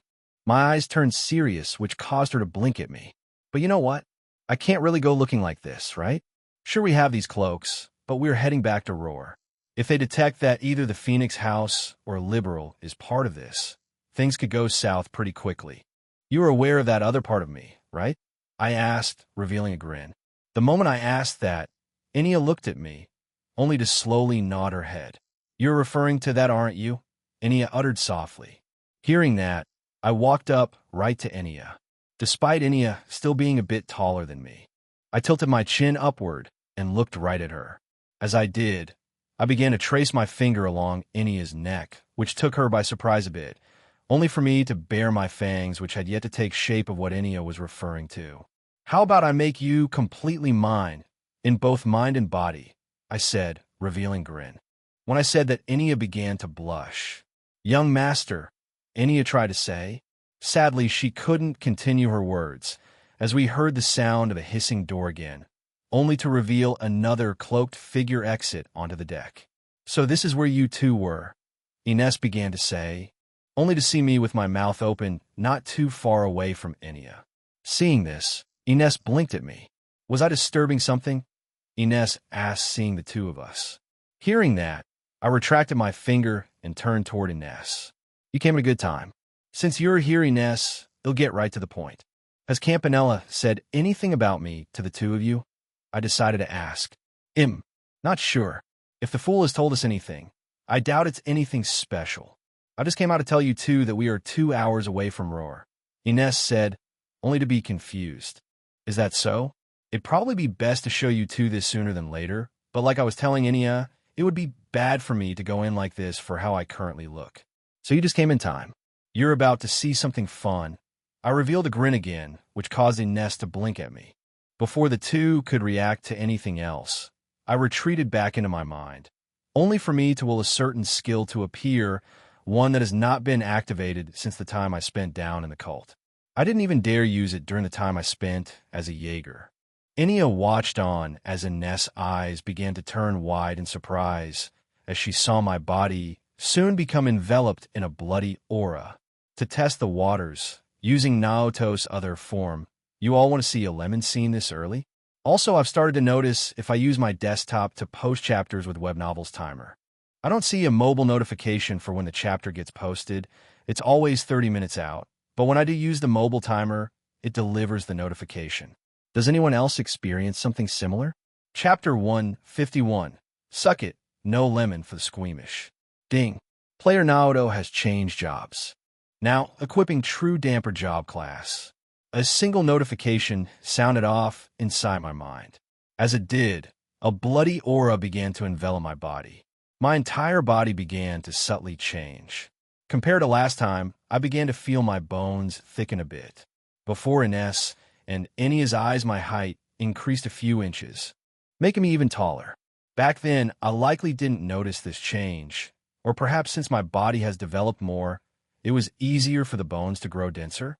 Either way, my height increased. I was now closer to Enia's height. On top of that, I found out something new. The pigments in my hair began to change. It wasn't just violet anymore, but the tips of my hair slowly became red. My pupils also changed into 2 slits. And overall, the bloody aura, which let out a bit of bloodlust. Ines couldn't help but shiver a bit seeing this sudden change of mine. Ines tried to say, seeing my true damper form. My mouth was still closed, so she couldn't see my fangs. I knew it. You really aren't human, are you? Ines couldn't help but ask. Oh, you mean these things? I started to say, only to open my mouth a bit, stretching it out with one of my fingers. Ines blinked the moment she saw 4 large, protruding fangs acting as my canine teeth now. It really has been ages since I've seen this form of yours. Things really got wild with that little blonde girl back then. Enia responded, seeing my damper form for a second time. But without this, I feel we wouldn't have had such an easier time in those caves. That ability to control blood is pretty fearsome. Enia continued to say the ability to control blood. That sounds very reminiscent of the Middle Ages. You can't be one of those, can you? Ines asked, still doubting me. I wonder, I responded, revealing a playful smile. But if you really want to know, this is a bit different. Master is of something else entirely, but in me, and I am still human. If anything, this is more of an ability I can do. For now, you can see it as magic, I decided to explain. I mean, vampires are magical creatures. So I'm not wrong to call it that, am I? Magic is a pretty scary existence. Not a lot of people know about it. And you knew this, Enia? Ines asked as she looked toward Enia. I do. Young Master also has that friend of his who also seems to be adept in magic. I could have sworn I've told you about it before. Enya tried to answer, placing her hand on her chin. Thankfully, Enya doesn't seem to know about Vita's capability in magic yet, since she didn't show any off while Crow and Vita were at the castle. They encountered each other for a brief moment before the two left. Enya is probably referring to Emma here. Clearly you didn't. But knowing you have such an ability, I feel this mission will go as planned. We still consider Kroiger as part of the Enforcers, despite her being on leave right now. It would not do well for one of our own to be harmed. I didn't know Ouroboros likes to have its own infighting moments. But going as far as killing someone leaves a pretty bad taste, Ines said, containing a hint of scorn in her voice. Even though you've killed before yourself? Haha, I couldn't help retort. Well, I for one won't say much about it. But since we have 2 hours left, we can surely pass the time. You were kind of interrupting something when you came out here, Ines. Enya also retorted as she squinted her eyes downward a bit, looking back at Ines. Was I now? Ines responded back at us. Heh, maybe. Well, I was going to make Enya mine. Want to join in, Ines? I said in a more serious tone. Which make Enya yours? Ines uttered as her eyes turned wide a bit, and also became serious. We are the Stahlritter. We only serve our lord, and no one else. Ines retorted seriously. Hee hee, but you know, Ines, I was always young masters to begin with, though. Enya also retorted, tilting her head a bit. You really should stop causing these misunderstandings for Ines, Enya. I responded, glancing at Enya. But you were the one who lead Ines on? Enya asked back, only to look my way again. Huh. Ines responded, only rubbed the bridge of her eyes, revealing an annoyed look. You two really are something, as she let out a sigh. If you're going to show something, then show it, Ines said. Fine, have it your way. I answered, only to shrug my shoulders a bit. Do be mindful it may get a bit bloody, I said, also becoming serious. Yet, as I did, a light blush appeared on Enya's cheeks, realizing what I was now referring to. You're not going to feed on me like that, are you? Enya asked. Ha, no backing out now. At least be proud of it. You'll be the first human I've fed on, I replied with a grin. Feeding? Ines pondered, only to think of the comment she previously uttered a bit ago. But that thought lasted for a moment, as Ines saw Enya nod her head as her cheeks stayed blushed. Ines couldn't even do anything before Enya was right beside me. Parting her hair a bit, her neck was revealed. In one swoop, I did a quick motion of my mouth, bare my fangs.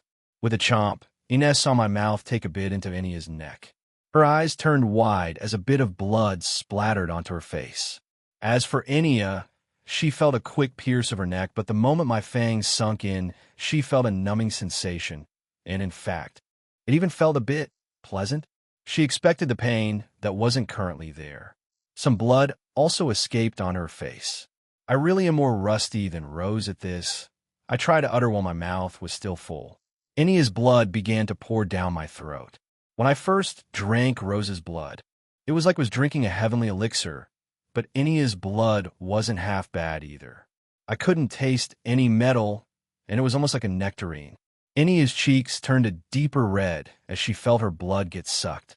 Young master, it's impolite when you're trying to speak with your mouth full like that, Enya tried to say with a playful smile. Hearing that, I couldn't help but chuckle on the inside. But as the drinking continued, it didn't take long before I started to hear notifications sound off inside my mind. As I was distracted by my own thoughts, Ines was just staring in disbelief herself, not expecting blood to be drawn as we were drifting in the clouds. Ding!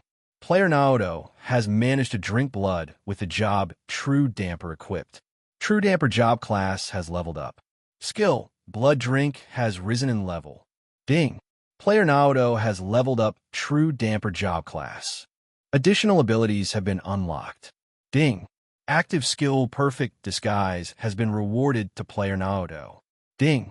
Active skill Wings have been rewarded to player Naoto. Ding! Passive skill Regeneration has been rewarded to player Naoto. Ding! For drinking blood of a human, a new interface has been unlocked. New feature, Servants is now available for viewing. You may now view who are player's servants in the main panel screen. Ding! A girl has been detected as player Naoto's first servant. Title Harem Seeker has leveled up. Ding! on top of seeing a person's favorability and love status. When player has a party formed with a girl, bonus experience is now risen by 50. Any girl partaking in battle in a party with player will now have their stats rise by 20. This is the final level of Harem Seeker. It cannot be risen anymore. Seeing a flurry of notifications caused my eyes to blink for a good moment while I popped my fangs back out, leaving behind a couple droplets of splatter blood being flung onto Enia's face again. Yet I could only view them for a moment, seeing the puncture wound heal and vanish. The blood finished going down my throat. For some reason, though, Enia suddenly felt an urge, and she reached out her arms, giving me another hug. I felt my lips sealed again, only to see Enia give me another kiss. Enia still kept her eyes slightly open to see how Ines would behave, who was still watching on with disbelief in her eyes. As I enjoyed this sudden kiss, however, another single notification appeared in my mind, distracting me. Ding! Seeing player Naoto's other form for the first time, Ines' curiosity reached its peak. Ines' favorability has been unlocked. Chapter 152. Emergency quest, ha. My voice suddenly yelled out in laughter. It began resound the cloaked airship. If one looked closely, a vermilion hue covered my irises. I currently had vermilion eyes turned on, and for good reason. We had just exited the military zone between the two countries, and now we were about 1 hour away from Roar. But that wasn't my reason for laughing. A figure could be seen swerving around the airship itself. Despite being cloaked, the boy could still see it with his eyes. He had them active to ensure no other airship around would come into view. After all, what I was currently doing could be seen as a miracle to others. On my body, or more specifically my back, 2 large jet black wings protruded outward. Every so often they would flap, either allowing me to accelerate or slow down, depending on the location of our cloaked airship. That's right. I was testing out one of the new abilities granted to me as a result of my job class leveling up. I was flying around the airship to my heart's content. It didn't take me long to get the hang of it. And if one looked closely, a faint blue aura currently wrapped around my body as I had my mana active as well. Doing this allowed me to not get blasted away by the force of the wind, and the fluttering of my cloak reduced considerably as well. Still, back on deck, Enia watched on as she saw a violet blood red-haired boy swerving around in the air next to her. A worried look could be seen in her eyes as she spoke out to me. "Young master, we won't come back for you if you end up falling behind," Enia shouted. Hearing that, I couldn't help but chuckle. "Ha, falling behind, eh?" I asked with a chuckle, which caused Enia to blink. Enia suddenly saw me vanish, only for me to swerve underneath the deck, doing a big circle around the airship. Yet as I looped around, I twisted my body. Crossing my legs, I reappeared right in front of Ines, with my head downward and crossed legs upward. Yet my body now stood still in the air as I did this. Ines couldn't help but blink seeing me upside down like this, ignoring the wind around us. "I don't think that's going to be a problem," I answered, revealing a grin. As I said that, the small blue aura around my body continued to shine as my EP constantly drained from doing this act. "This is that magic again, isn't it?" Ines asked, seeing me in the air with my face upside down in front of her. "Bingo," I responded. I'm using my wings to speed up and slow down, while applying magic to my body to reduce the wind resistance around me. "As long as I have mana, I should be fine." "We're only 1 hour away, right?" I asked. "Yes. The pilot is going to do a drop-off on the Rainford building. It's the tallest building in Roar, so ITLL give us a good vantage point to see anyone coming in. Kroiger should still be inside the Rainford building at most times, so who should be able to observe her as well? And with those eyes of yours, young master, spotting these assassins should be quick work," Enia said, nodding her head. "Ha, that is true.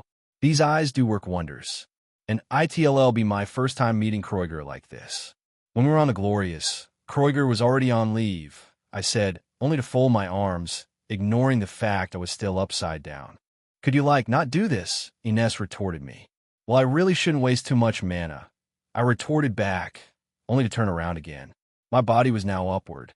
Yet, as if reacting to Ines' words, One of the higher white clouds quickly passed by the airship, only for me to pass right through the cloud. I heard Enya giggle in the background, but it was definitely a weird feeling flying through a cloud. It was like nothing was there. A moment passed before I exited the cloud, only to hear Enya's voice again. "Young master, we'll be landing soon. You probably should get ready." Enya called out to me again. "Got it," I replied, only to flap my wings again. In one swoop, I landed back on the airship, only for me to cut off my mana and retract my wings. I now felt the wind started to strike against me again. I could now see us descending into the clouds. It didn't take long for us to re-enter a safe zone. The land below was now close to us. I leaned over the edge and saw a huge city with multiple floors in the distance. Unlike other cities, Rower's architecture was on par with Zeiss, if not even more. It was one of the wonders of the modern age. But with my vermilion eyes still active, it basically acted as a large scope, putting a mini-map into my mind. Further into the distance beyond Rower, I soon spotted several cloaked figures on this mini-map, leading into one of its byroads that would eventually lead into the mountains of Emer. If one had a close look, all of these cloaked figures hiding away beyond the city had a sword of some kind at their waist. I knew Nadia was the oddball, as she liked to attack with steel wires similar to Sharon on top of steel needles, but I could definitely tell these figures were assassins sent from the Garden of Swords. Yet of these cloaked figures hiding behind trees, I spotted one figure acting very nonchalantly. He wasn't cloaked like the rest either. He had brown messy hair, very similar to Crow's style, but with it going over his eyes a bit. He was wearing a long coat with an upturned collar, over an untucked shirt. If one looked closely, a belt with a buckle in the shape of one could be seen holding his shirt and pants together. Seeing this, I saw this figure start looking around, only to look back up into the skies. His gaze landed onto a particular direction, which was ours. I blinked, seeing this figure stare our way, but he tilted his head, acting confused, likely because we were still cloaked. His gaze then shifted toward the other cloaked figures beside him, only to give them a signal. Everyone quickly scattered while this figure started to rapidly close into the city. He also had quite a large sword over his back.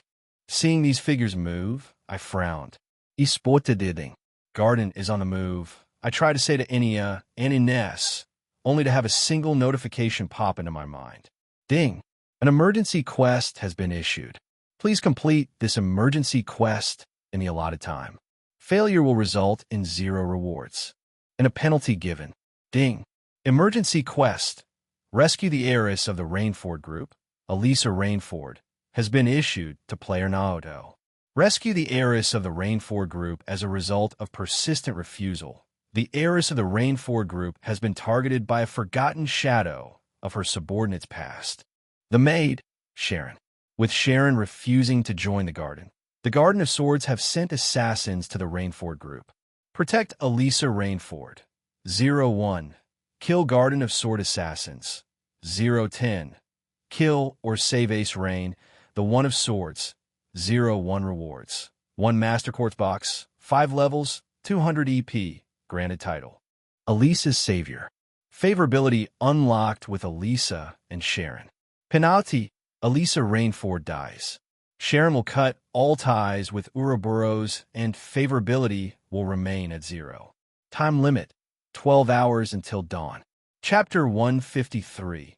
Night Raid Reverie is releasing this week. As Naoto, Enya, and Ines quickly approach the city of Roar. The same could be said for the several figures clad in cloaks from the opposite direction. These figures quickly sprinted in the darkness from the northeast. Ouroboros, a cloaked scouting ship, could be seen zooming in from the southwest. And yet at the time, the citizens of Roar had no idea that a night raid was about to be conducted on the Rainford building. Meanwhile, at the Rainford building, with the day wrapping up, most of the workers inside the Rainford building were heading home for the day. The Rainford building was one of Zemuria's most advanced structures to date, with the IBC building coming in a close second. It wouldn't be until later that the Orcus Tower would become one of Zemuria's most advanced structures, spanning almost double in floor size compared to the Rainford building. Well, The Rainford building is more of a castle than an actual tower. And on top of it being the headquarters of the Rainford Group, it was also the home of the Rainford family. They had built a couple floors at its top, which was solely used by its family members, with the chairman's office at the very top. The family only used a couple of the floors, as the rest of the building was reserved for the workers of the Rainford Group. It housed several divisions, but most of its floors were now empty for the night, aside from a few workers who were staying to pull all-nighters. It made sense for more workers to be staying later. As a result of a recent business opportunity the Rainford Group successfully caught. It allowed more opportunity for jobs, but at the same time, a certain someone was starting to feel more lonely as a result of longer hours that their parent was currently doing. One of the rooms on the 24th floor. A sole figure could be seen walking through the large open corridor, which led to several rooms of the Rainford family. Large window panels could be seen covering most of the floor, allowing one to see outside over the picturesque view of Roar. The person walking appeared to be a woman in her 20s and sported short and curly lavender hair. Her outfit consisted of a dark violet maid's uniform with a white apron over it. This person was the main maid of the Rainford Group, who went by the name Sharon. Passing by a couple bedrooms and the library along the way, Sharon soon found herself approaching one of the smaller rooms. Yet as she reached the door, a sound of running water soon reached her ears. Hearing this, a smile appeared on Sharon's face as she approached the closed door, only to knock it with a couple taps. "Milady, is the bath's temperature to your liking?" Sharon asked behind the closed door. The moment Sharon's voice escaped from her mouth, she heard a loud splash from the inside. "Everything's fine, Sharon." "Geez," a girl's voice escaped from inside the room. Hearing that, Sharon smiled again, only to speak to the girl inside the bath. "Hee, am only making sure that it is to your liking, milady. With the chairman out on business leave, it is only just us two here. Should you require anything of me, am only a call away," Sharon responded happily despite hearing the fluster of the girl she had just heard. "I know," the girl's voice retorted back after hearing Sharon say that. Sharon blinked as she heard a hint of discontent in the girl's tone. For now, Sharon could only sigh. It was true that the chairman Sharon spoke of was none other than the girl's mother. However, Sharon could tell that there was quite a rift between the two. The girl's mother was just promoted to chairman earlier this year, and ever since then, the two had literally slim to no interactions with each other. It made sense to see that the girl was unhappy about the current situation. But it's not like Sharon could do anything about it, since it was none other than the chairman who was her current employer. She felt guilty about this matter. "Still, it's not like I can do much about it, milady. You know those railway cannons are of utmost importance to the Rainford Group. We'll be able to maintain our strong footing once this project is complete," Sharon said, feeling a bit reluctant as she said so. "Humph. Can't that stupid mother of mine set aside a mere 15 minutes just to enjoy a dinner together? All she does is want to flaunt those cannons to the rest of the country.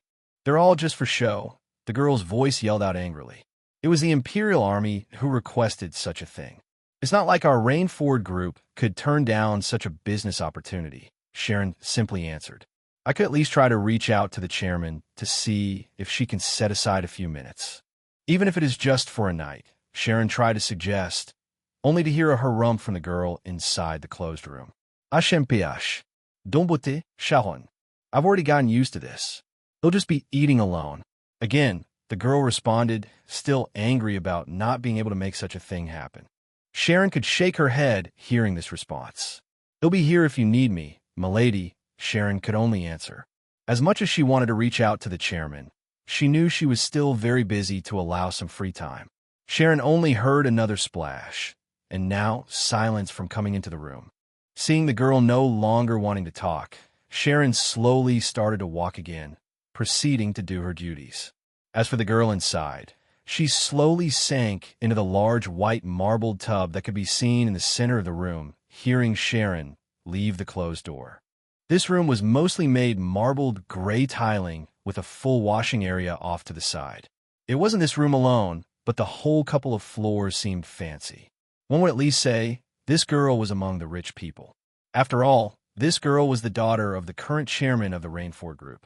But despite having such a title to her name, The annoyed look remained in her eyes as she enjoyed her bath. Geez, stupid mother. How can she think those stupid cannons are more important than her own daughter? The girl retorted, only to slide further into the tub. Upon a closer look, this girl appeared to be around 12 years old, and she was now in her growing period. She sported lush blonde hair and striking scarlet eyes. Her hair was currently laid down, not being held by any ribbons. This girl was one who would attend Thor's military academy in the future and become a core member of Class 7. Elisa R., or the heiress to the Rainford group, Elisa Rainford, still feeling that way. As she submerged herself into the bathtub's water, her mouth was soon wrapped by the hot water and the several bubbles that floated on top of the water. She started to blow some air into the water and created some bubbles of her own. The hot water of the bath was definitely making Elisa become more relaxed as the time she spent in it went on, which caused her worries to slowly vanish. Her mother had recently become the chairman of the Rainford group earlier this year, and her grandfather, the ex-chairman, is now nowhere to be found. He had said to the two he would be going out into the world on a business trip, but both the mother and Elisa hadn't heard a peep from him since then. As a result, Elisa was now alone most of the time. She had constantly complained about it first, but she had slowly begun to accept such a reality. Being the daughter of a top businesswoman in a gigantic empire, that is, Elisa reveled in those thoughts for the moment, enjoying the silence in the bathroom for a bit. As she did, time began to pass again, and the softness of the water continued to relax her body even more.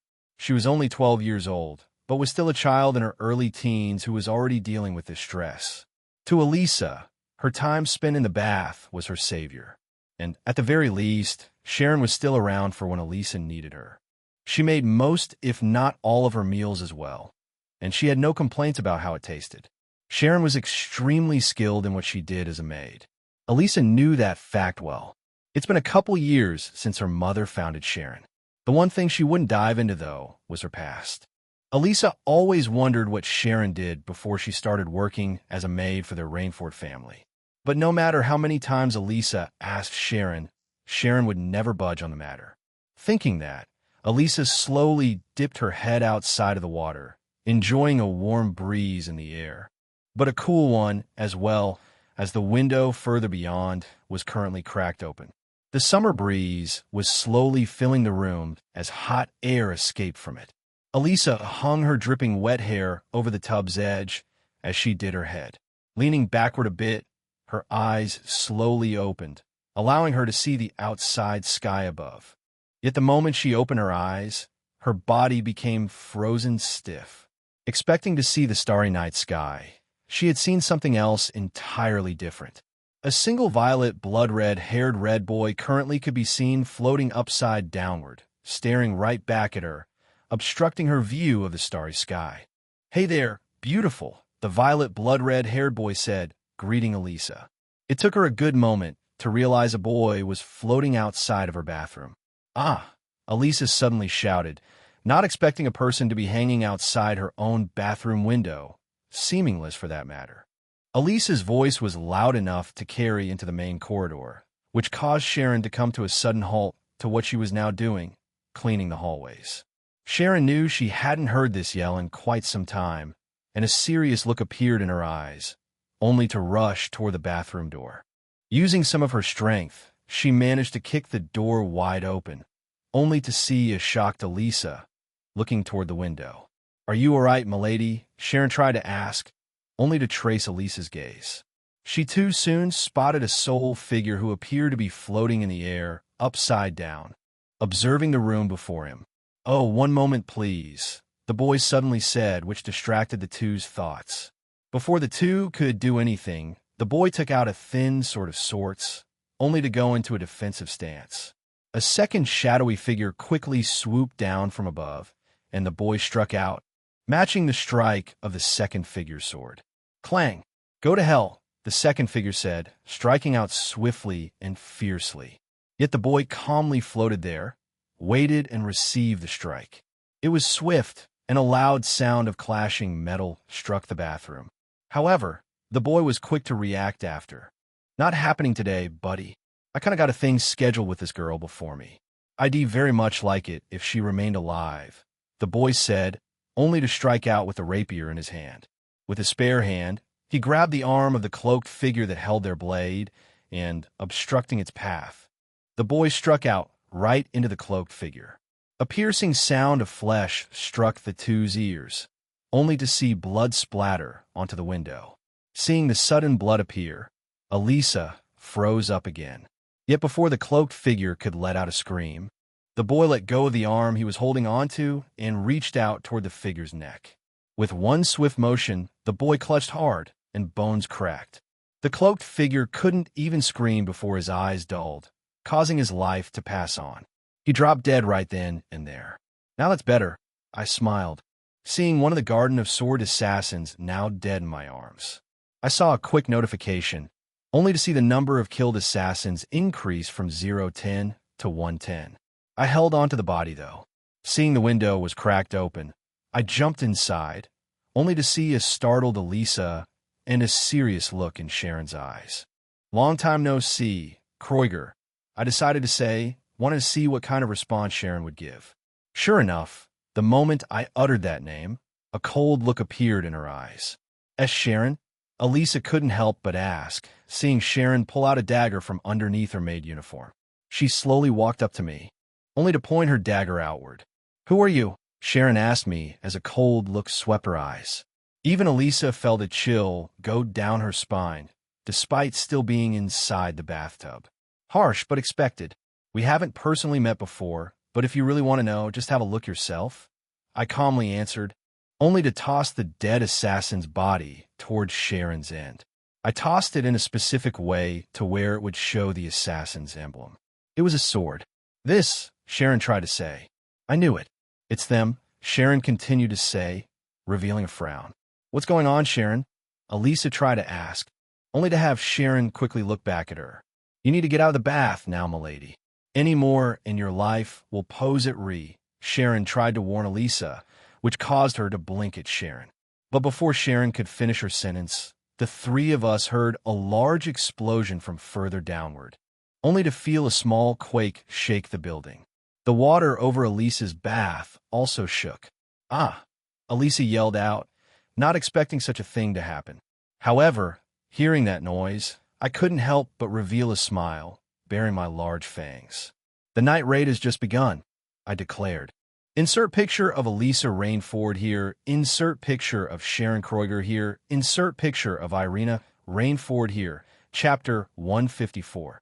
Secured gave readers some time to enjoy Reverie during its release week.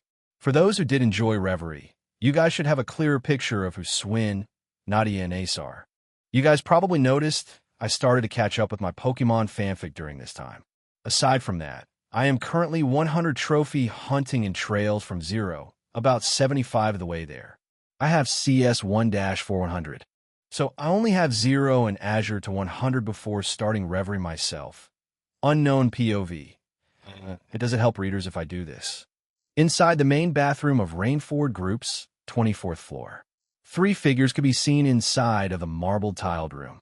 Aside from a washing area off to the side, with a couple mirrors, a white bathtub could be seen in the center of the room, with its water currently filled. Aside from the long mark of red stretched from the open window to the foot of the bathtub, one would think this bathroom just belonged to that of a rich person's family. Well, it did. But the figure who was currently occupying this bath could currently be seen dazed with their hair still dripping. The droplets of water were falling downward, slowly mixing in with the red marking next to it. This long stretch of red was a pool of blood, and the scent of blood wafted in the bathroom. Its scent was powerful enough to wash away the soaps that the girl used prior. It was not a stench she had previously gotten used to, so she found it rather uncomfortable, ignoring the fact that there was a body beneath the bathroom to which the blood was coming from. A lifeless corpse who had tried to kill her, but was stopped by the violet-haired boy who had a timely arrival outside her window. Yet on top of this dazed, this girl currently had her ears ringing, as not one but 2 large explosions shook the room just a couple moments ago. If one had a close look outside of the floor they were currently occupying, Two large puffs of smoke could be seen escaping from each side of the large Rainford building. On two separate floors of this castle-like building, large shattered windows could be seen with blazing fire roaring within the rooms. The once quiet and dark night was now lit up in flames. The few citizens who saw these two explosions froze stiff, but it didn't take long for panic to reach their eyes. Yells of terror started to strike the inside of the industrious city, Roar. It didn't take long for a loud siren to start sounding off inside the entire city. Many figures suddenly darted from the provincial office, as well as another army who started to swarm the city from the outskirts. Some officers were clad in orange uniforms with white linings hidden away in helmets. These soldiers were the provincial army officers tied to the Nortia province. It was none other than the Roner House who used this army, the provincial army. The other group wore gray and white uniforms and seemed more uniformed than the provincial army. It didn't take long for this group to start escorting the citizens back into their houses, keeping them safe from the falling debris. During this time, this second group saw a few workers with petrified looks in their eyes coming out of the first floor of the Rainford group, along with a couple of private soldiers and a single middle-aged, beautiful woman who had a stern look in her eyes. This particular woman appeared very beautiful and sported the same colored hair as did the 12-year-old girl who was further up inside the building. Thankfully, the explosions happened on the middle floor, and her private residence was not touched. One of the managers who was working late tonight quickly approached this beautiful blonde-haired woman. "Madam Chairman, I think that's everyone. Wasn't your family staying up in the family residence, though?" the manager asked, trying to compose himself from the sudden explosion that struck the building. "You needn't pay attention to that. Just focus on getting to safety. Sharon is with my daughter, so shall protect her, as that is the task she is currently assigned to. I still can't believe someone would be this brazen enough to attack our headquarters directly. This matter requires further investigation once things have settled down," the beautiful woman answered without much emotion. This woman was the chairman of the whole Rainford group. Seeing her out on the second floor of Roar, her safety was now guaranteed. She was Irina Rainford, the mother of Elisa Rainford. Seeing her pride up in flames, Irina took a good moment, only to see debris continue to fall down the area where the first explosion occurred, about a third of the way up the building. As she observed the flames in silence, several figures quickly approached the stragglers who were staying up to work on the railway cannons. These cannons were set to move to Guerrilla Fortress later this year to be installed. Yet for them to experience a setback like this, worry couldn't help but appear in the few of the workers' eyes. About half had both worry and fear seeing the ongoing attack. Every so often, a shadowy figure would emerge from one of the windows on one floor, only to quickly hide away into another floor. If one counted closely, these figures counted a total of 9, each sporting a sword tucked away in their cloaks. Yet, as these figures moved about, the second group that tried to secure the safety of Roar's citizens managed to approach Irina and her workers. Among this group of people stood an icy blue-haired woman clad in a uniform of a higher rank herself. "We got it from here, Madam Chairman. To ensure your safety is completely secure, we would like you to follow us outside of the city. On behalf of the RMP, we'll promise that securing your family will be our top priority," the icy blue-haired woman said, giving Irina a salute. "Heh, I didn't think they'd send in the icy maiden to this mess. But I guess it is your guys' duty to clean up messes like this, so I for one will welcome it. Just make sure you do your jobs, unlike those stupid officers belonging to the Roner House. You guys at least seem competent in what you guys do." Irina answered the icy blue-haired woman, only to have a scoff in her tone. An annoyed look appeared in the woman's eyes, seeing how Irina behaved, who seemed to have no direct concern over her family, who was still residing in the residence up top. The woman didn't even do anything before Irina started to walk away. She could only assign a couple RMP officers to Irina's side to make sure she was safely escorted out along with the other workers. Seeing Irina now gone, the icy blue-haired woman was now alone with her squad in front of the building. "She's definitely something, all right." The reports weren't all that far off. Rainford Group's chairman, Irina Rainford, To think she would prioritize her own safety over her family's. The icy blue-haired woman uttered softly to herself. At this time, one of the officers who was on the scene quickly approached her. "Captain Revolt, we've secured the route. It seems the attack is still ongoing, but you may want to have a look at this. We've spotted some activity on the 24th floor," a lower-ranked officer said, only to toss the woman orbital binoculars. Taking the binoculars in hand, the woman soon had a visual on what was happening further up toward the top of the building. The woman saw what appeared to be a violet-haired boy standing sideways on the building itself. He was now wearing dark green plated armor, the same armor he had worn back in the battle in Northumbria. Everything else was hidden away inside the armor of his. A thin-bladed sword was worn around his waist. On top of that, thanks to rolling one of the boxes earlier, but not all of them, this boy also had an orbital composite bow hoisted around his back. He was essentially dressed as a mercenary. But that wasn't the only thing. This woman also saw a blonde-haired girl currently covered in a long, fancy robe, fluttering in the wind, clinging onto the boy's back. She had a scared look in her eyes, but also one that was hopeful. She held that gaze for a moment as a shadowy, cloaked figure quickly came out from one of the higher floors, rushing right at the boy. With a swift motion of his blade, the boy blocked the incoming attack from the assailant and struck out with one clean stroke. The sword pierced the assailant's body, letting blood splatter onto the boy's armor. The body ended up falling down onto the ground, deep into the sides of the Rainford Group's family. Bloodstains appeared on its side as the body dropped into the ground. Seeing another attack launched on the boy, a cold air suddenly swept around the icy-haired woman's surroundings. Those few RMP officers shuddered a bit, seeing their commanding officer become serious. Their eyes couldn't help but blink the moment this woman issued their next command. "Secure the perimeter and leave no one alive," the woman declared, causing a cold air to waft around the RMP officers. It's not like they could deny her. After all, she was Claire Revolt, their current commanding officer. Thankfully, Claire was nearby, doing perimeter sweeps of the majoring cities as part of her duty, despite recently enrolling in Thor's military academy. She was able to step away from time to time, only to come across a situation like this. She took responsibility in both her studies and her work simultaneously. And seeing as he was now involved as an Ironblood, Claire knew she had to report tonight's happening to the Chancellor. Chapter 155.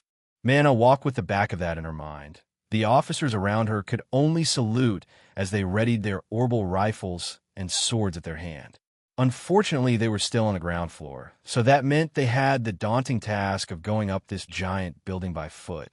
By now, Irina and her workers were now out of sight, being escorted by officers earlier.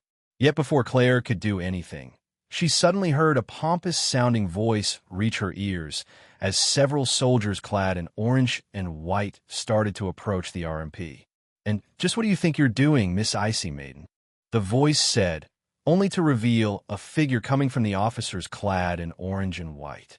They seemed to be at least a lieutenant, and an annoyed look could currently be seen in their eyes. "This area is under the jurisdiction of House Roner. You can take your little officers and see yourselves out," the lieutenant continued to say in annoyance. "And what will you do?" "Nothing," Claire retorted, seeing the late arrival of the provincial army. "Why you?" the lieutenant tried to respond back in anger. "We don't need the government's dogs to assist us in cleaning this mess.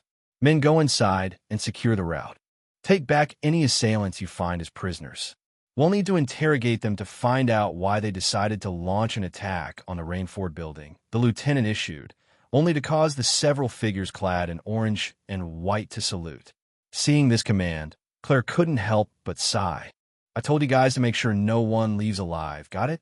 Claire said, only to have an icy look appear in her eyes. She let out a bit of bloodlust, only to cause some of the provincial army to shudder a bit. Seems tensions were pretty high between the RMP and provincial armies as of late. Seeing the two appear directly like this would definitely fan the flames between the two groups. The provincial armies did not like how Chancellor Osborne was quickly rising and taking feat after feat to his own while the houses remained back, basking in the light of their individual regions. The lieutenant here clearly wanted to claim tonight as a victory to uphold in his name, but Claire wasn't going to make his life that easy. Still, Claire let the provincial army do as it wants, as their assistance would help regardless to keep tonight under control. You just keep the city secure, got it? Otherwise, you can take the RMP and go back crawling to Heimdall, the lieutenant retorted back before he signaled his men to head inside the Rainford building and start storming it. Hearing that, Claire only sighed, seeing them now gone. With the binoculars at her side, she had another look again and saw the violet-haired boy was now running on the side of the building, with a blonde-haired girl tightly holding on. Seeing this, she couldn't help but blink before she noticed the faint aura around the boy's feet. Seeing such a thing, she put her binoculars back down. The provincial army will help secure the route. Make sure to keep the city secure and ensure none of those assailants remain alive, Claire said, reissuing her order to the remaining RMP officers. Sadly, even with the binoculars, Claire was unable to see the thin blood-red strands of the boy's hair, nor his fangs since his mouth was closed. She could only help secure the city of Roar so that no further harm would come to it, and her officers complied. Someone inside the first floor of the Rainford building, while the others spread out throughout the city to ensure the citizens' safety.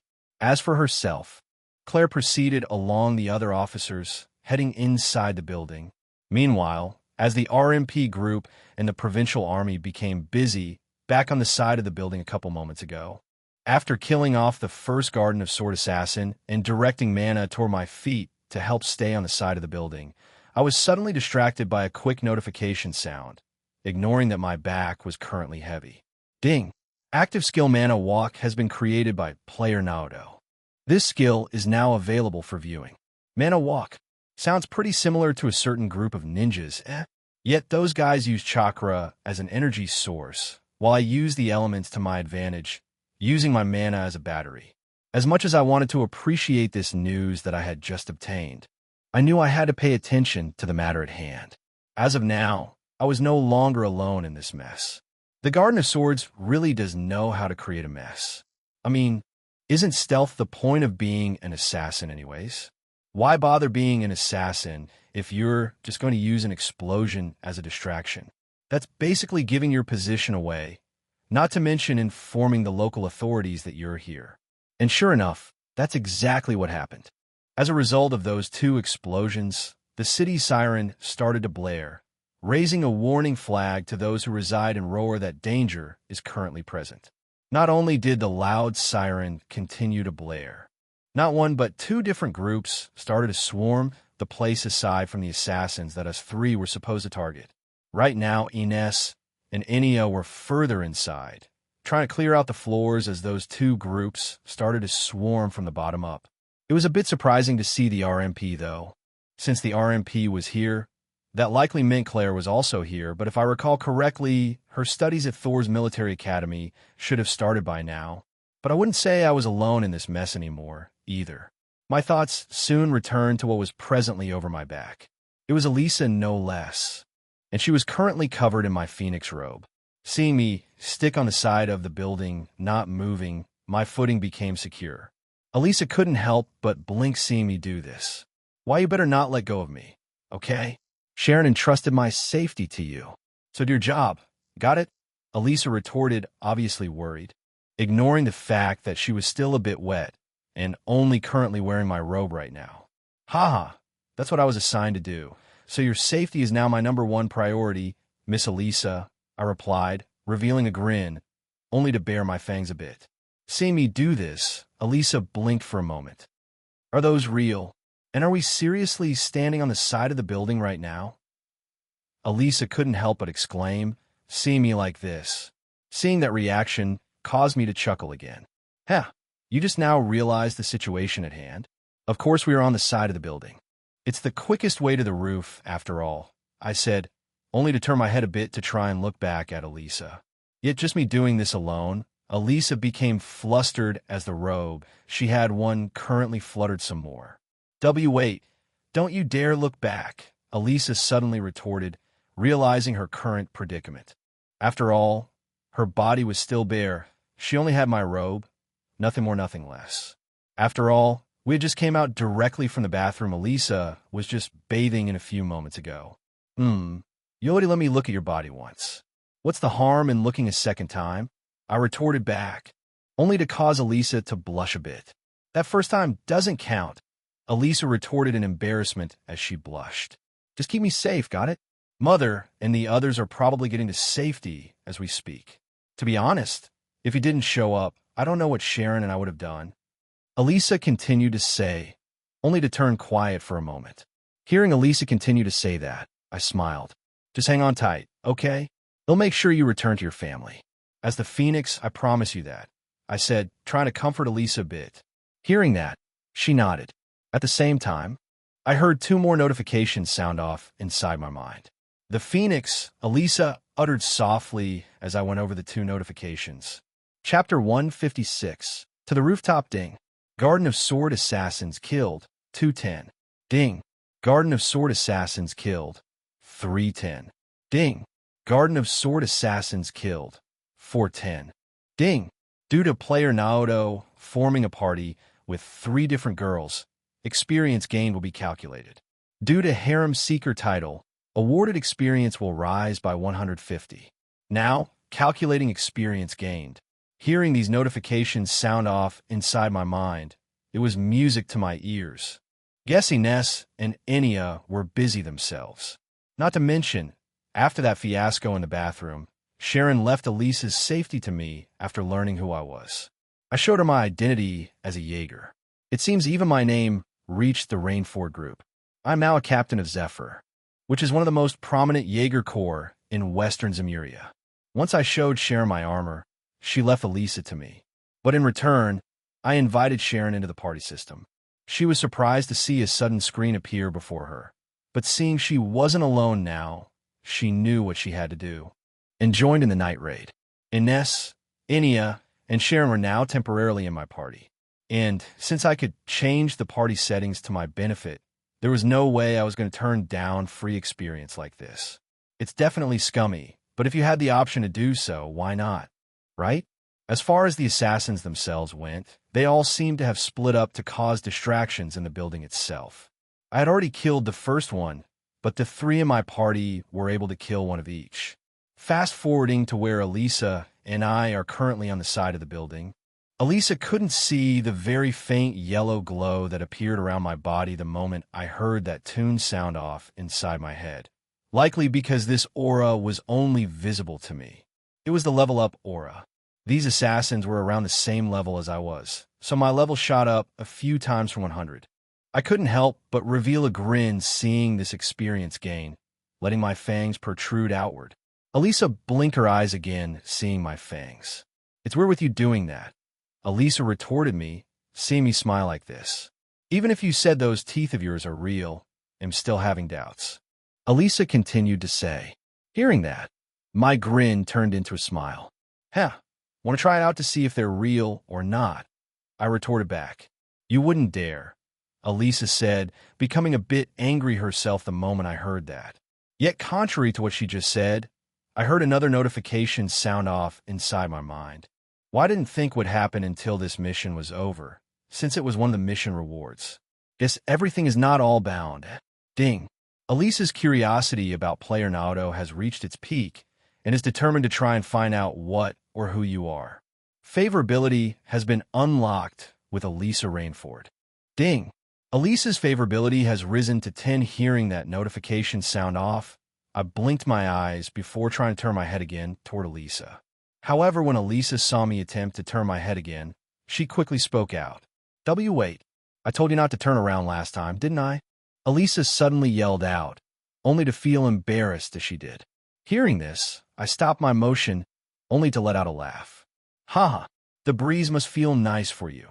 I responded to Elisa with a laugh, which caused Elisa's cheeks to turn a bit red out of embarrassment. I'm not going to talk to you anymore. I probably shouldn't have gotten associated with you in the first place, Elisa said, scoffing at me a bit. That's a bit late, ain't it?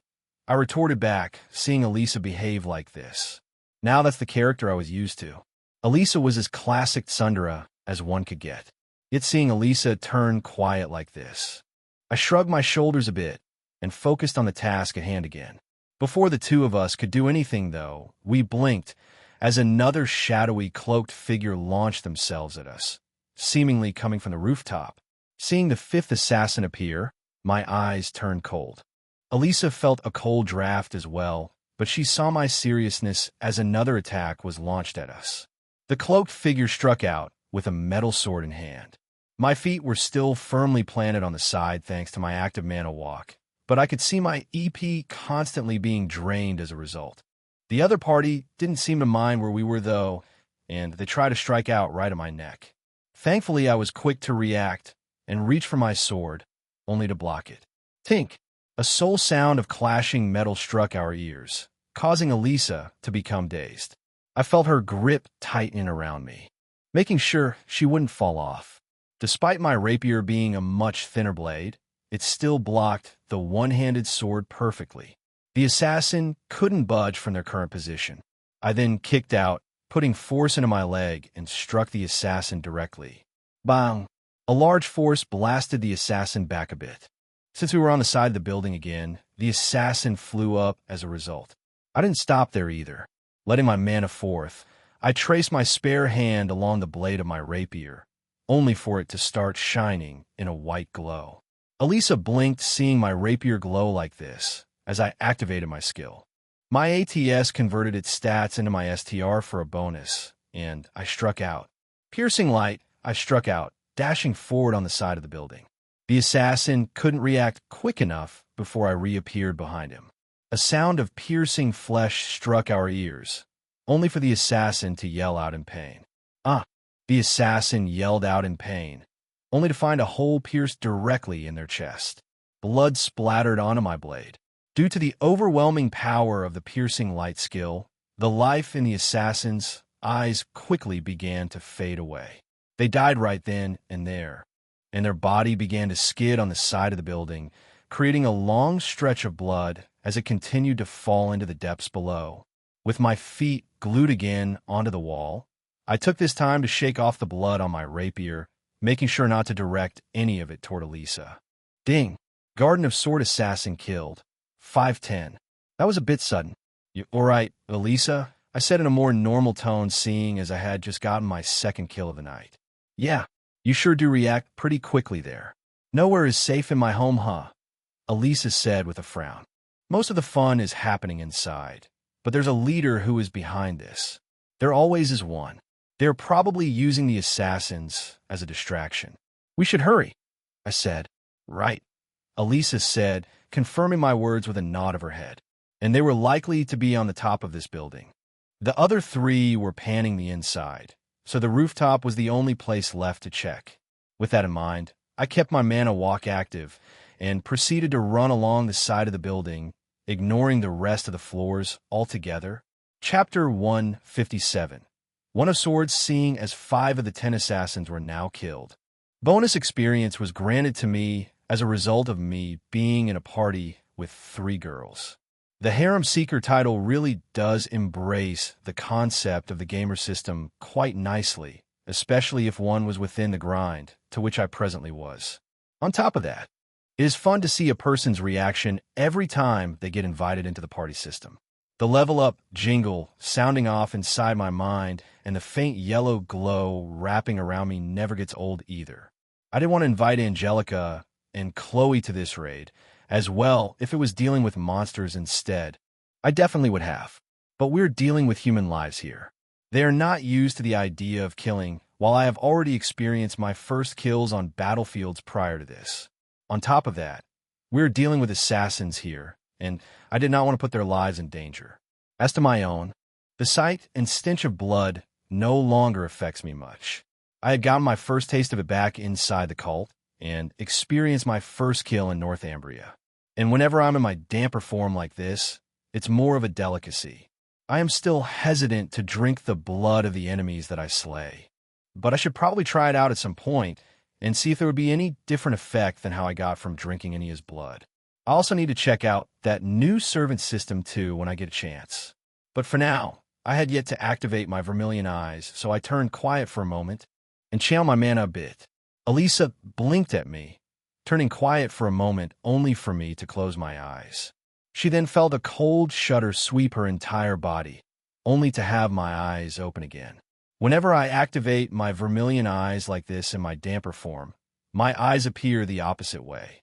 Instead of my eyes being golden only to have a vermilion hue around my pupils, my eyes were blood red, with a golden hue around my pupils.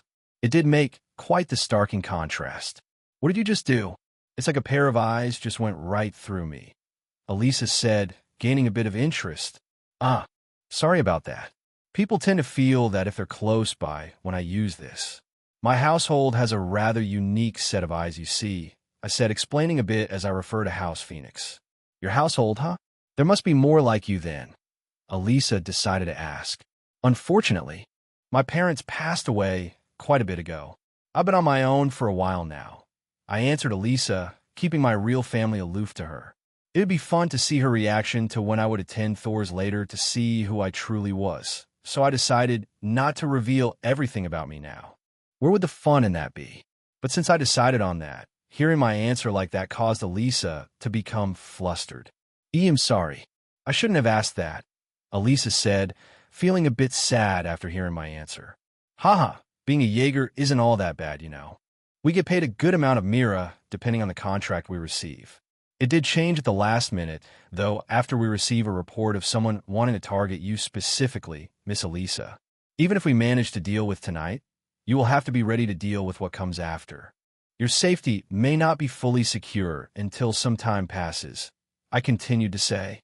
Right? It's still surprising to know someone is trying to use me.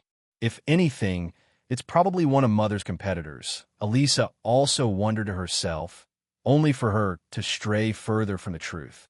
The fact that it was none other than Sharon's background who got Elisa into this mess. The Garden of Swords, who were one of the groups formed by that garden, the Oathbreaker, created himself, kept on pestering Sharon for her to join their group, only because Sharon used to be part of the order of the Moonlight Horse Assassins. Enya was also in that same order, but I do wonder if she has been pestered to join the Garden of Swords. We'll have to ask her about that too. With that thought, my vermilion eyes were now active. In my mind, a mini-map of the Rainford building group appeared. I immediately noticed a few green dots aside from my current position. A bunch of yellow dots are currently moving around the first couple of floors, seemingly to scout them. These yellow dots were likely the RMP and the provincial army that I saw earlier. There was also a single yellow dot right on my position, which was likely Elisa. I also counted 5 red dots, all individually split up and moving around at fast paces in the upper floors. These were likely the assassins. The 3 green dots seemed to be chasing them. These were probably Ness, Enya, and Sharon. I didn't have a need to doubt their strength, so they would keep those 5 remaining assassins busy. My interest was immediately drawn toward the singular dot on top of the building. It wasn't moving, as if it was waiting for someone to come their way. Its color was also different. Instead of red, it was purple. Usually in these situations, a deeper color like purple meant a stronger enemy, right? I could only assume such. This purple dot was likely Ace, should he be the one showing up tonight. Seeing the current situation, I regained my focus on the outside, still standing sideways on the building. Hang on, okay, Elisa? I suddenly said toward Elisa, which caused her to blink at me. Hey, all right, Elisa said, only to think that I was about to move again. She gripped her grasp around me tighter and kept the grip on the Phoenix robe tight as well. The cold wind whipped around our faces as I started to walk, quickly keeping my bearing. It didn't take long for me to start running on the side of the building. Thankfully, as we were already on the 24th floor, there were only a couple floors that were remaining before we reached the large rooftop. It didn't take long for Elisa and I to do a final jump onto the roof, only to be greeted by a male voice.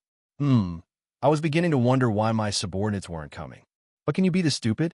You brought the target right to me, a voice said, calling out to us from another pillar on the roof. Elisa blinked at the figure, as she saw that this person didn't appear to be cloaked at all. In turn, this figure observed Elisa and determined it was the target his group was sent for tonight. Elisa's description matched his target's description. Well, in a way, doing this could be seen as stupid. But the rooftop is the safest place to be out of this current mess, no? I said, only to let Elisa step down beside me, seeing as we were on a flat surface again. To make sure she wasn't seen, Elisa immediately crouched down and kept my robe over her. Yet as she did this, she stuck out her tongue at the figure standing on another pillar, who appeared to be a messy brown-haired man. That's right. There's no way I would go back with you guys, considering I have the Phoenix here protecting me. Elisa chimed in, only to stick her tongue out at the guy, which earned a laugh from him. Haha, but you did save me the trouble of having me find you, so thank you for that. I didn't think I'd come across a Jaeger like you. It isn't out of the question, though, the man said, only to stand up himself and stretch his neck a bit. You know me? I asked with interest. Kind of, yeah. Word travels round pretty quickly in these parts. Doesn't matter what organization you belong to. You can call me Ace, by the way. You're the Phoenix. Yeah, Ace said, only to reach out for the insanely large sword he effortlessly carried over his back. His weapon choice was not of the normal standards, as he wielded a great broadsword. The blade itself was about the size of his body. I didn't think lowly assassins like you guys would come to know a Jaeger like me, I said, answering the man who called himself Ace. I saw him start to wield his large greatsword. It's kind of hard to not stand out in a Jaeger corp like Zephyr, especially since you're quite young. It'd be best for you to hand over my target, but from your current getup, I don't think you're going to take no for an answer, Ace said, entering a combat stance of his own. He crouched and brought his greatsword backwards, bringing it away from himself. Seeing this man suddenly take an attacking stance, Elisa's eyes turned wide. Wait, you're going to attack Phoenix right here? Elisa exclaimed in shock. She knew that we were still on the Rainford Group's rooftop. Looks to be that way. I answered Elisa, only to get my own weapon ready. Chapter 158, Battling the One of Swords. To go a bit into how damage works, it's been an ever-changing formula since Sky, but for now, we'll be using one of the formulas. To begin with, skill ranks affect damage as so. E90, D100, C110, C120, B130, B140, A150, A160, S170, S180, SS200, SS225, SSS250, SSS275, 4S300, 5S350. Everything used in combat has a skill modifier like this. This multiplier is called PRM, as Naoto's growth is currently in Azure Cold Steel territory. We will be using this formula here for damage calculations. 5 STR ATS PRM, 2.5 DEF, 2 BO bonus critical bonus, Master Quartz, Brave Orders, and Element Weapon Efficacy will factor into this later. Though depending on the future scenarios, I may tweak this formula to that given scenario. Brave Orders don't exist yet, neither do Master Quartz, so we'll see where they play in. I am not actually sure if receiving damage has a calculation, so for now, we'll use a simple one. 2 DF ADF enemy PRM ATK ATS 2, 1.5 critical bonus enemy Brave Order passive damage reduction. I'm sure that looks simple, right? V. Seeing myself readying for combat, as did the assailant, the One of Swords. Before me on a pillar not too far away, I decided to take this moment to use my vermilion eyes and check the number 1 assassin out. Among the Garden of Swords, the One of Swords was the highest rank one could achieve. He only had one superior, and that was the Warden of the Garden of Swords, which I believe was none other than the Emperor himself. The One of Swords likely reported to the Emperor, and the Emperor alone. Ace Reign, LV 150 title, One of Swords organization. Garden of Swords, a number 1 assassin within the Garden of Swords, one of the 4 gardens that belong to the organization. A similar organization to that of Ouroboros, but tenders to their own desires and mostly operates in Calvard in the east. Near perfect kill ratio, and refuses to turn back a mission until his target is either dead or incapacitated. Also has deep worry for his sister to not join the work he currently does. After arriving in Erebonia, Ace has been looking for a way to escape from the Emperor's grasp. HP 1000 EXP, STR 3500 DEF, 2500 ATS, 1500 ADF, 1000 SPD, 125 JIP, Definitely an in-game boss if this was one of the normal games. And level 150 to boot. I wanted to suck in a cold breath of air. I wonder, would the Jaeger King have similar stats to Ace? Seeing Ace's stats visible, his strength was rather monstrous. Seeing him effortlessly wield such a large blade, it made sense. I would definitely have to be careful once I start exchanging blows with Ace. One swing of that nasty sword would likely shave off more than 10% of my current health. Since I was wearing both my weapon and armor now, I decided to have a quick comparison of Ace's strength to my own.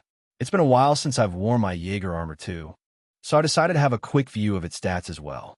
Naoto's status level: 105 HP, 15,000 EP, 1400 STR, 2110, 70, 750, Def, 2360, 100, 1000, ATS, 2550, 70, 50, ADF, 2125, 50, 1000, AGI, 172, 1075, 20, DX, 110, 10, INT, 1110 Luck, 50 Radiant Starlight, Growth, LV 100, 250 STR, 750 Def, 100 AGI, 7550 to ATS when equipped.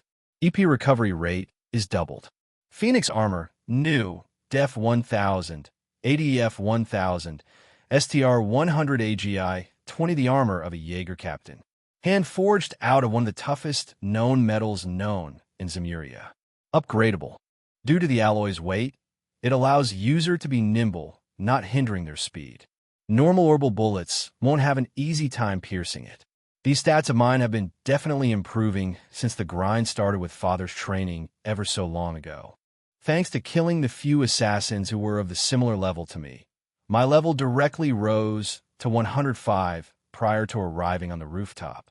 Yet with both my weapon and armor equipped, these stats were still comparable to bosses ranging in the 125 to 150 range, such as Ace himself. My ATS in particular was quite high. If I launched a normal attack right now, it may not even cause any damage to Ace. Me landing a blow on the Jaeger King was a feat in itself. Not to mention that the war god easily slashed through an arrow launched by a divergent weapon. Having both of those experiences in mind, I think I know my best path forward, especially since I am in my damper form right now. These stats of mine weren't even affected by using a combat ornament yet, either. That alone was something to look forward to. Erica Russell was currently upgrading mine to have a Master Quartz slot, so I was unable to bring it with me for this. Ace saw me grab for my Radiant Starlight, entering a combat stance of my own. But unlike Master's stance, I did not point out my rapier.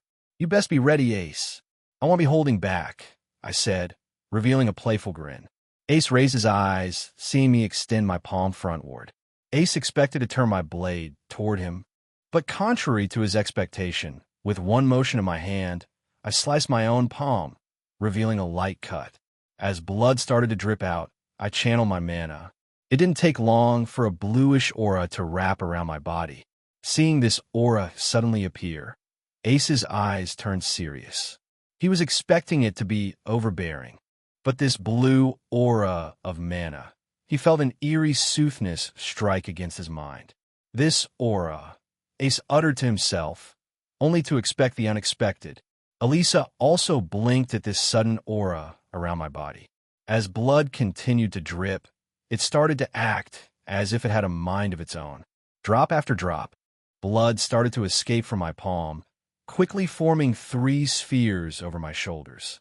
Are those spheres really made of blood? Ace pondered, still unsure of the sight he was currently witnessing. He then formed a smile on his face. "Ha ha ha. I knew someone like you wouldn't be normal," Ace continued to say, revealing a laugh. He then raised his greatsword as if it was nothing. I ignored his laugh and continued to channel my mana some more. "That isn't all, you know," I said, revealing my own smile, seeing anticipation appear in Ace's eyes as he readied for my attack. Thanks to my regeneration ability, now, the small wound began to heal right before his eyes, which caused Ace to turn serious. That's some healing factor. Part of me is starting to think whether you're human or not, Ace continued to say, seeing the wound, now closed up. Huh, I replied, letting out a laugh of my own. Hearing Ace said that, he wasn't that far off, but I still see myself as a human, since I was born from human parents. I just have a nifty ability with the gamer system called the job class, which could even change my appearance. Being a damper right now, I wasn't human, but that was only because my job was currently active. Knowing that, as I channeled my mana, I raised my spare hand again, pointing my finger upward. Ignoring Ace's reaction just now, I started to utter a short chant. Glacialis Acus, I uttered, which caused Ace to blink at me, hearing words he hadn't heard before. But before he could react further, my mana started to condense before his eyes. At the same time, the atmosphere around us began to turn cold. This sudden drop in temperature caused Elisa to shiver a bit, but she kept my robe tight around her body. One after another, small needles made of ice began to take shape, only to start floating around the blood spheres. I didn't stop there either, and I followed these icy needles with a successive chant. Sanguis Acus, I uttered softly for a second chant.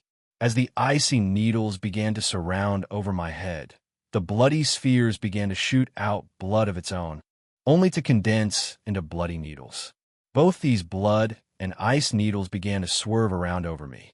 There were well over a count of 20 to 30 of them, and each one, should one land a hit, would act as an attack, using my ATS to strike the opponent.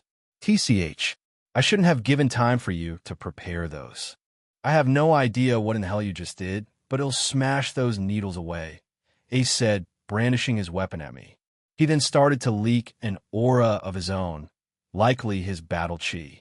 He wasn't cloaked like those other assassins were, so one really wondered whether he was truly an assassin or not.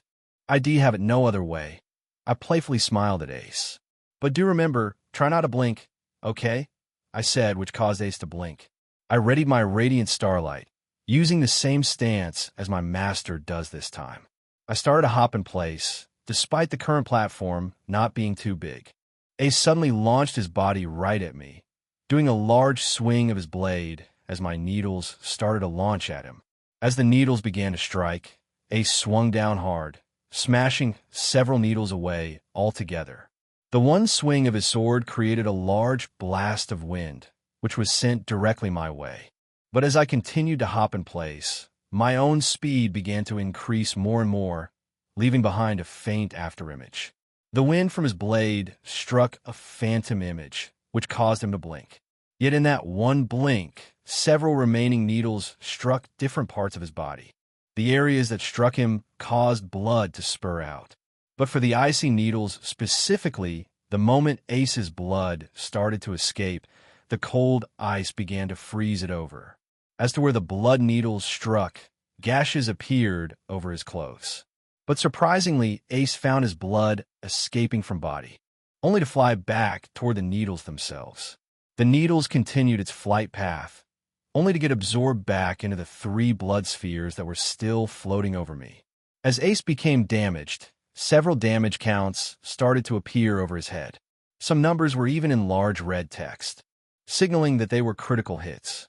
-8,400, -8,500, -8,600, -8,700, -8,450, -8,500, -8,600, -15,000, -17,000, -16,500, -18,000.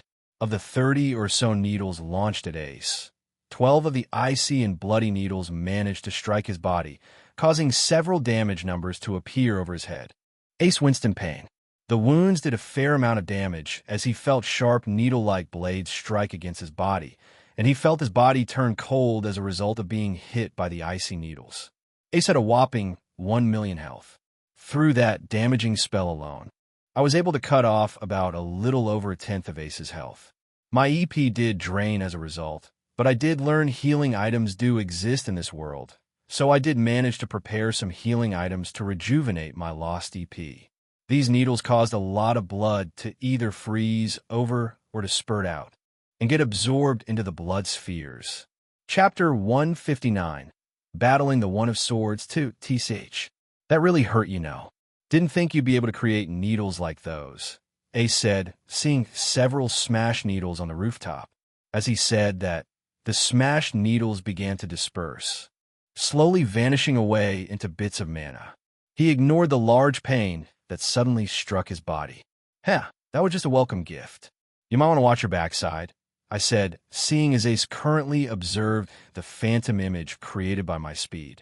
Piercing light, I suddenly yelled out, only to reappear over the same pillar to where Ace was still at.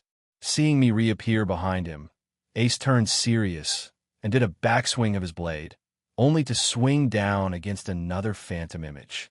Damn, you're a fast one, Ace said, letting out a complaint. Before he could take another swing of his sword, though, he felt something pierce against his lower abdomen. Ace yelled out, feeling my rapier pierce through the lower portion of the long robe jacket he was wearing. Blood splattered onto the thin blade, as it was now sliced through it. A big dark red text appeared over his head, seeing as it was a successful critical hit. Minus 33,500. And this is with the ATS conversion with piercing light. Cough, Ace said, letting out a low groan as he felt my radiant starlight suddenly pierce through his lower abdomen. A lot of blood spurred forth from his mouth, only to quickly get absorbed into my blood spheres. This amount of blood caused my spheres to enlarge by a good chunk. As a result of my needles and this one critical strike of my rapier, after these two successive attacks, I had dealt about 15 of Ace's health. He had about 840,000 left. Compared to my fight with Randy, this grind has proven quite successful. Even I couldn't help but marvel at how high my strength has gotten. That does leave a bit of worry for when the Sky Arc begins in the next couple years. I will definitely have to find a limiter on my strength if I end up deciding to partying up with Estelle and her group. Still, it seems this battle was indeed going to be a long one regardless. Yet despite seeing his own blood continue to pour over the blade I just pierced him with, Ace's gaze turned dark and his battle chi started to escape from his body. My little sister helped make this jacket. You piece of shit, Jaeger. He suddenly yelled at me, letting his anger soar, seeing as my rapier was pierced through the lower end of his jacket, creating a decent-sized hole in it, ignoring the wound in his lower abdomen. Ace found himself suddenly twisting his body and went in for a close counterattack, which caught me off guard. I tried to will the blood spheres around me to absorb some impact. Ace still managed to slice through the walls of blood that quickly surrounded me as his anger soared. Thanks to the twist of his body, my blade popped out and his wound continues to bleed. But ignoring the pain over his abdomen, I saw myself blinking the large sorting down my way. As it did, it began to glow in a yellow light. I couldn't dodge in time, and blood began to splatter as a large gash struck over my armor. Ace's sword seemed quite durable too, being able to slash through it. A big red text appeared over my head as Ace blasted me away back to where the pillar Elisa was currently at. 6660. Cough, I said, letting out a painful groan after getting slashed directly on by Ace's greatsword. Feeling a searing pain over my front side of my body, with blood continuing to pour out. Ace's swing definitely hurt me, and by quite a bit after seeing Ace landed a critical hit of his own. In just one large swing, Ace took down about a half of my health. He definitely was no laughing matter in terms of raw strength. One wouldn't even think he was an assassin to begin with. Yet to this day, I don't think I've matched anyone who was able to deal such a large blow to me. Phoenix, Elisa yelled out, obviously worried seeing how a large dose of blood spurred out from my front, leaving behind a large gash wound. How's that? Damn, Jaeger. You're officially on my shit list, Ace said, cursing out seeing the hole over his jacket, ignoring his own blood pouring out. I didn't say anything, only to calmly observe the large slash wound. This really was a first for me.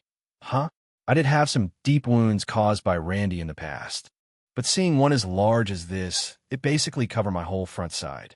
What a sword Ace has. Its size and durability is very reminiscent of the ones used by both the Thunder God and the Radiant Blade Master. Yet to my surprise, after my HP dropped by almost half, my regeneration skill already started to kick in. As it was such a large wound, I heard a notification sound off. Ding. Passive skill, regeneration has reached level 2. A low-pitched hiss sound soon started to exude from my body. Slowly but surely, the large sword mark started to close itself up. The blood that I lost still affected me, though. Ace blinked at the damage he had just caused me to start to heal. "Are you even human?" Ace said, uttering as my wound started to close already. As it did, small green health points constantly appeared over my head. This was not visible to anyone but me, but it was showing that my regeneration was currently active. "Would you like to find out?" I said, baring my fangs at Ace. However, before the two of us could initiate another clash, I heard several notifications sound off inside my mind, which caused me to smile. Ding. Garden of Sword Assassin killed. 610 ding. Garden of Sword Assassin killed. 710 ding. Garden of Sword Assassin killed. 810 ding. Garden of Sword Assassin killed. 910 ding. Garden of Sword Assassin killed.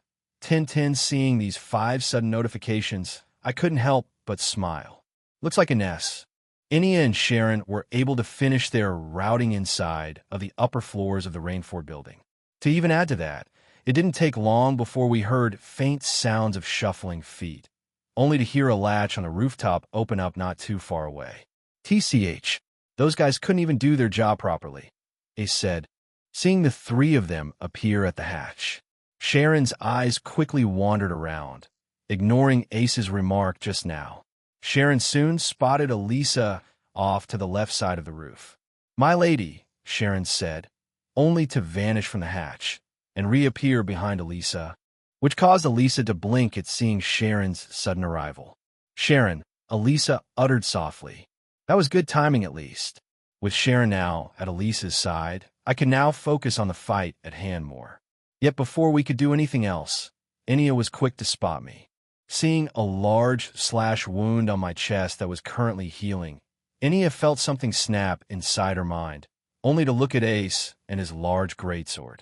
Ines saw Enya's eyes turn dull as she squinted them, not showing much sign of remorse, similar to how she behaved back inside of the cult. Ines knew how Enya came to become a member of the Star Order, but she had yet to see this side of Enya. She didn't even think she would come to learn this side of Enya, let alone knowing that she still had a dagger hidden within Enya's body. She had mostly used the bow as a weapon, but seeing Enya suddenly pull out a dagger from underneath her clothes, Ines blinked at Enya. "Die," Enya uttered, only to vanish from sight. Enya's speed seemed to outclass Ace's as he tried to block, but close to where the wound I left, Enya's small dagger radiated a purple glow, and with a quick swift of her hands, she managed to pierce Ace's abdomen, almost opposite to where I struck with my rapier. Minus 14,800. Another large damage counter appeared over Ace's head, with a big dark red text, signaling yet another critical hit. Seeing as Ace's physical defenses were higher, it was a surprise to see such a good damage count there coming from Enya. Ace felt a searing pain reach his stomach again, causing him to cough out more blood. But for some reason, he didn't get angry this time. In fact, we all saw Ace as he calmly saw his stomach get pierced again, seeing who was now behind him. It took a second for him to recognize Enya. He also had another look at Sharon, who was now at Elisa's side. It didn't take long for Ace to let out a laugh, which caused us to blink. "Ha ha ha. To think on this night I would find not 1, but 2 traitors. Today must be my lucky day," Ace said, only to playfully swing his sword around a bit as he continued to observe Sharon. Ignoring the blood that was still pouring out of his body, Ace continued to observe Sharon. Seeing Ace's eyes locked on Sharon, Elisa couldn't help but blink at Ace's sudden reaction. "What is this guy talking about?" "Sharon? Why did he call you a traitor?" Elisa asked, not having a clue about the situation at hand, since she didn't know that Sharon used to belong to the Order of the Moonlight Horse. Chapter 160, Descent as Sharon? What did he mean by calling you a traitor? Elisa tried to ask, as Ace could be seen not too far away from me. With my regeneration still active, Ace's large wound on me was already well underway in healing. Ace currently ignored the fact that he was currently pierced by Enya's dagger. Unlike the games, however, this was the real world. While there were the known status effects, There were also unknown ones that shed some light, as I could see one in effect right now in front of me. Bleed, thanks to the combination of the needles, piercing Ace with my rapier, and having Enya pierce the same area where Ace took my damage from earlier. It initiated the bleed effect. Ace's blood was constantly dripping from his body, and I could see small damage numbers appear on top of Ace's head. In a prolonged fight like this one, bleed is definitely helping whittle Ace's HP down. It didn't take long for Ace's HP to dip under 800,000. I couldn't wait to see what the Enigma 2 and future Brave Orders could do. My damage right now was mostly raw, only with my equipment playing the biggest factors in it. On the downside, though, since my combat orbment was currently getting modified by Erica, I am unable to cast arts or equip orbments like this to further strengthen my stats. Seeing his own body bleed out like that, though, Ace seemed to completely disregard that matter as he proceeded to grin the moment he heard Elisa ask that with doubt in her eyes. "Guess that bitch didn't tell you, huh? And you've been serving the Rainford family for how many years now?" Ace retorted, ignoring the blood dripping down on his body, only to look at Sharon again. Sharon kept quiet, not answering Elisa, which only increased her doubt on the matter at hand. "Sharon?" Elisa tried to say, before she saw Sharon's eyes turn a bit dead, letting a cold air leak from her body. "I am sorry, my lady, but it is best you don't know about this," Sharon suddenly said, which caused Elisa to blink her eyes. What do you mean?" Elisa tried to say, only to see Sharon vanish beside her. Elisa felt a dull pain strike against her neck. Sharon reappeared behind her, only to strike out with a chop of her hand. Elisa saw herself blacking out, falling unconscious. Her body slumped down into the robe that I currently had placed over her. Seeing Sharon's decision to do so, I quickly spoke out. "Ines," I said, quickly calling out to Ines. Hearing my voice caused Ines to snap out of her stupor, as she didn't expect to see such dead eyes in Enya. "On it," Ines said, quickly jumping from the hatch, and landed on the platform where Sharon and Elisa were. Seeing Ines arrive, it seemed Sharon knew what she was going to do. Sharon used her agile speed once more and reappeared closer to where I was. As Sharon pulled out a dagger from underneath her skirt, Ines activated her battle chi. It didn't take long for Ines to see the role that she was assigned to. She was the very definition of a knight in modern times, taunting and tanking enemies like no tomorrow.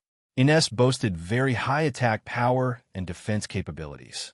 After channeling her battle chi, a yellowish shield soon began to wrap around her and the unconscious Elisa. This shield was very sturdy, and among the same lines that was used when the Stalwarter captured Millium on Bryonia. Except the shield was on a smaller scale and more condensed, mostly just covering the two of them. It wasn't oppressive either, but one would still likely need to exert a good amount of force to try and break one of Iness's shields. Took my fun away. "It's no fun if they can't talk back," Ace said, seeing Elisa was now unconscious. Hearing that, my eyes started to twitch a bit. Maybe it was better to actually finish Ace off? I was thinking of recruiting Ace. Maybe that was just a fleeting dream. Hell, even if I know if someone the likes of Guy would even want to be rescued too, right? I did have Rose prepare that spell for when the times come, but ultimately will be up to Guy, or in this case Ace. I really don't want to kill Ace, considering he's a blood relative of Nadia. But hearing Ace give that remark, my eyes turned cold. "I thought you would be up for redemption, but maybe I was overestimating you, Ace," I said, which caused Enya to snap out of it a bit, only to blink her eyes my way. Letting my blood spheres churn, I extended my hand outward. I let my mana roam free, letting it all condense onto my arm. Applying an element to my hand, my whole arm started to get encased in darkness. "Devil's Grasp," I uttered, chanting out a spell. Chants are nice and all, which could directly empower and amplify a spell, but they aren't required. Perhaps it was a boon to the gamer system, but I just let my mana roam free. Striking my hand out, the shadowy aura engulfed it completely and started to expand at a rapid pace. Devil's Grasp. SS rank condenses a large amount of players' mana into a physical form, engulfing the player's arms in shadows. Tangible yet intangible. Ignores the target's defense. Upon landing, a successful grip, guaranteed to land a critical hit. Can inflict feint. Ace turned serious the moment he saw a large hand, made of mana, suddenly strike out toward his person. Oi, oi, I knew you weren't normal, Ace said, putting up a defensive stance. However, he felt danger creep up his spine. Before Ace could unleash his own chi, he felt his throat tighten. Ace's eyes turned wide as he felt his mind get pummeled with a loud bang, and his throat tightened. It wasn't a super heavy impact like he could cause with his blade, but Ace saw himself soon being lifted into the air a bit. Either way, with it being a spell, a large purple figure appeared over Ace's head the moment it latched onto him. Minus 30,000. Seeing a purple text appear above Ace's head, he felt his mind rocked while the large, shadowy hand of darkness grasped his throat. Seeing his throat not secure any longer, Ace began to struggle. Let's take this somewhere else. Shall we? Sharon's eyes turned a bit dead. Again, from underneath her dress, Sharon began to pull out very small and thin steel wires, taking the momentum that I just created. Seeing Ace's health was now around 750,000, he now had a quarter of it gone. Sharon prepped her steel wires since Ace couldn't move. With very swift movements of her hand, she unleashed the steel wires that she always keeps hidden on her body. She isn't called the Severing Chains for nothing. Even I would hesitate to go up against an assassin like Sharon. Unlike Ace in appearance, though, Sharon is much more behaved like an assassin should be. Ace felt a searing pain streak across his arms as the steel wires began to dig into them. But he couldn't grip his sword properly since his throat was still gripped by my spell. Damage number after damage number started to surface above his head, dealing out continuous damage.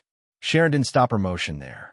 She did a large jump, letting her steel wires carry Sharon's body. Sharon quickly glided over Ace to the other end of the roof.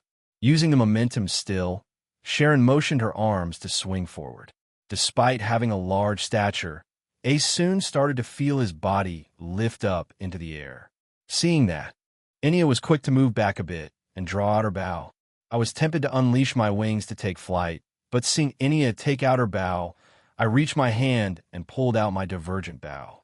Shit, Ace tried to say, only to feel a feeling of dread the moment he saw me pull out my divergent weapon while placing his hand over my shadowy arm, trying to break free from it. Yet I let go of my hand, allowing Sharon to continue her motion to lift Ace up into the sky above and drag him back down into the earth. Ready for a combo attack. Enya? I said, quickly glancing at Enya. Despite still having her eyes a bit dead, Enya smiled. With pleasure, young master, Enya said, knocking an arrow into her bow. As for me, though, my bow was seamless. It used no arrows, while it could, technically. Inessa's eyes turned a bit wide, seeing me form an arrow made of pure mana. Thanks to the divergent bow's properties, it could fire off mana arrows while imbuing its skills into it. As my mana formed, it started to feel hot around me, but at the same time soothing. Enya unleashed her battle chi as well, letting an aura wrap around her body that I haven't seen too much previously. That just shows that Enya is serious as she is battling Ace. As for Sharon, she finished her swinging motion, causing Ace's body to fly off into the distance, well beyond that of the roof. As Ace's body began to descend, Enya and I finished prepping our bows, and we simultaneously launched our arrows with Ace as the sole target in the distance. Chapter 161. Cinders as Naoto and his group quickly changed the direction of the battlefield from the Rainford's building rooftop down to the side of its building by flinging Ace off the roof, somewhere an unknown amount of distance further into the skies to the west. The darkness of the night sky spread throughout Zemuria as it was well into the skies. In the distance, the Rainford building could be seen up in smoke in a couple of places, but by now, everyone was safely evacuated by the RMP and the reluctant provincial army.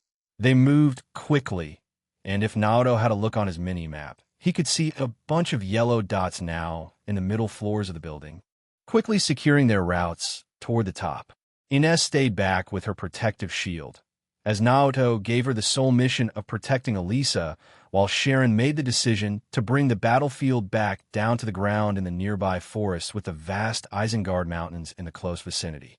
To the north was Saxon Iron Mine, but Sharon brought Ace toward Rower's east in the large trees and shrubs. Further eastward here led to the mountains, and way further into the distance, the Nord Highlands. To say the least, aside from the dense thickets of trees right outside of Rower. Most of this area was the wilderness, mostly rampant with monsters. The only sign of life here was the sole train line that allowed passengers to travel all the way north. It was a great place to conclude this battle, and Sharon was quick-witted to make such a decision. Yet as they could be seen flying down at a fast pace on the side of the building, with Ace racking up damage count after damage count, further westward in the night skies, if one had a close look, one or two figures could actually be seen floating in the air. One seemed to be a man, while the other appeared to be a small girl of sorts. There weren't any aircrafts or the like assisting these figures floating in the air. They were using their own abilities to fly. Not many people could actively fly in Zemuria.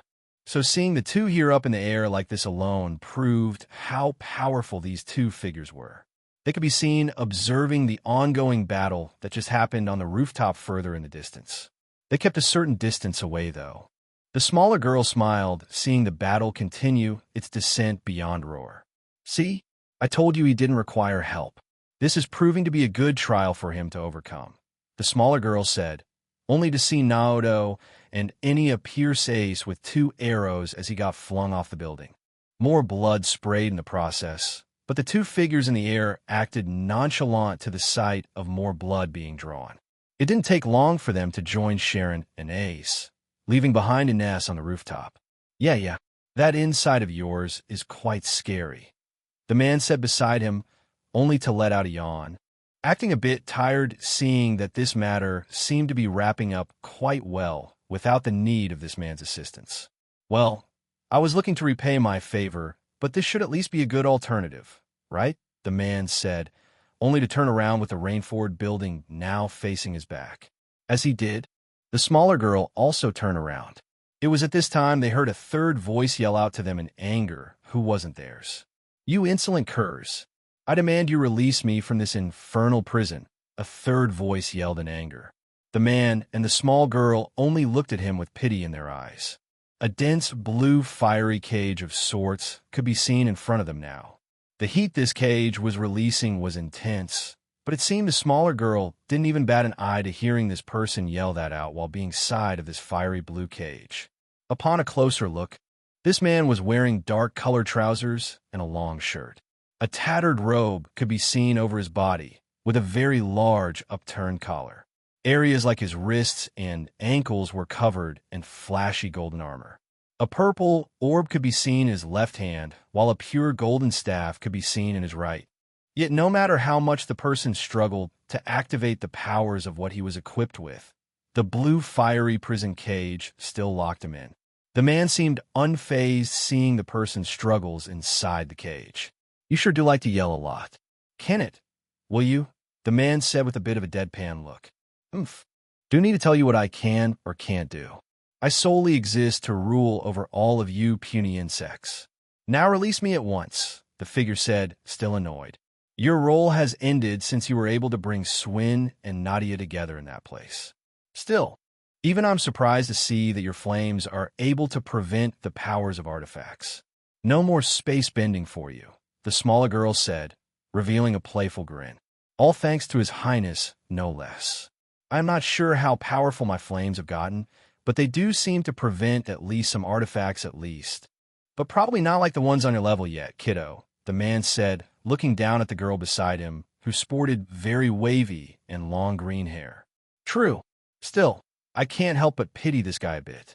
In the grand picture of things, you now have absolutely zero value considering that Swin and Nadia are in the factory now, the green-haired girl said, even going as far as to frown a bit.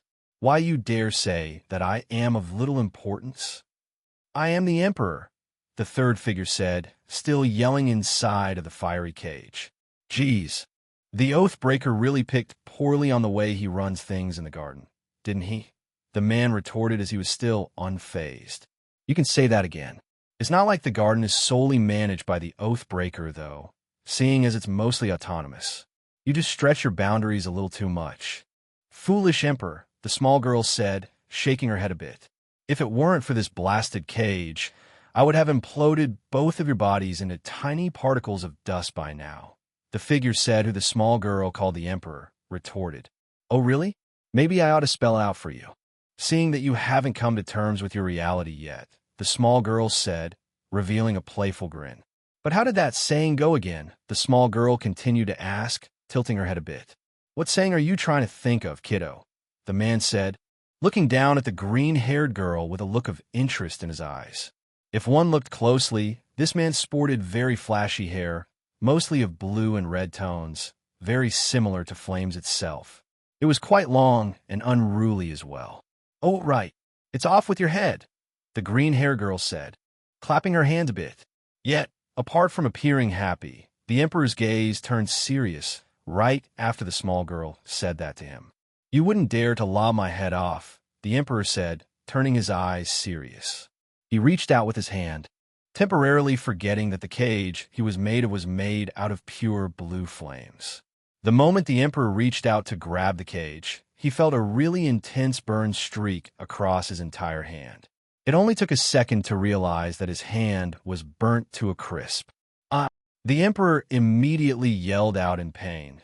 The flames continued to remain on his hand as he felt it start to go numb from the intense pain. He quickly pulled his hand back, trying to shake the flames off that would not vanish.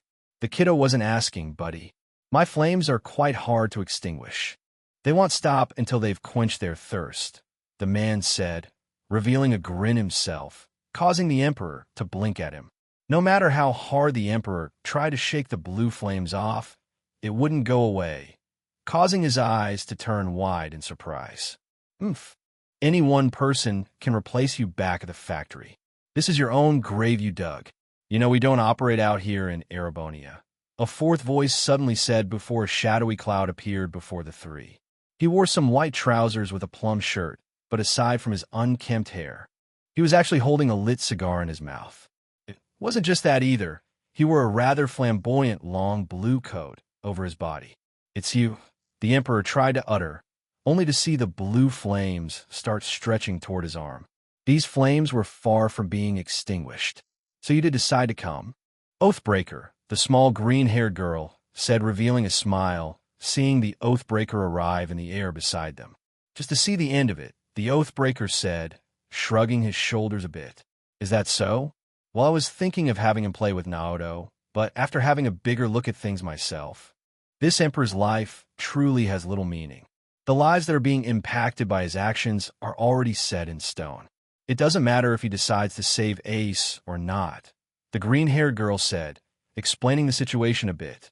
Stop saying my life has little meaning, you insolent curs, the Emperor yelled out, disregarding that a portion of his arm was now up in flames.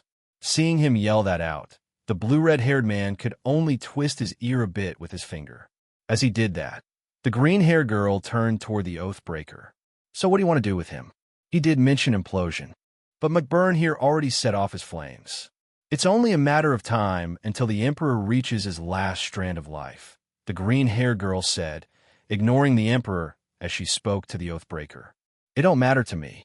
Still, you mentioned that His Highness only treads along this singular line of causality, the Oathbreaker said, only to completely disregard the Emperor's fading life at hand. Hearing that, the green-haired smiled, only to turn back toward the city of Roar, and saw that the figures over on the rooftop were now gone. Minus several figures from the RMP, who could now be seen on the rooftop, try to secure the area. The green-haired girl could already see an icy blue-haired woman next to Ines and an unconscious Elisa.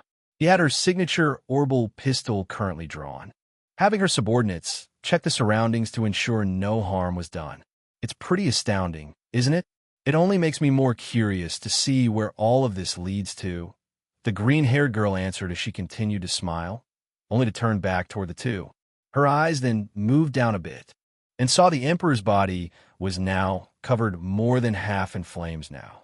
Still, you serve no use no matter who is involved now. Maybe you need a better selection process. Oathbreaker, the green-haired girl said. Haha, duly noted, Lady Kia, the Oathbreaker answered.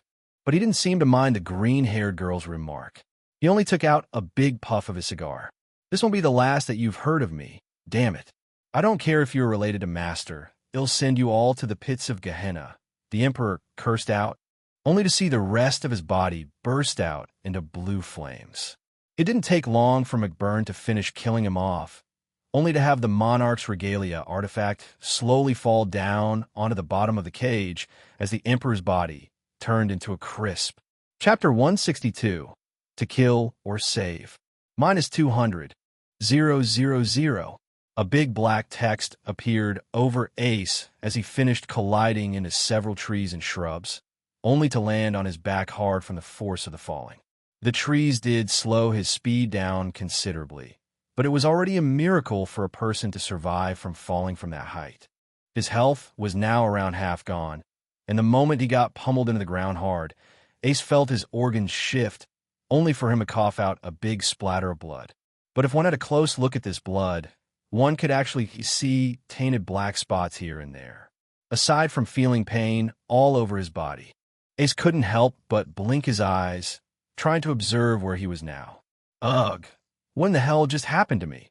Ace tried to say, seeing pierce marks all over his body. His blood was constantly dripping from his body. He really appeared to be a wreck now. Still, he saw his sword was still alive and kicking. Ace went for his sword with what strength he still had, and tried to lift himself up from the tree branches that were beneath him. However, as he tried to stand up with his remaining energy, he saw a quick movement out of trees not so far away. Before Ace realized it, Ace saw several steel wires suddenly get launched in his direction, only to squeeze over his body and grip down on it, bringing his body into a bundled mess. Seeing steel wires pierce into his skin, Ace coughed up some more blood as his body was now bound. Got you, Sharon's voice said, only to make an appearance from one of the trees nearby. Sharon didn't appear alone either. Both Enya and I stood beside her. Sharon used her wires on us to help safely descend the side of the Rainford building, to which I was grateful for. I could have used wings to assist in coming down, but that left Enya. I trusted Enya's strength, but seeing Sharon use her steel wires like that was the quickest route we could do. As some time had passed, the large slash wound that stretched from my left shoulder down to my right hip was now closed. Splatters of blood still could be seen over my body, though. But my regeneration healed enough to a battle scar was already starting to form, and quite a large one at that, much larger than the wound that was over Reen's heart in the games. Ace could only blink his eyes, seeing 3 figures standing before him with weapons drawn. Yet as for Ace, only confusion appeared in his eyes. Who the hell are you guys? Ace said, calling out to us with such a remark. Ace's gaze then landed on Sharon. You seem familiar too, Ace continued to say, which caused Sharon to come to a sudden halt.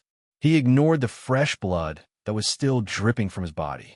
Do you have any idea of the big mess you just caused for my lady? Acting as if you don't know won't help you save your life. You endangered my lady with your antics tonight, Sharon said, only to reveal a cold look in her eyes. Seriously, I don't even remember what even my last damn 5 minutes were. I could kind of take an educated guess, seeing that my body can't move much though. Ace said, trying to move his body, but thanks to the injuries he reaped from our attacks and the fall from earlier, but he was struggling greatly to do so. Hearing Ace say that, I couldn't help but blink my eyes. Are you saying you don't remember the battle we just had? Not even a tiny bit? I said, squinting my eyes at Ace. Damned if I knew. Where even is this anyways? Ace continued to ask, acting if he had truly not known what had just taken place several moments into the night. Outskirts of Roar. You sent in a group of assassins who targeted my lattice life. You know that is punishable by death, Sharon coldly said. Roar. Are you telling me we aren't even in Calvard? Ace said, revealing a look of shock in his eyes. Enya began to utter, gaining interest. Ignoring Ace, I saw Enya approach him, only to crouch her legs a bit, seeing the big pool of blood surrounding Ace. It was more clear now, but there definitely were black, tainted spots in it. Enya reached her hand out and cupped a tiny bit of Ace's blood, only to get a sniff of it. It smelled a lot more pungent and rotten compared to the normal irony smell. Enya only rubbed it off, letting the blood fall back down. It's likely Ace was being controlled. Don't know by who, though, Enya said, which caused us to blink our eyes. Perhaps we did enough damage on his body to where Ace snapped out of him being controlled. But that also begs the question, who could actually control a powerful person like Ace? Thoughts began to swirl in my mind. Perhaps it was a toxin of sorts that was spreading throughout his body. I'm not sure if those among the Emperor was perverse enough to induce Ace into a trance during a battle like this. But then again, it wasn't out of the question either. Controlled, Ace began to say, I wonder if that bastard found out I was trying to flee Calvard? I have a buddy of mine that I was going to relay to after scouting out a nice place. I was thinking of seeing how Erebonia was, but hot damn, I didn't think I'd actually find myself there, Ace said, answering Enya. I take it the mission was a failure then. I did hear snapping inside my mind, but if I was controlled, I probably caused a lot of damage, Ace said, feeling a bit guilty after coming to such a realization. He then turned toward my way and saw a huge slash mark on my body. Looks like you took a pretty nasty hit too, Ace continued to say. Well, yeah, that sword of yours is no joke. We're with Ouroboros. Came to intercept you to try and mitigate the damage that happened tonight. You blew up parts of the Rainford building, so even if we don't decide to kill you now, you will definitely be put on trial for your actions. Either way, it's not going to look good on you. And even if you manage to flee back to Calvard, if they find out where you came from, they'll likely use tonight's event as a catalyst, I said, becoming more serious in my tone, which caused Ace to look at me. That bad, huh? Feels like you're putting me into a corner here, Ace said. He wanted to move his body, but his health was still draining at a constant rate thanks to the bleeding. Ace's health was well under half now. On top of that, he barely had any energy left to move. That's because you are in one. Personally, I'd like to kill you myself. If you've been being controlled, perhaps you don't remember me, Sharon said as she approached Ace, which allowed him to get a good look at Sharon and the wires she still had on her body. Kroiger, Ace tried to ask, only to have him blink his eyes in surprise. So you do remember days of the past then? Your silly little assassin garden kept pestering me to join while I'm actively in duty to the Rainford group, Sharon coldly said. I've got no answer to what I likely caused, nor do I know why that bastard would control me. He could probably guess my intents. However, it would prove no good if you kill me here now, since I've been trying to seek death myself, Ace said as his eyes turned a bit dead. How so? I decided to ask, gaining interest on the matter. Been looking for a place out of that shithole. Same goes for my buddy. However, one cannot betray the garden. Should they find out, they'll kill you without remorse. However, if your partner decides to kill you instead, they'll no longer be seen betraying the factory, Ace said, explaining the situation from his end. Are you saying you want your partner to kill you in an attempt to flee from the garden? I asked Ace. Yes, which is why my death now serves no purpose. At least if you give me a tiny bit of time, I could at least help my friend escape, Ace said, suggesting us. Sharon? I asked Sharon, looking back toward her way. Sharon began to utter as she saw the seriousness in Ace's eyes. I too entered my thoughts. I recalled the main mission to this night raid.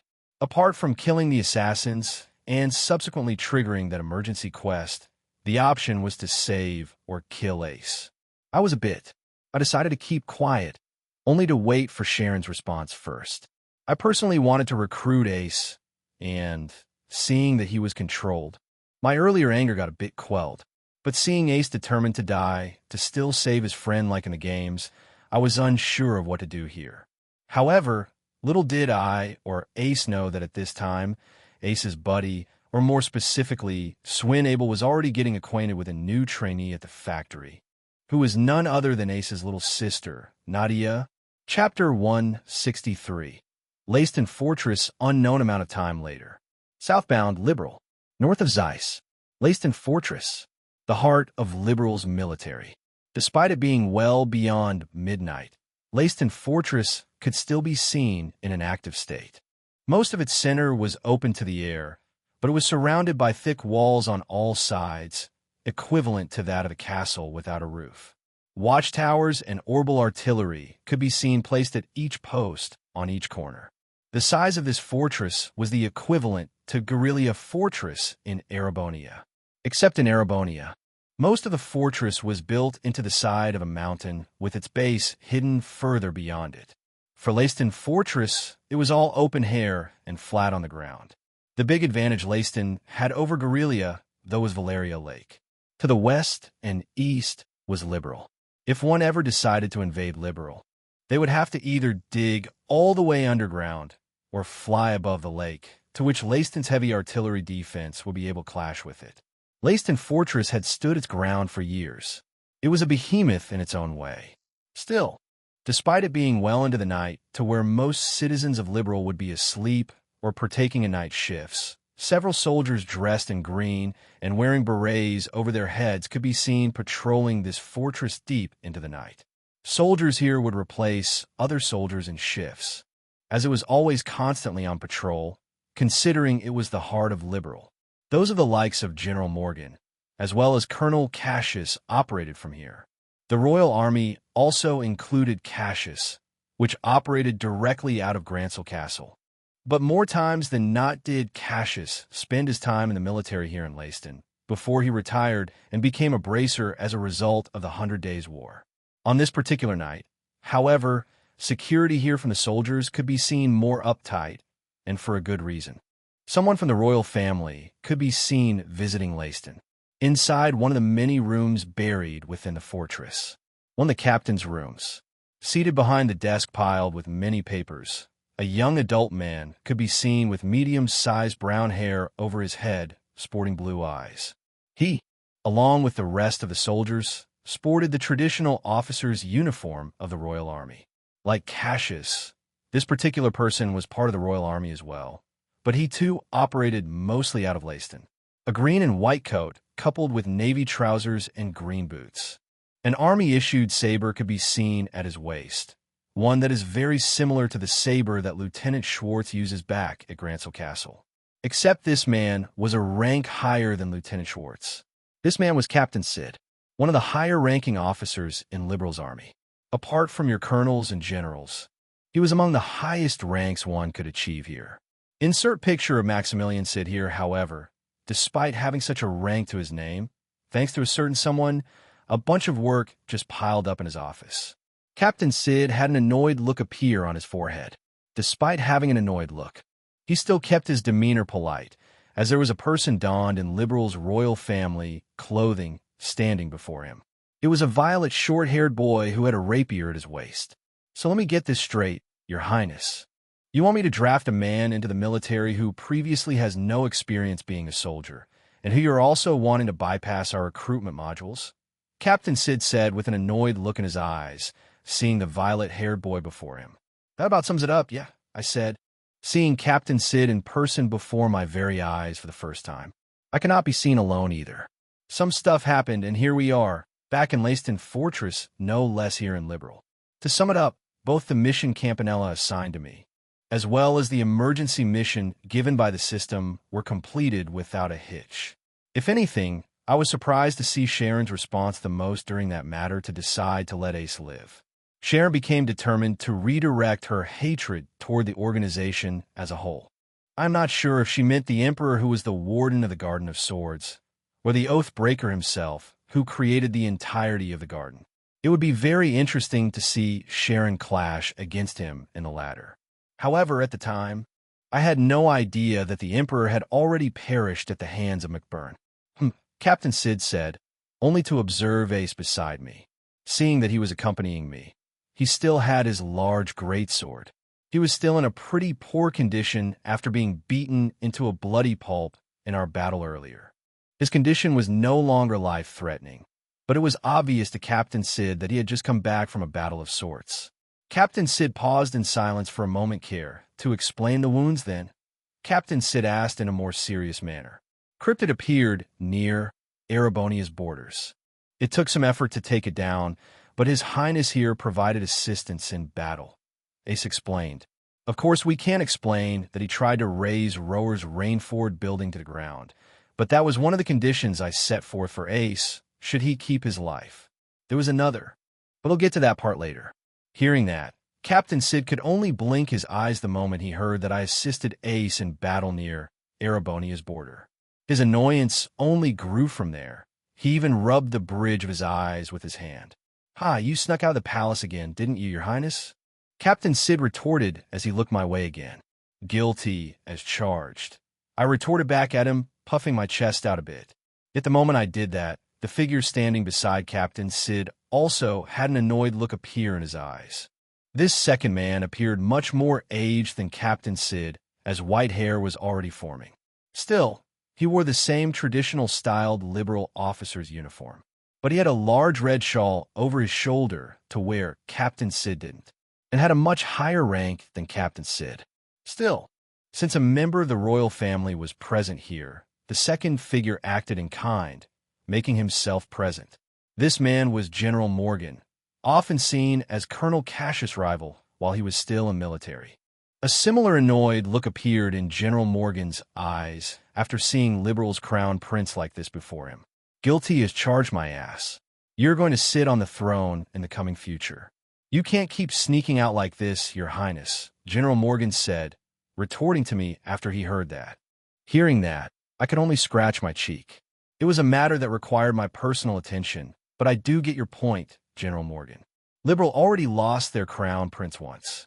It would be quite an uproar if that were to happen again, I said to General Morgan in a more serious tone. "Good. We can't place your life in danger like that, Your Highness. Still, I am surprised to see you put forth someone on your own recommendation," General Morgan said, only to get a good observation of the battered ace. "Let's just say he's willing to be put to the test." I responded with a grin after General Morgan said that. "We won't go easy on you," Captain Sid said. "You'll be starting out from the absolute bottom as a private. You will be forced to comply with all of the regulations we have here in Leiston. Your days of leisure will be over," Captain Sid said in a more serious voice as he looked toward Ace. "Yes, sir. I received His Highness' grace once. I am a dead man. I will sign up to become one of Liberal soldiers," Ace said, nodding seriously. "Do your best to put hearts in the ringer now. You hear me? I want him up to Lieutenant Schwartz's level before Her Highness, and I enroll in Jenny's." I also responded seriously. "You definitely are expecting a lot, Your Highness.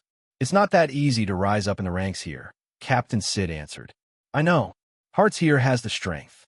He just needs to be whipped into shape," I said with a smile. That's right, the second condition I had for Ace. Well, Ace Rain is dead now. He has been reborn as a new man. He is now Hearts, after I bestowed the name onto him. Seeing him not die last night, Hearts gracefully accepted his new name, and was willing to become a soldier for Liberal after finding out my real identity.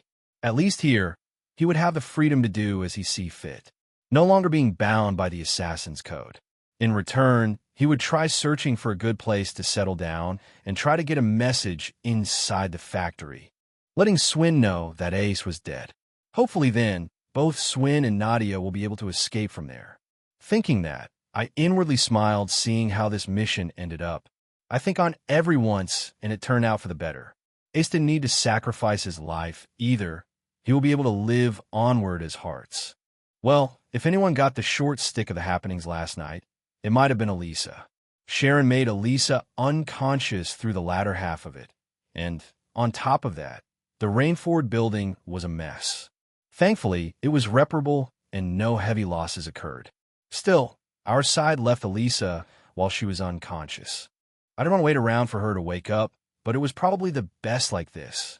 She only saw me in my damper form, and she didn't even know who I truly was either. But regardless of that, I was able to unlock both Elisa's favorability and Sharon's favorability as a result of those missions being complete, on top of several more reward boxes sent my way, and another 5 levels. My overall level was 110 now. I'm not sure if there's a level cap here. It did limit people's readings in the past, but several years have passed since. It would be interesting to see if levels could go beyond 250. As I was in my thoughts for a bit, Captain Sid remained quiet for a moment, only to shake his head a bit, letting out a sigh. "You know you just created more paperwork for me, right, Your Highness?" Captain Sid said as he squinted his eyes a bit at me. "Haha, sorry. He'll be worth it, though, since I personally brought Hearts here," I said, feeling a bit apologetic for having Captain Sid's night become longer. Still, Captain Sid could only accept this result. He saw my determination, as well as Hart's eagerness and acceptance of becoming a soldier. Captain Sid only turned toward Hart's again before speaking. 5 o'clock hours. Don't be late by not even a second. Your training will be with the other new recruits. Understood? Captain Sid said in a commanding tone. Yes, sir, Hart's replied, ignoring the battered body he currently had. Chapter 164. A new subordinate? Good, Captain Sid said, nodding his head before turning back my way. By the way, I was looking for Lieutenant Schwartz to bring you here, but since you're already here, I can give this to you now, Your Highness, Captain Sid suddenly said, which drew my attention toward him. I only saw Captain Sid reach inside his desk drawer, only to pull out a large closed file. It had top secret written on it, which only made me turn more serious. We received a personnel report not too long ago. We're keeping them here as a guest, but it seems someone wants to apply for a position at Gransel Castle. As your secretary, to be exact, Captain Sid said, only to move the file toward my direction. Seeing him do that, I saw General Morgan nod his head in agreement too. Seeing that, I could only take the file in my hand and slowly opened it. Overall, it was pretty simple to read. But the moment my eyes wandered to the person of interest Captain Sid was talking about, my eyes became a bit wide in surprise the moment I saw the person on file Captain Sid was referring to. It was a very pale, white-skinned, beautiful woman. What was most striking of her appearance was her pearly white hair, which had violet specks streaking down the sides of it. She also had pretty fiery orange eyes. It wasn't just that either. On her image it showed she was wearing blue-plated armor and dark shorts, pieces of armor that was very familiar with. It wasn't hard to recognize this person as a Jaeger. However, the moment I began to read her name and title, my surprise continued. Jaina Storm, ex-vice commander of the Northern Jaegers. Last standing princess of the fallen noble house, the Bauman family. Age, 29. Gender, female. Requested to work at Gransel Castle at the position of secretary. Holds several years of combat tactics and strategy planning. Recommended, which was written on the file open before me. The fuck? I couldn't help but curse, which caused the people in the room before me to blink their eyes. We were pretty surprised too, but seeing how Northumbria is facing these recent years, it won't be long until the nation gets absorbed. Probably fled while knowing that ahead of time. Captain Sid could only guess. Pretty much the same line of thinking. I'd rather not get involved in matters of Northumbria, since Erebonia already has it in sight. I want to turn highly capable personnel down like this. I'd even sign her up for the military too, if she didn't express her interest to work at Gransel Castle beforehand, General Morgan said as he nodded his head. Still, it is your decision, Your Highness. You can come in now, Miss Jaina, Captain Sid said, which only caused me to blink my eyes.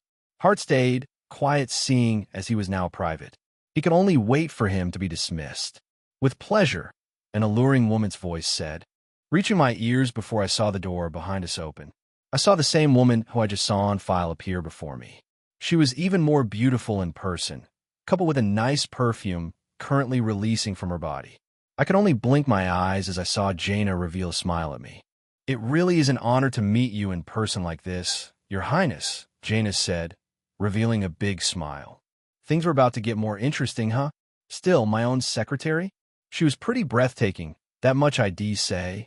I wonder how the rest back at the palace will treat Jaina, if I decide to bring her there. I share the same sentiment. It is a shame what's been happening in Northumbria. Still, seeing you put that behind you, and for Captain Sid and General Morgan to recognize your ability. It's given me a hard time trying to turn you down, haha, I said, welcoming Jaina here in Leiston. Just name it, and it'll begin work. Jaina simply smiled back at me as her eyes turned into two crescents. Will do. I do have one more matter through which I need to bring to your attention, though, while I'm here.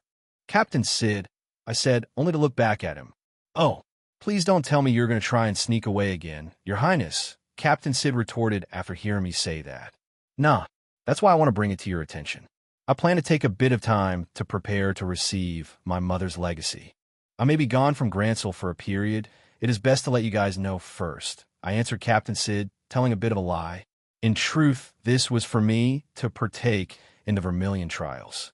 Seeing my seriousness, Captain Sid knew I wasn't joking around here. He nodded his head. Understood.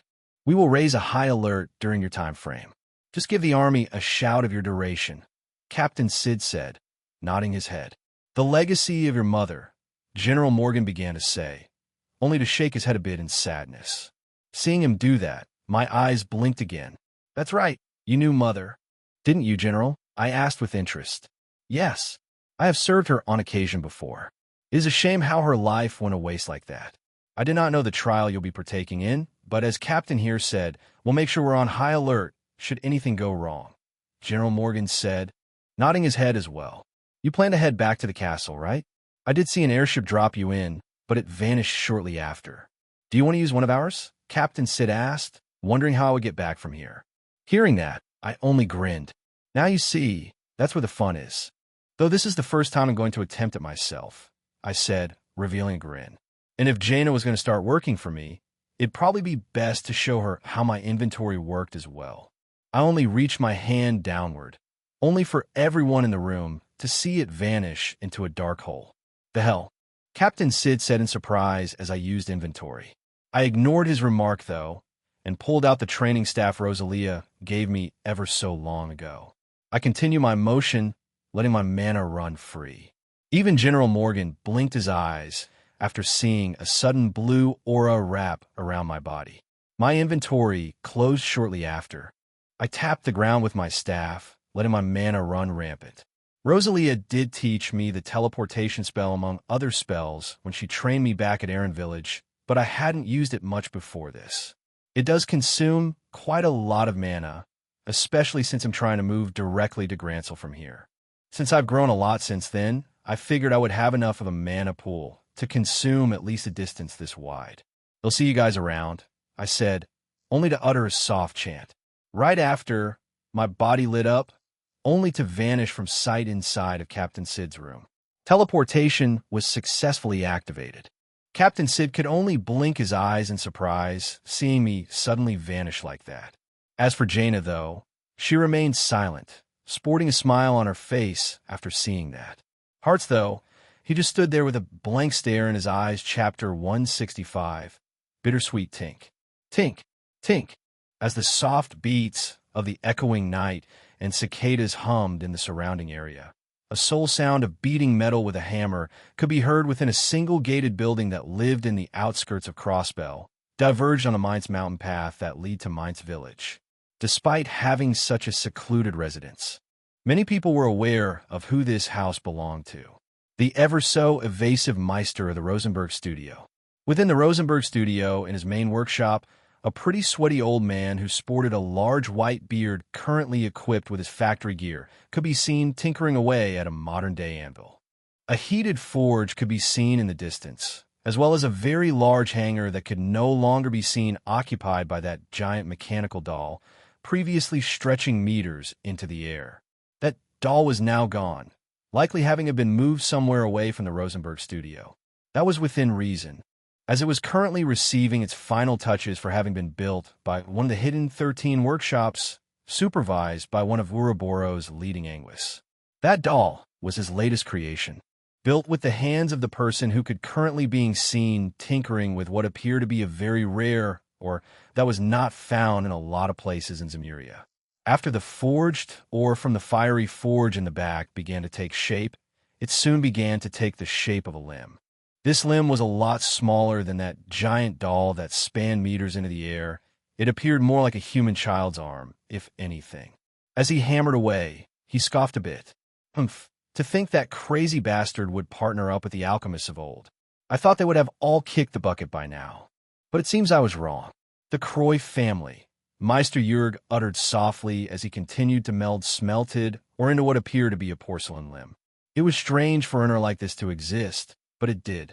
Most of what Jurg used was used with the most exquisite materials found on Zemuria, and the most exotic. That is one of the key factors as to why Jurg's dolls sell for millions of mira to the most richest, aside from the fact that he was a master craftsman. After tinkering with his anvil for a good while, he let the limb cool down. After reaching room temperature, he took the limb, which appeared to be an arm, and walked over to his work desk, which could be seen equipped various types of equipment.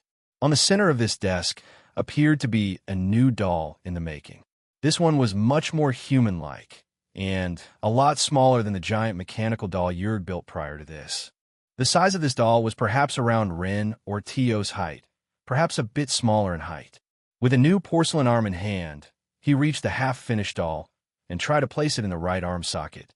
Yet after a short amount of time, Jurg frowned and quickly took it out. Jurg then tossed the finished porcelain arm onto the ground, only to let it shatter into several pieces after. If one had a close look to where Jurg tossed this now broken arm, one could see a large pile of broken pieces, acting as if this wasn't the first go-around he tried to do. Still no good. I don't care how long it's going to take me to build this fellow. That bastard dared to show a creation of life, but that in itself was a form of technology that was thought to be long lost through the ages. I didn't think those alchemists would be able to create a homunculus like that. Jurg uttered softly as he continued to observe the failed creation he just tried to insert. At least it seems it was managed in an entirely different workshop considering I wasn't a part of it. Jurg continued to say, "Try to remember how Kia looked like when she first came to his studio alongside Professor Novartis.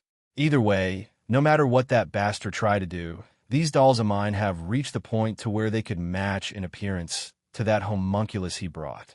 While I do not have that tech on hand, no doubt you will be my greatest creation to date, young one. I wonder, when will you be complete?" Jurg continued to say, only to observe the half-finished doll currently on his workshop desk. Jurg saw a body frame, mostly the torso and hips built, as well as the head, which was pretty small. He also saw curly white hair attached to it, but it was still far from any of his completed projects and currently did not appear to have any sort of life breathing into it in its present stage. Since that professor currently wasn't lurking around in Crossbell, Jurg found him in a lull between events. He wasn't currently tasked to build any other Gordias-class designs like those that would appear in Azure or future Soldats, since that technology hasn't been brought to life yet.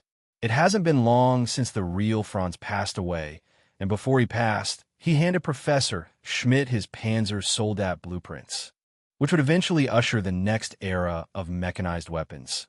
These mechanized soldiers would eventually reach the hands of Zemuria's scattered countries, becoming an essential part of any of their militaries. But right now, Jurg didn't care about what that professor was doing. All he really had interest now was the creation he was currently working. His sole companion that rested inside his workshop that wasn't a doll, Rin, could no longer be seen here. Rin had bid farewell to the master craftsman, together with a new destination in mind, which would be the next part of her life. Jurg did not express emotion much, but he did feel bittersweet seeing Rin depart his workshop like that, ready to move on to the next portion of her life. Since she had become an enforcer like she was tasked to do, she now had her next stage set, which was to be beside the person she wanted to be beside with. While he had not met the person of interest in person, he knew he was not easy to get a hold of. But to his surprise, it wouldn't be far-fetched to say he didn't have interest in HM. The Crown Prince of Liberal, I didn't think he'd be in cahoots with those snakes. At least he seems to have a good grasp of what happens in the bigger picture, Jurg uttered to himself, only to pause looking at the half-finished doll in front of him. Still, if you dare make Rin cry, I don't mind paying a visit to that castle of yours in person, Jurg continued to say, still not revealing much emotion. After saying that, Jurg looked back to his half-finished doll. He then proceeded to look out a window further to the side, only to realize that sunlight was starting to peek into his room. Jurg realized he had worked through the night again. Since he was further away from the lit forge, he took a moment to wipe the sweat on his forehead away. He then turned toward the doll a second time. I think this is good progress already, so it'll stop here for now. When creating perfection, it shouldn't be rushed. I do wonder, though, will you be able to breath life just like that homunculus, little Lapis? Jurg continued to say, getting another look at the progress he had made thus far, only to sport a rare smile within his beard, as he said that the dawn of the next day proceeded to start as the sunlight peered into his workshop. Chapter 166. Squire some time later. As a certain craftsman started to look back on the time he had spent with likely some of the only family he could actually call family, it could be seen as rather busy in another part of the continent of Zemuria. In particular, the holy capital of the Septian Church, Arteria. It was pretty lively in a certain part of the capital city. It was now the end of summer, but a rather beautiful girl who seemed to be around 13 years of age couldn't help but let out a sigh as the wind fluttered her uniform. Well, one wouldn't call it a school uniform any more apart from the black beret she was wearing on her head, one that looked very similar to the schoolgirls who wore a beret at St. Estrella back in Heimdall. Aside from the beret, this silver-haired girl could now be seen wearing a church sister's robe over a white skirt.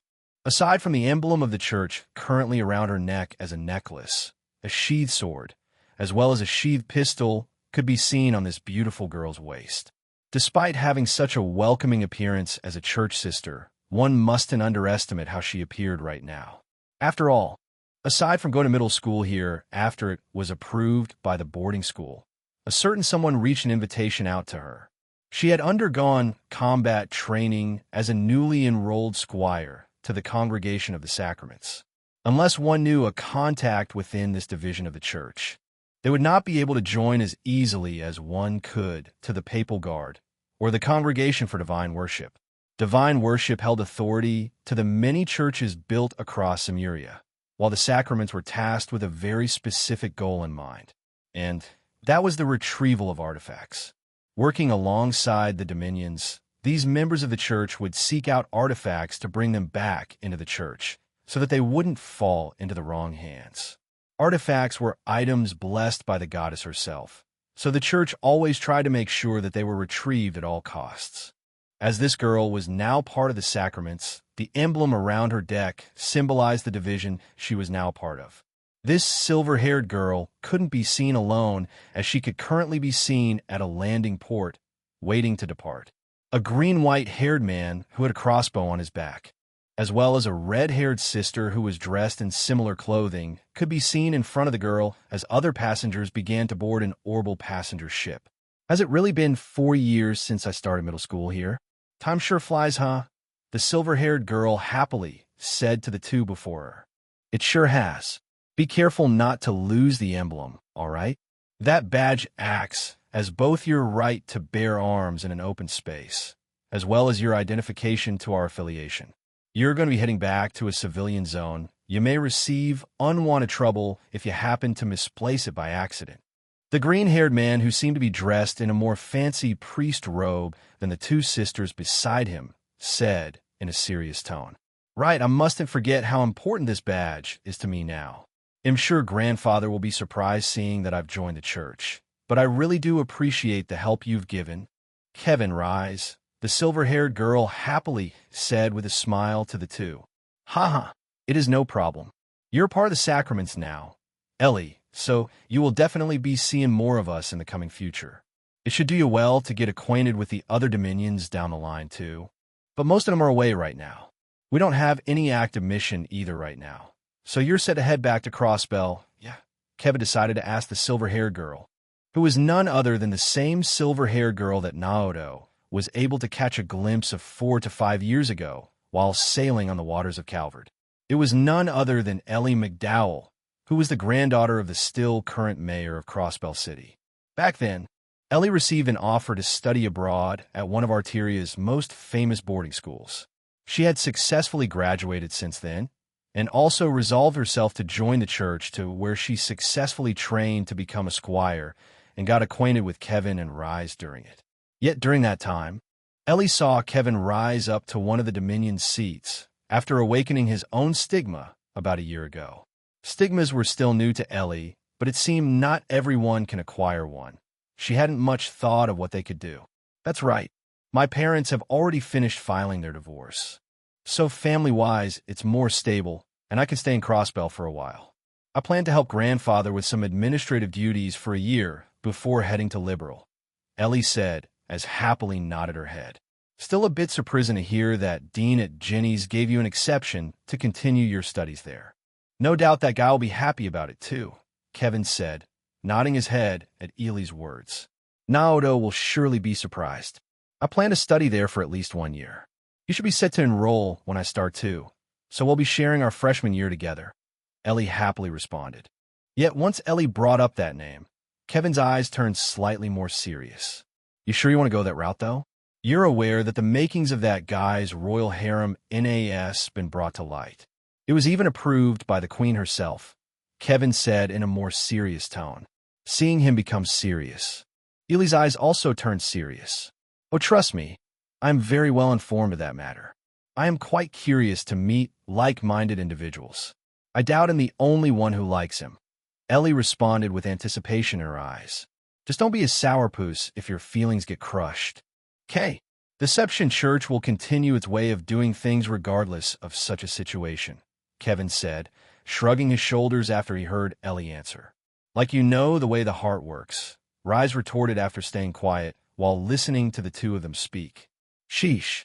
I know you missed breakfast to see off Ellie. I promise we'll get a bite to eat soon. Kevin retorted, Rise, who was next to him, after hearing Rise act a bit grumpy.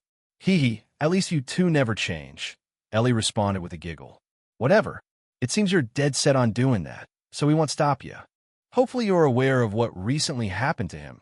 No? Kevin continued to ask Ellie, which caused her to blink her eyes. You mean the matter of Naoto going to St. Ursula? Ellie asked. Yeah, exactly that.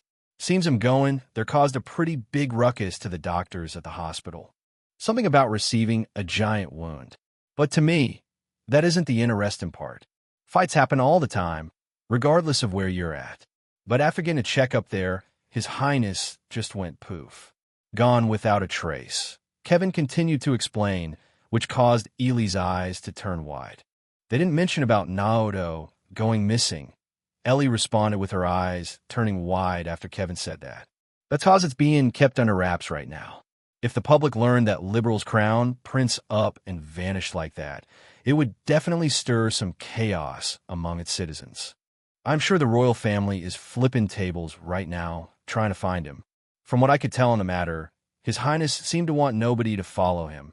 After causing such a stunt, Kevin continued to explain, also wondering what exactly happened to cause Naoto to suddenly vanish from the castle like that.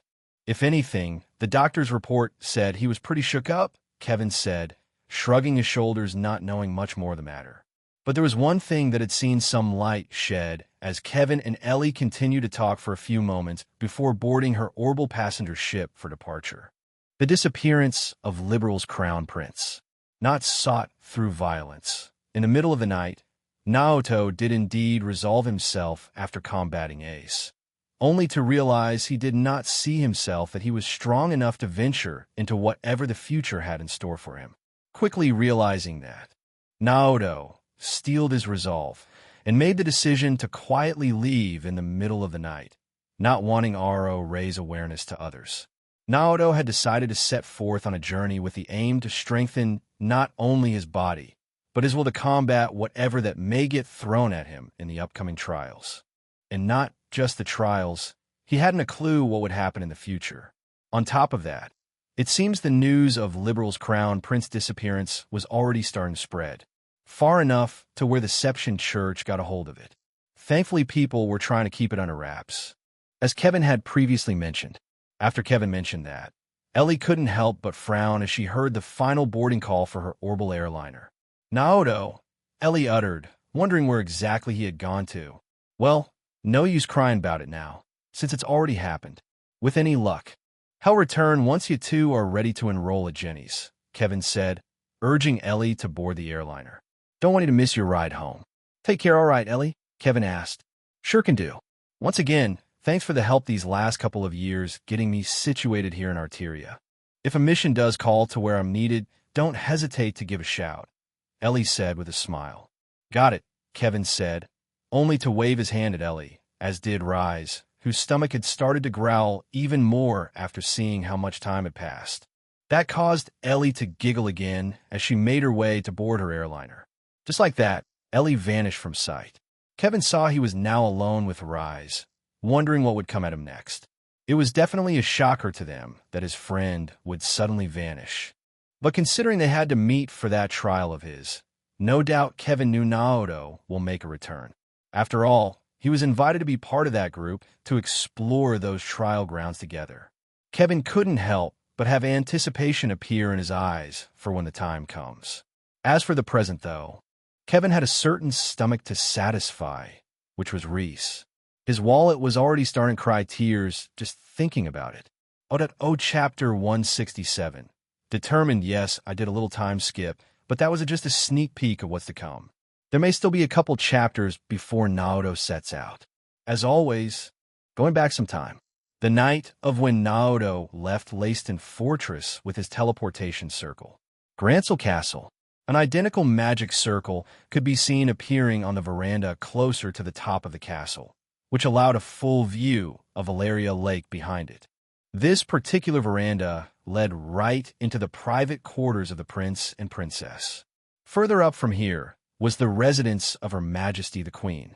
Both Naoto and Chloe resided in a floor beneath her, which also acted as the same room to where Naoto currently had his royal harem. After initiating my first teleportation spell, I was able to quickly trace it back to Grancel Castle.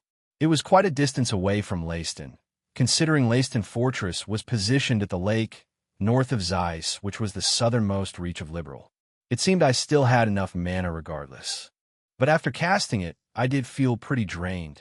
It was mostly mental, though, since my regeneration had actively healed my body over and over again during Ace's fight. The giant wound he inflicted on me had healed up entirely. It left a decent-sized sword mark over my chest as well. I was considering whether or not to heal this scar, but I decided against it. Am I Jaeger? Jaegers like to wear their battle scars with pride. They're basically victory marks to them. On top of that, Jaegers like Randy had several scars over his body that he had accrued over time. I'm not saying I would have as many as Randy, but I decided on keeping this one. Plus, Reen has that puncture over his chest. I didn't think I'd end up in a similar fashion to him, but hey. At the very least, though, I know I have my gamer system and all. My health currently showed it was back up to full, and my EP was mostly drained. I did feel pretty tired mentally after having gone through such a battle. I still had thoughts of visiting a hospital just to make sure my being was fine. They had experts there, and I was no doctor. And where else would I consider than going to St. Ursula for receiving such a checkup? Thinking that, my body materialized again over the veranda that led into my room. I was immediately greeted with the cold, watery breeze since we were still over the lake. I couldn't help but blink my eyes, though, as I could see a long, blue indigo-haired woman gently leaning over the balcony, seemingly enjoying the early dawn breeze as well. I knew it was well after midnight, and sunrise was soon to appear on the horizon. Seeing Enya on the balcony, she smiled as she saw me return. I didn't even do anything before Enya approached me, leaned in, and planted a kiss on my lips. You're finally back. Did the talks go well with those officers? Enya asked, welcoming me home with that kiss. Sure did. It looks like I'm going to be getting a new secretary, too. I'm not sure when they will move to the castle to start their job, but I'm planning on having Hilda show her the ropes, since she's good at managing as well, I said, which drew Enya's interest. A new secretary, huh?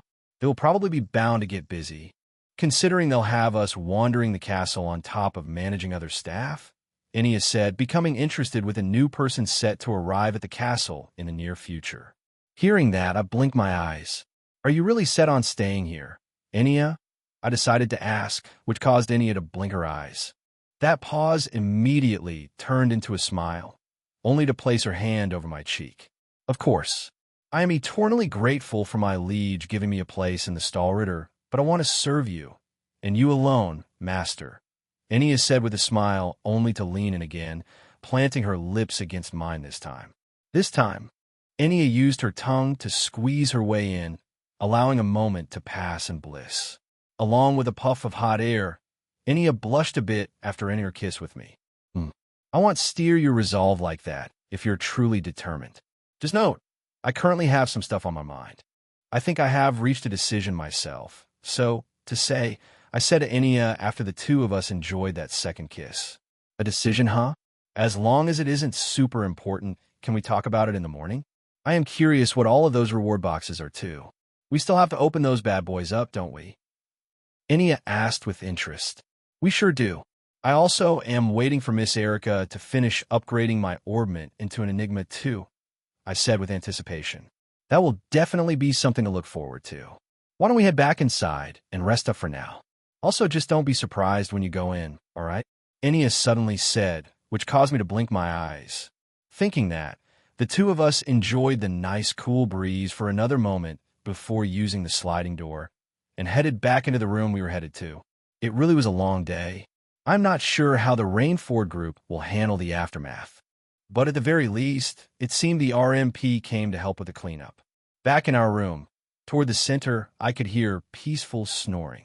I saw a bright purple-haired woman and a violet-haired girl sleeping peacefully further inside, together with a snowy white fox who had 6 tails on her now. However, my gaze seemed to be immediately distracted as I could hear very fast typing over to my left to where my desk was. Wasn't that where I kept my Orbital setup and laptop? With that thought, my gaze shifted toward my desk, and I currently saw my chair occupied with a rather petite figure. Oomph. Took you long enough to come back, big brother. I was so bored that I started upgrading your security system on the Orbital network you installed. It really was quite pitiful, the petite figure said to me. She was still quite small, and she sported very similar purple hair to me, as did the other 2 girls who were currently sleeping. Her appearance seemed quite funny, trying to sit back typing away in the large padded chair that I had. Oh, and it seems you have the beta version for Palm, so I went ahead and added my account info as well, the petite figure said with a smile as she welcomed me. Still, you really should get a better password, the petite figure said, revealing a grin as she finished. The petite figure then closed the laptop and jumped down from the chair, only to reveal a girl no younger than 8 wearing a rather frilly purple and white dress. I couldn't help but twitch my cheek a bit. So you hacked me, I said, revealing an awkward smile the moment I saw the figure sprint into a dash my way. It didn't take long before I felt an impact strike me, reaching her arms out, giving me a big hug. A grin appeared on her face. It's the skills you lack, big brother. But I'm quite skilled in that area specifically. I even met a new online friend not too long ago. Seems their skill in network diving isn't too bad, comparable to my own even, the petite figure said with a smile. Haha, I think I may know who you are referring to. Still, you finally decided to make your way back here, Ren? I said, seeing Ren now before me. Yep, a couple of Ouroboros members were quite curious to see how your mission turned out, so the fool was pretty quick to react seeing the mission result. Remember that extra reward he mentioned? You tasked me with becoming an enforcer, so now we can spend more time together, Ren said as he happily hugged me. Well, it's already been a super long night as it is, and am still recovering from it, I try to say, only to get distracted by Ennia again. She began to strip her clothes, letting her bountiful breasts come into play, which only caused me to blink my eyes. What? Ennia said, tilting her head a bit as she looked my way. Nothing, I retorted, only to look back at Ren hugging me still. You do know where you're currently standing in, right, Ren? I asked as I squinted my eyes a bit. Oh yes, I am not that oblivious, you know. You've formed a nice harem here so far, Ren said, changing her smile into a grin. Yet hearing that, I couldn't help but scratch my cheek a bit. Ren knows this quite well. You needn't worry, big brother. That nice maid already offered me a room I'll start using from here on, Ren explained from her side.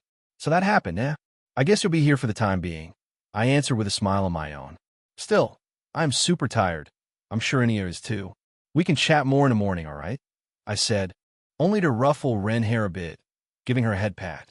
Of course, big brother, Ren said and parted ways. The two of us saw Ren do a curtsy of her dress, and shortly dismissed herself afterward. It appeared she already knew where to go, so I didn't need to worry about guiding her. Still, seeing Ren here now, it seems she really did complete what I asked of her to do. Either way, regardless of her presence, I knew I became determined on what I should do next after having that fight with Ace.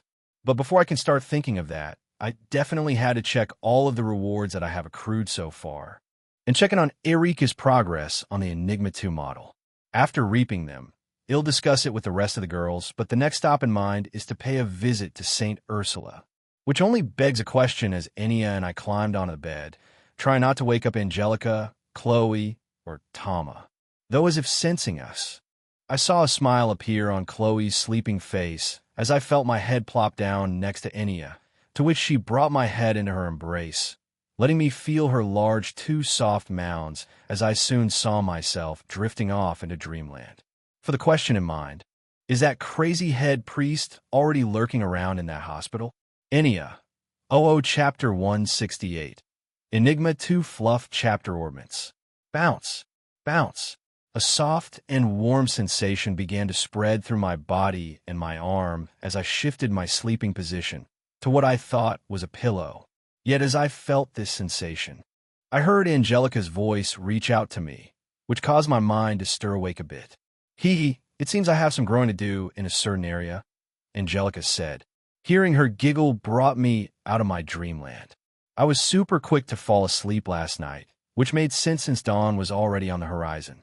The sunlight of the next day was already peering into the room, but after hearing Angelica's voice, my eyes fluttered awake, only to come to a pause as I saw my arm wrapped around two large breasts, which caused me to blink my eyes after opening them.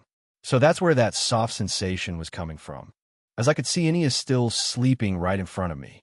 On top of that, I saw that her bra became unhooked, likely from shifting around during her sleep. Instead of her bra, I saw two pink buds coming out to say hello. Seeing as I was now awake, Angelica greeted me from further inside the bed. You sure like to sleep a lot sometimes? Angelica said, greeting me after I woke up. It's already past noon, you know. Angelica continued to say. Well, a lot happened yesterday, still recovering from it. I said, lingering close to Enya a bit more before pulling my hand back. Before sleeping last night, I changed into casual wear, since sleeping in my armor would not be comfortable. With my hand retracted, I reached toward my chest a bit and scratched it. This caused my shirt to lift up, revealing some of my chest to Angelica. Once Angelica saw my chest, which was still growing with visible muscle, she was able to see a certain part of my chest, since my sword scar was partly visible to her. Her initial surprise soon became serious as Angelica squinted her eyes at me. I am pretty sure you didn't have that last night. Just what an adios name did you do? Angelica said, revealing a frown. It was part of a fight, but I came out victorious. You know I am in the Jaeger line of business now, right? I said, trying to play it off the fact that this was a mission Ouroboros gave me instead of Zephyr. Well, yeah, but that still looks pretty painful, Angelica said, stretching her arms a bit before I saw Angelica lean her body upward. Seeing the covers let loose, I saw that Angelica was just in her lingerie again. Her own breasts bounced a tiny bit before I saw her reach my way. Angelica was now in front of me. She reached her hand out and began to trace the scar, letting me feel the warmth of her hand. Does it still hurt? Angelica asked. Letting her hand trace the scar, she moved her hand slowly, only to move it upward toward my chest. Not really. I still want to get it checked out, though, which is what I'll bring up with you guys in a bit, I answered Angelica. She was essentially feeling me up right now, but I wasn't against it. I enjoyed the warmth of her hand on my chest. Then how about a kiss to help you distract your thoughts from it for a moment or two? Angelica responded with a playful grin. Hearing that, I blinked my eyes, but before I could move, Angelica moved her head underneath mine. Leaning her head a bit, I felt her lips plant against mine. Letting out a low groan, Angelica didn't stop there. The two of our tongues met and began to dance around a bit while our heads were locked. A moment of bliss passed like this as I decided to cup one of Angelica's two breasts still hidden inside her bra with my hand and began to move it around.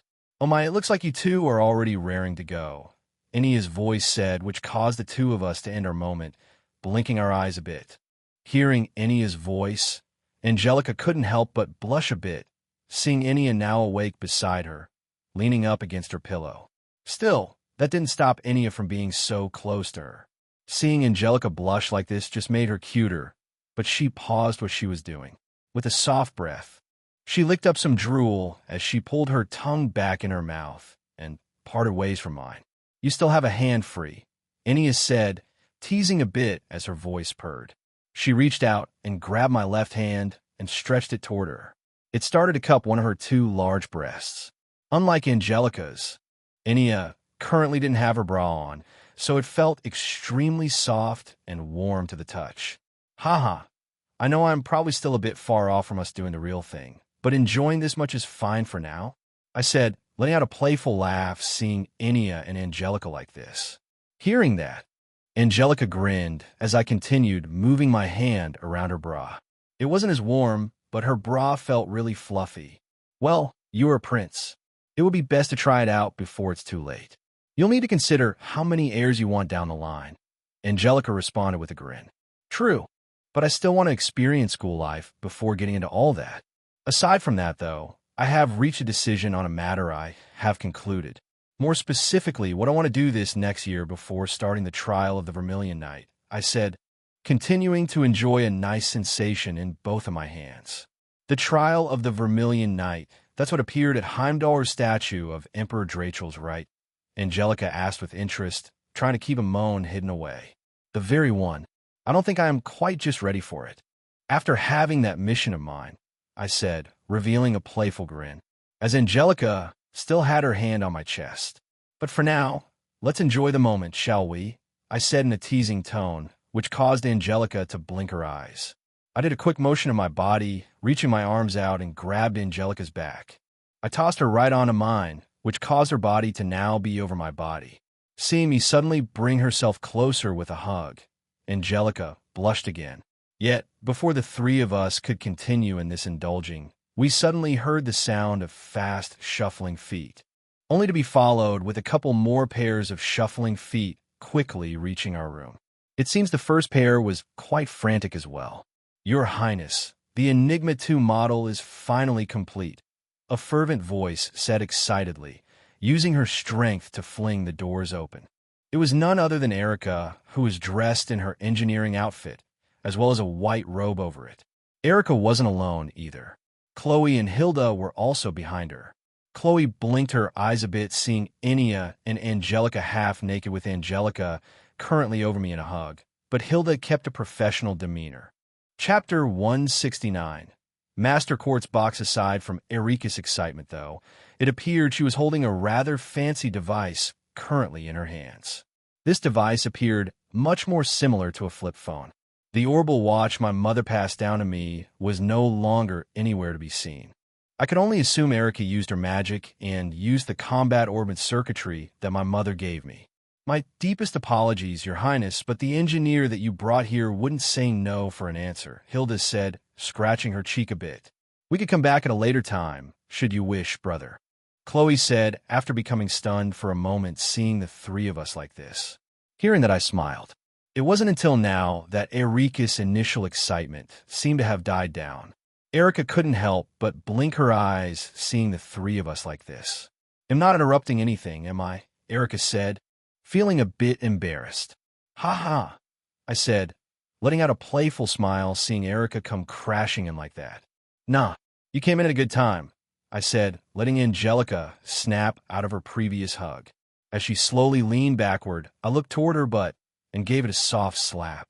Feeling that, Angelica's eyes turned wide as I proceeded to get off the bed. Hey, Angelica said, revealing a pout. That was uncalled for, Angelica continued to retort. I ignored her, though, and proceeded to grab a robe nearby to put over my casual wear. Seeing that happen, interest appeared in Erika's eyes as she continued to speak. That matter of the queen announcing a royal harem really wasn't a joking matter from what I see now, Erika said, musing to herself. Of course it isn't. Both Enya and Angie here are already set to become my concubines. I'm not sure when my ascension to the throne will take place, though. Likely not for the coming years, to say the least, considering that grandmother is still actively sitting on it, I said, welcoming Erika, seeing as she was done completing the latest orbit model, which hasn't even been released to the public yet. From what I could tell, mostly the second generation was available, while the third generation was mostly used in the military. The fourth generation, the Enigma I, wasn't even set to release yet, but they had completed models of it, as well as beginning prototypes for the Enigma 2. I essentially asked the impossible for Professor Schmidt's favor, but he was still able to jump 3 generations. While the Enigma I model was technically classified as a 5th-generation series alongside the Enigma 2, I personally still see that as a 4th-generation ornament. But that is where its design really took shape. Instead of an open pocket watch, it slowly developed into the style of modern-day phones. And the Enigma series was the start of that.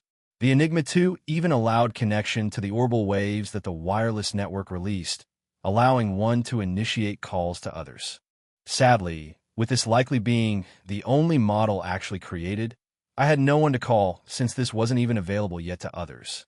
One thing I could try doing, though, was to see if I could use this guy to connect to an orbital station, which I had one not only here, but Tio and the likes had one back to where they operated in Crossbell, setting up the orbital network there. That would be a test for later, though. The key difference I mentioned between the Enigma I and the Enigma 2 models was one key factor, aside from an additional slot or two, and that was the introduction of Master Quartz. Master Quartz alone played a big factor in strengthening characters as a whole later on in the series, and now that I have that function available, it was time to have some fun with it.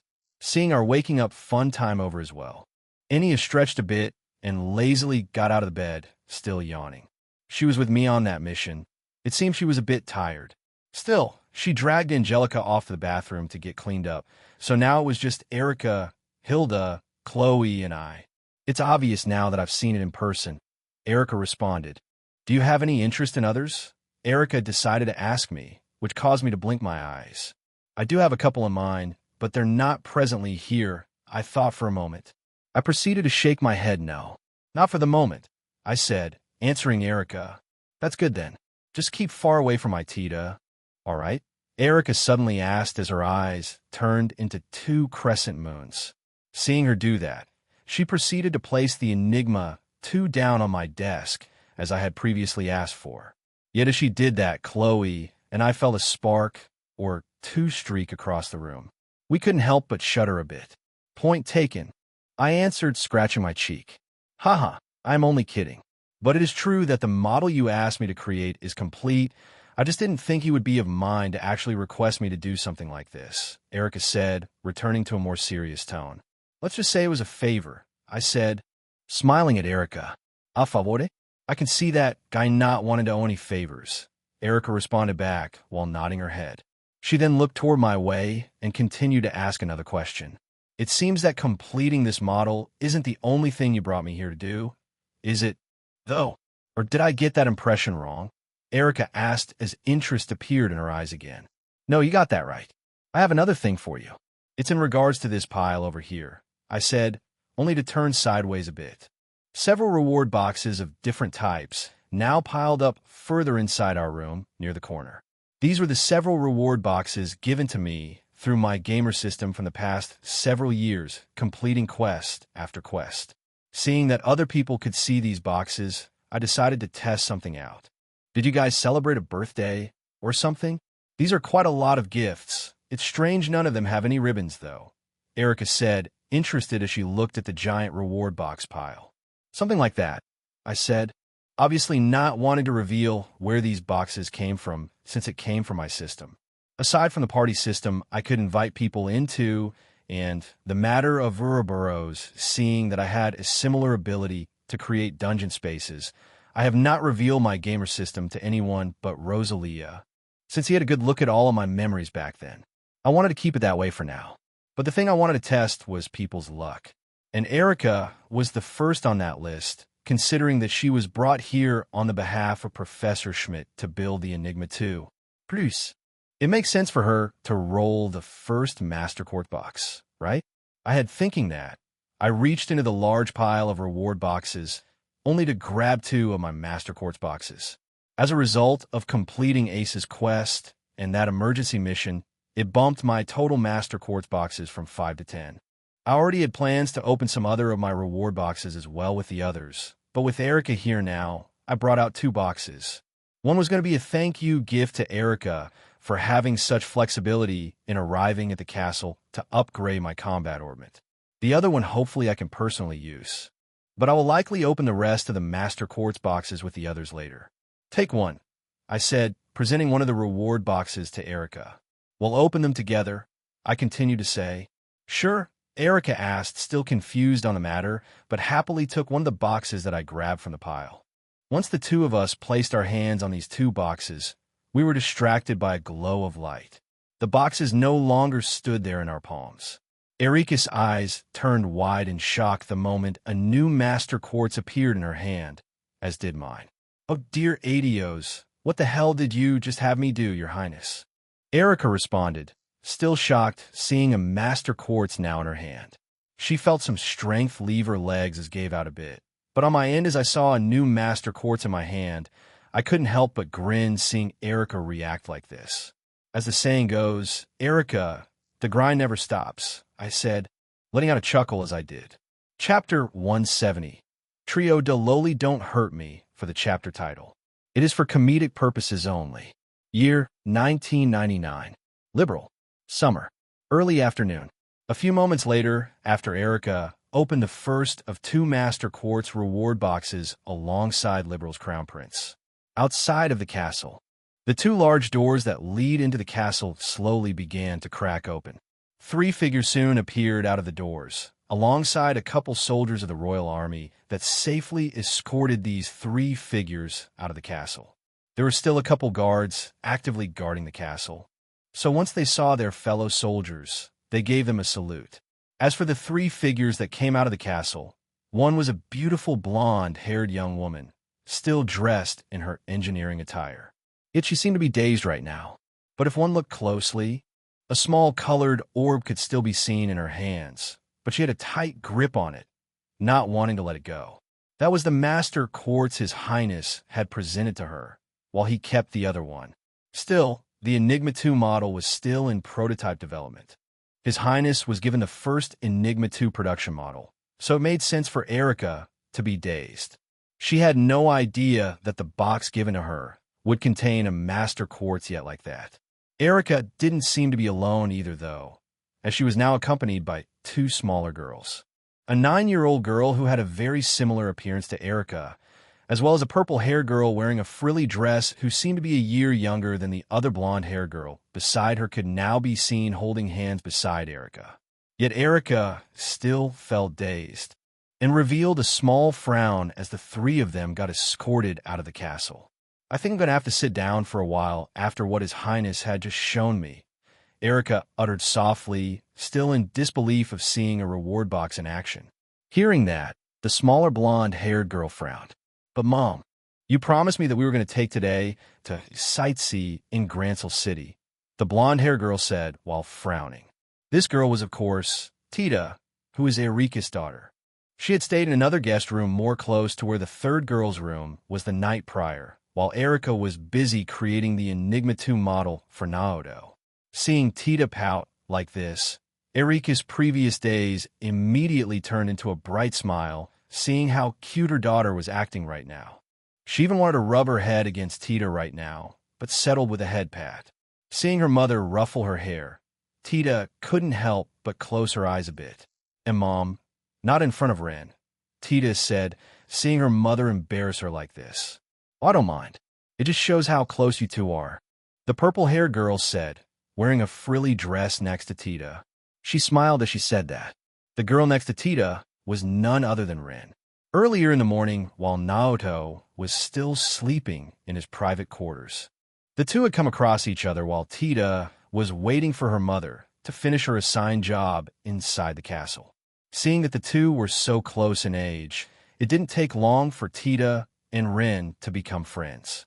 And now, since the morning had passed, Erika had finished her job, and Ren decided to accompany Tita to explore Grancel City, since this was her first time being able to do such a thing as well. Yet as Ren responded like that, Erika completely snapped out of her previous stupor altogether and had her eyes sparkle. "Right? You are so quick to understand that Tita is the cutest daughter in the world, isn't she?" Erika said, ending her head pat, and still proceeded to rub her face against Tita's face anyways. Ren only blinked her eyes, seeing Erika suddenly do this. "I get it, Mom. So stop embarrassing me in front of Ren," Tita continued to say, pouting again.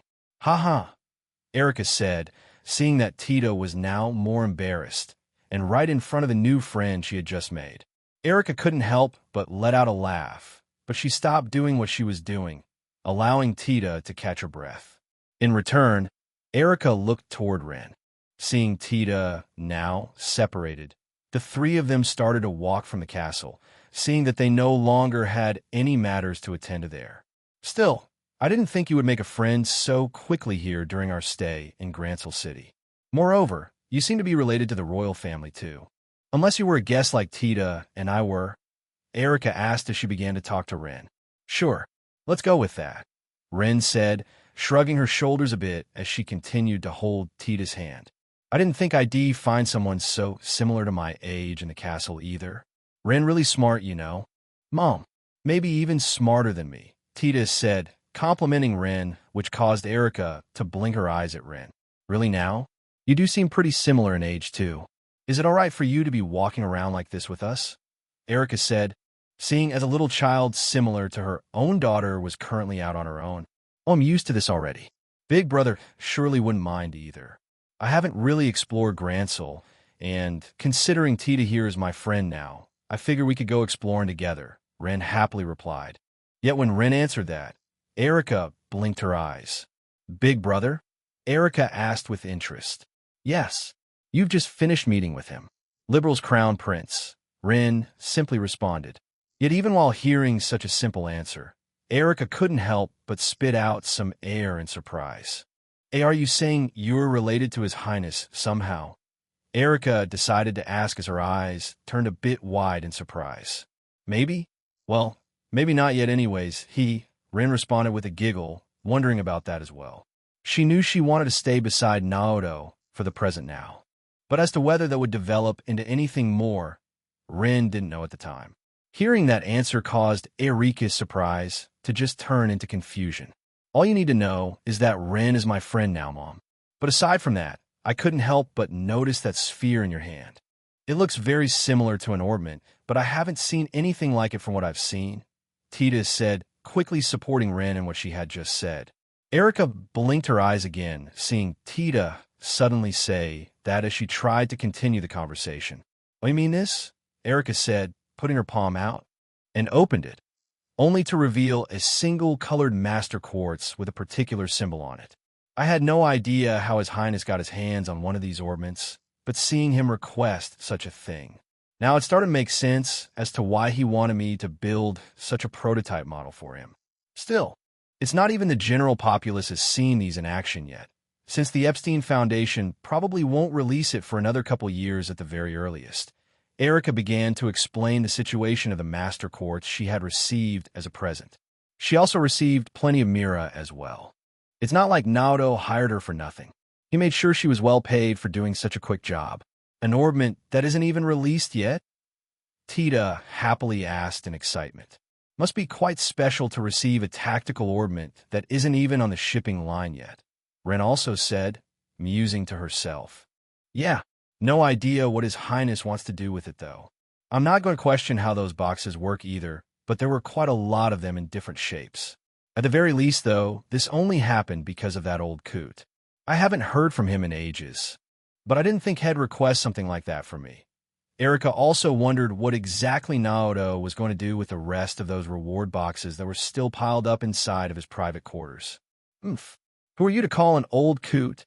You blasted woman, an aged voice suddenly said, calling out to the three, which distracted them from their current conversation. They soon saw two figures approach, not too far away. The moment Erika's eyes landed on one of the two figures, her eyes turned wide in surprise again. The three of them saw two figures approach them from the north block of Grancel City. Erica could only blink her eyes, seeing an aged man wearing a lab coat similar to hers. However, this aged man seemed much more dignified as he wore a monocle over his eye. He was aged enough to where he was already sporting white hair. Of course, who else could it be but Professor Schmidt?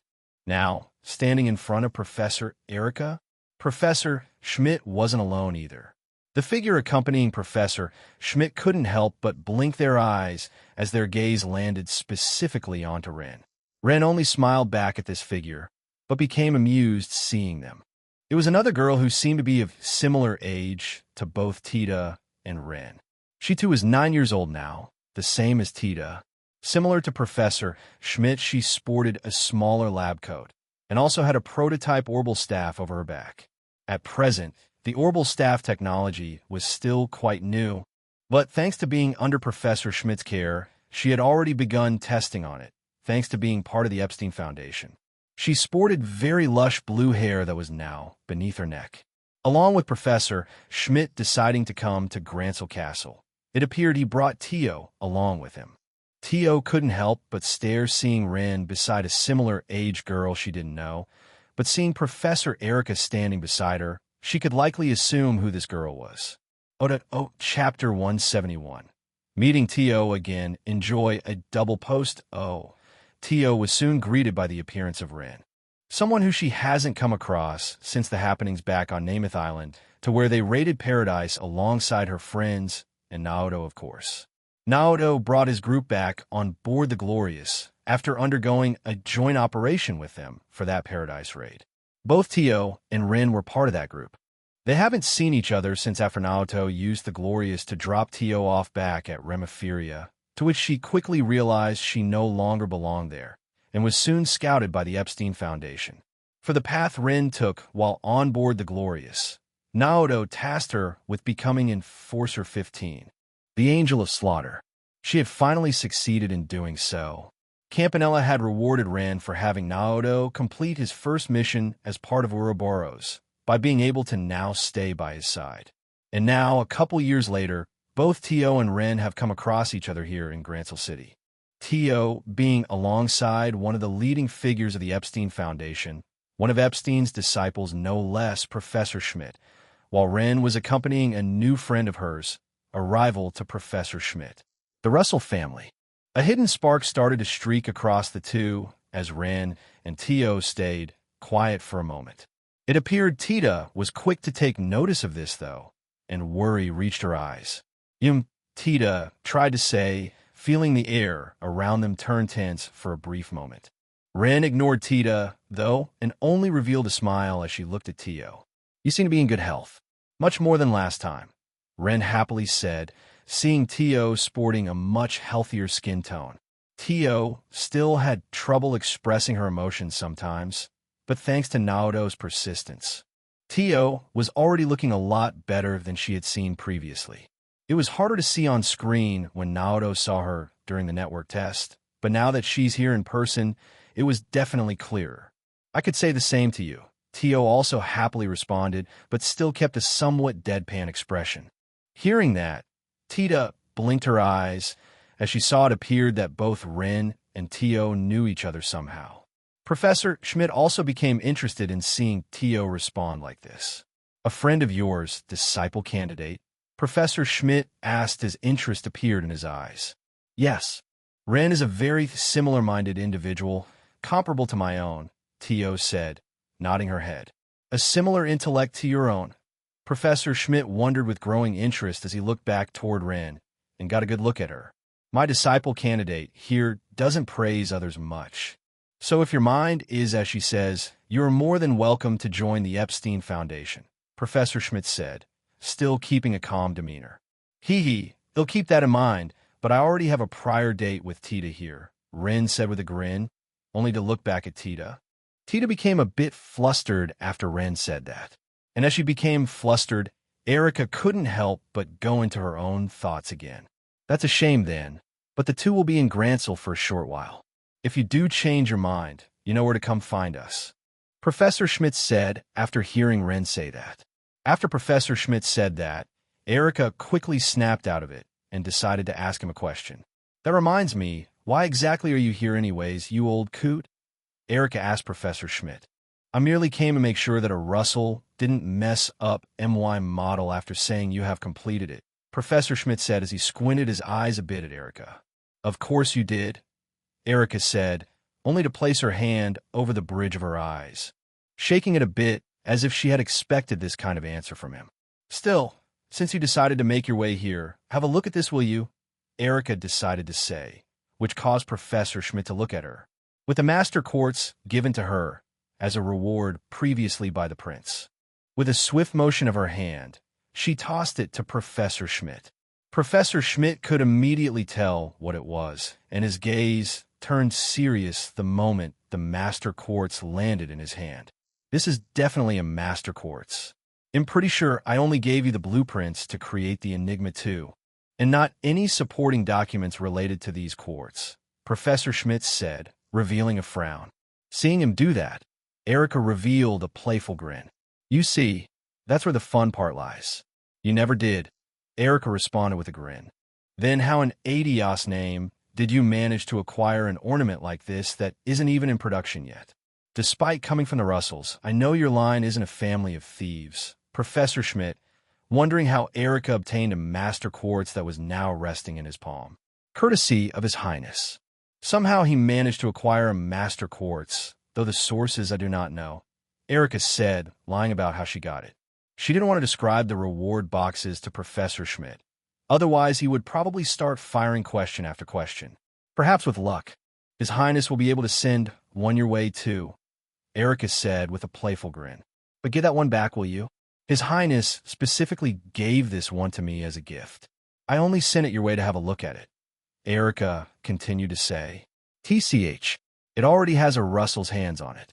So there's no way I would use one like that, Professor Schmidt said, only to toss it back at Erica, letting her catch it as she stuck her tongue out at him. His gaze then wandered back down toward Tio, who was making light conversation with Ren. Come now, do not tarry, disciple candidate. If it is as anything as she said, I am most curious to see the model created for this prince, Professor Schmidt said to Tio. Still not showing much emotion, Tio still tried to smile at Ren, which caused her to blink at Tio. Guess we'll be seeing you around then, Tio happily said to Ren. Likewise, I am sure Big Brother will be happy to see you, Ren also happily responded, which caused Tio to nod her head. After Ren said that, she urged Tita, who was still dazed at hearing the two converse like friends, to come along. She panicked for a brief moment, but then became recollected after that. Seeing Tita panic like that, Erica revealed another playful smile before the three of them slowly vanished from sight. Ren dragged Tita along, wanting to explore Grancel City to their heart's content, and held on her hand again, with Erica supervising them. As for Professor Schmidt and Tio, the couple of guards became surprised as the two approached the gates when they just finished dismissing Professor Erica. They couldn't help but blink their eyes as it took a good moment to realize who it was that was now standing in front of them. One of the guards quickly hurried inside the gate to inform this new arrival. Meanwhile, as for the rest of us, we quickly got cleaned up despite it being early afternoon now and decided to share a meal back down on the first floor. It was pretty quiet, and not many meetings were currently happening in the facilities here. The new secretary, Jaina, has yet to arrive, so no doubt it will get busy soon. But as of now, there was a little lull. However, as Enya, Angelica, Chloe, and I were enjoying a midday meal with Her Majesty the Queen, we quickly heard a sole sound of shuffling feet who appeared to be in a panic to reach the entrance of our large dining hall. Why, Your Highnesses, my utmost apologies for interrupting, but it appears there is an urgent matter for you to attend to, one of the palace guards said, seeing the presence of the royal family. Oh, please do tell, I said, seeing the guard act frantically. Seeing the guard like this only grew my interest. All right, the guard responded, giving everyone a salute. It appears the chief of Orbital Technology Development is now standing outside of the castle gate, the guard declared, which caused a couple of us to come to a sudden halt. See come again? I asked again, not sure if what I had just heard correctly from him. It is as your soldier says. Their presence bored me, so I went ahead and came in. Now show me that completed Enigma 2 model she created. Those Russells better not have damaged my design, Professor Schmidt's voice said as we saw a figure approach beside the guard, who could only blink his eyes seeing Professor Schmidt now standing in the entrance of our dining hall. However, that wasn't the only thing I saw either. I saw the second figure quickly dash their way, only for me to quickly see them have bright blue hair and was rather petite. This figure ignored the others and quickly made my way. Despite me still being seated, this figure did a large tackle, quickly giving me a hug. Once it became clear, I quickly noticed who this person was, and I could only blink my eyes. "Tio," I said in surprise. The petite figure who was now hugging me was none other than Tio. Tio said as she happily tried to smile back at me, giving me a big hug in the process. Tio, Chapter 172, Movement. Meanwhile, sometime unknown after Naoto had his fight with the One of Swords, in a particular phase space, the Celestial Globe, the main meeting spot between the shadow organization that lies beneath the surface of Zemuria, Ouroboros.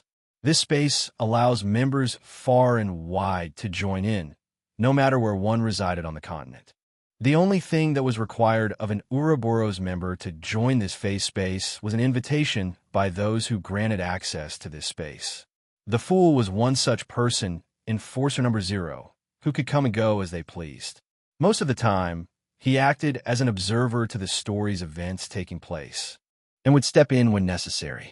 His latest actions was to observe another new member of Ouroboros, who was a certain Crown Prince of Liberal. Granted permission by the Grandmaster, the Fool issued his first mission, to which was a success.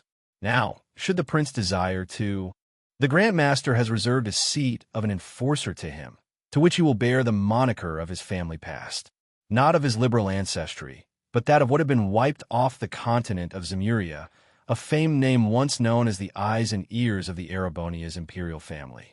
However, such a decision had not yet been made known to the Prince.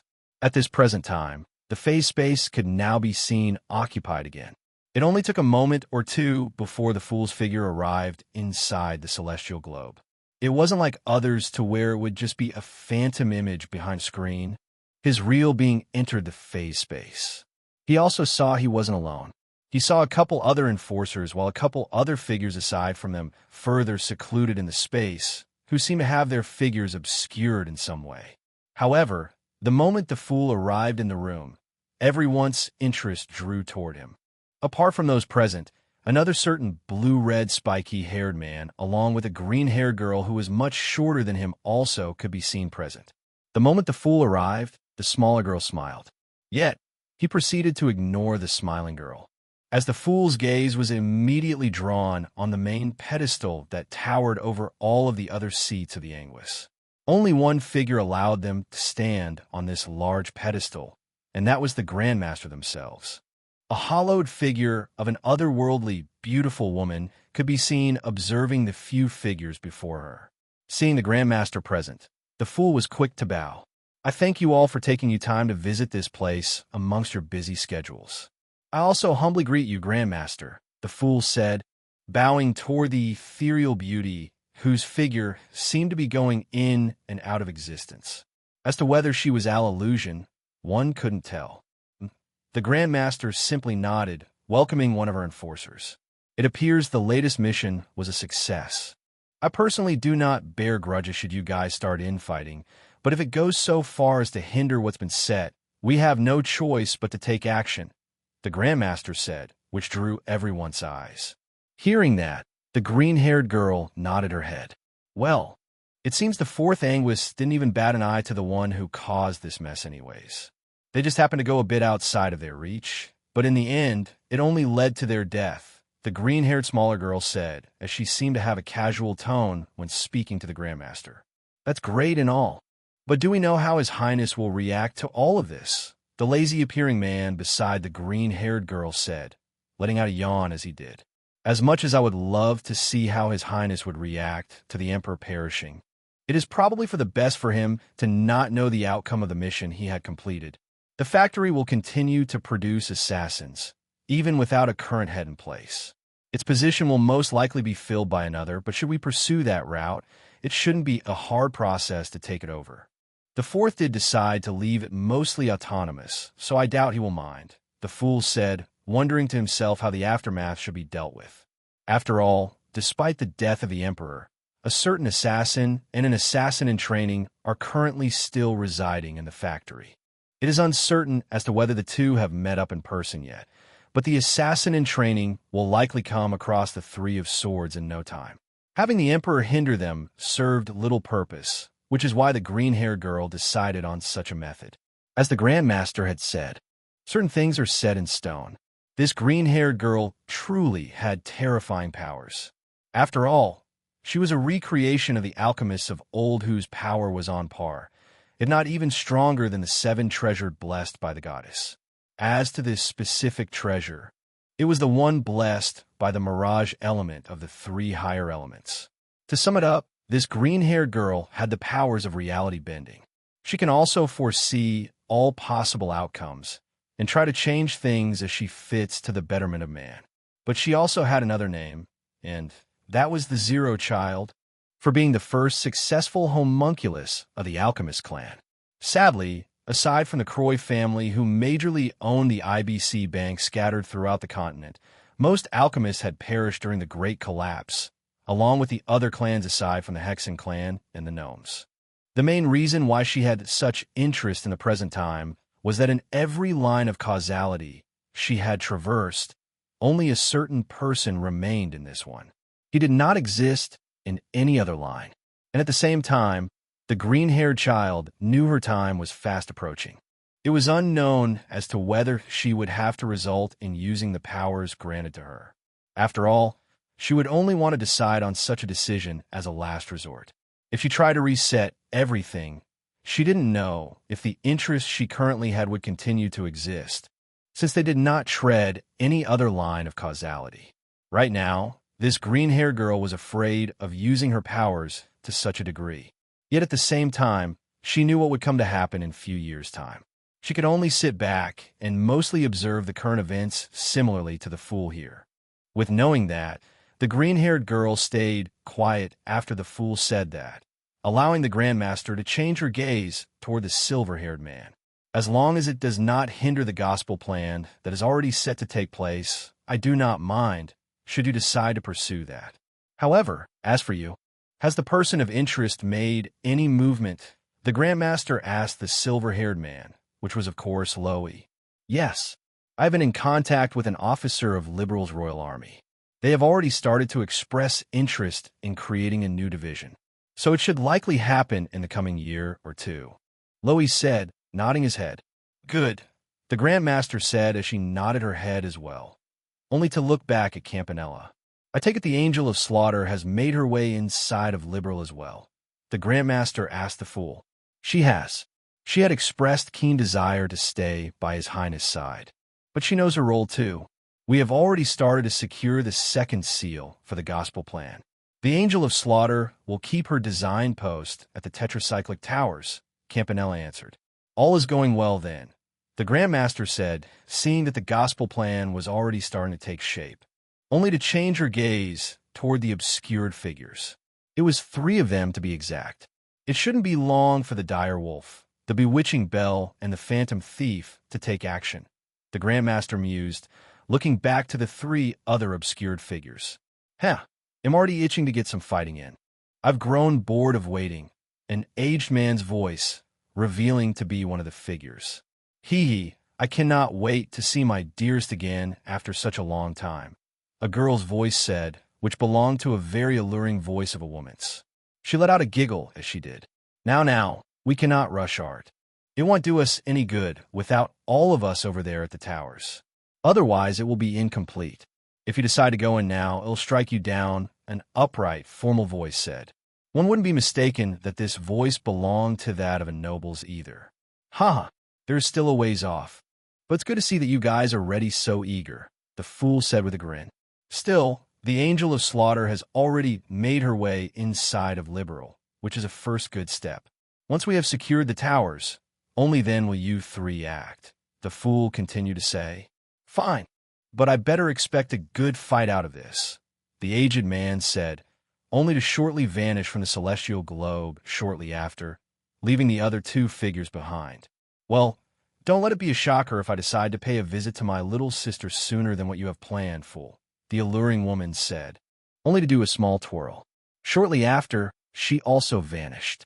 Seeing the 2 of them leave, Campanella only shrugged his shoulders, only to look back to the remaining figure, aside from Lowy, the blue-red-haired man, and the green-haired girl. How are things on your end? The fool decided to ask the man, who went by the name Phantom Thief. I am very much enjoying my rest locked away in a prison, the man said, letting out a rather unique laugh as he did. I am merely biding my time away here in the solace of my own beauty. It's given much time for me to think of my next actions to take. Just say the word when us enforcers are needed, the man continued to say. Shortly after, his figure began to distort into an illusion of sorts and slowly vanished from sight. Seeing the three of them at this current state, Campanella couldn't help but nod his head in acknowledgement. Seeing them now gone, his interest grew toward the remaining three figures, only to land his gaze on the green-haired girl. How have you settled in so far, Lady Kia?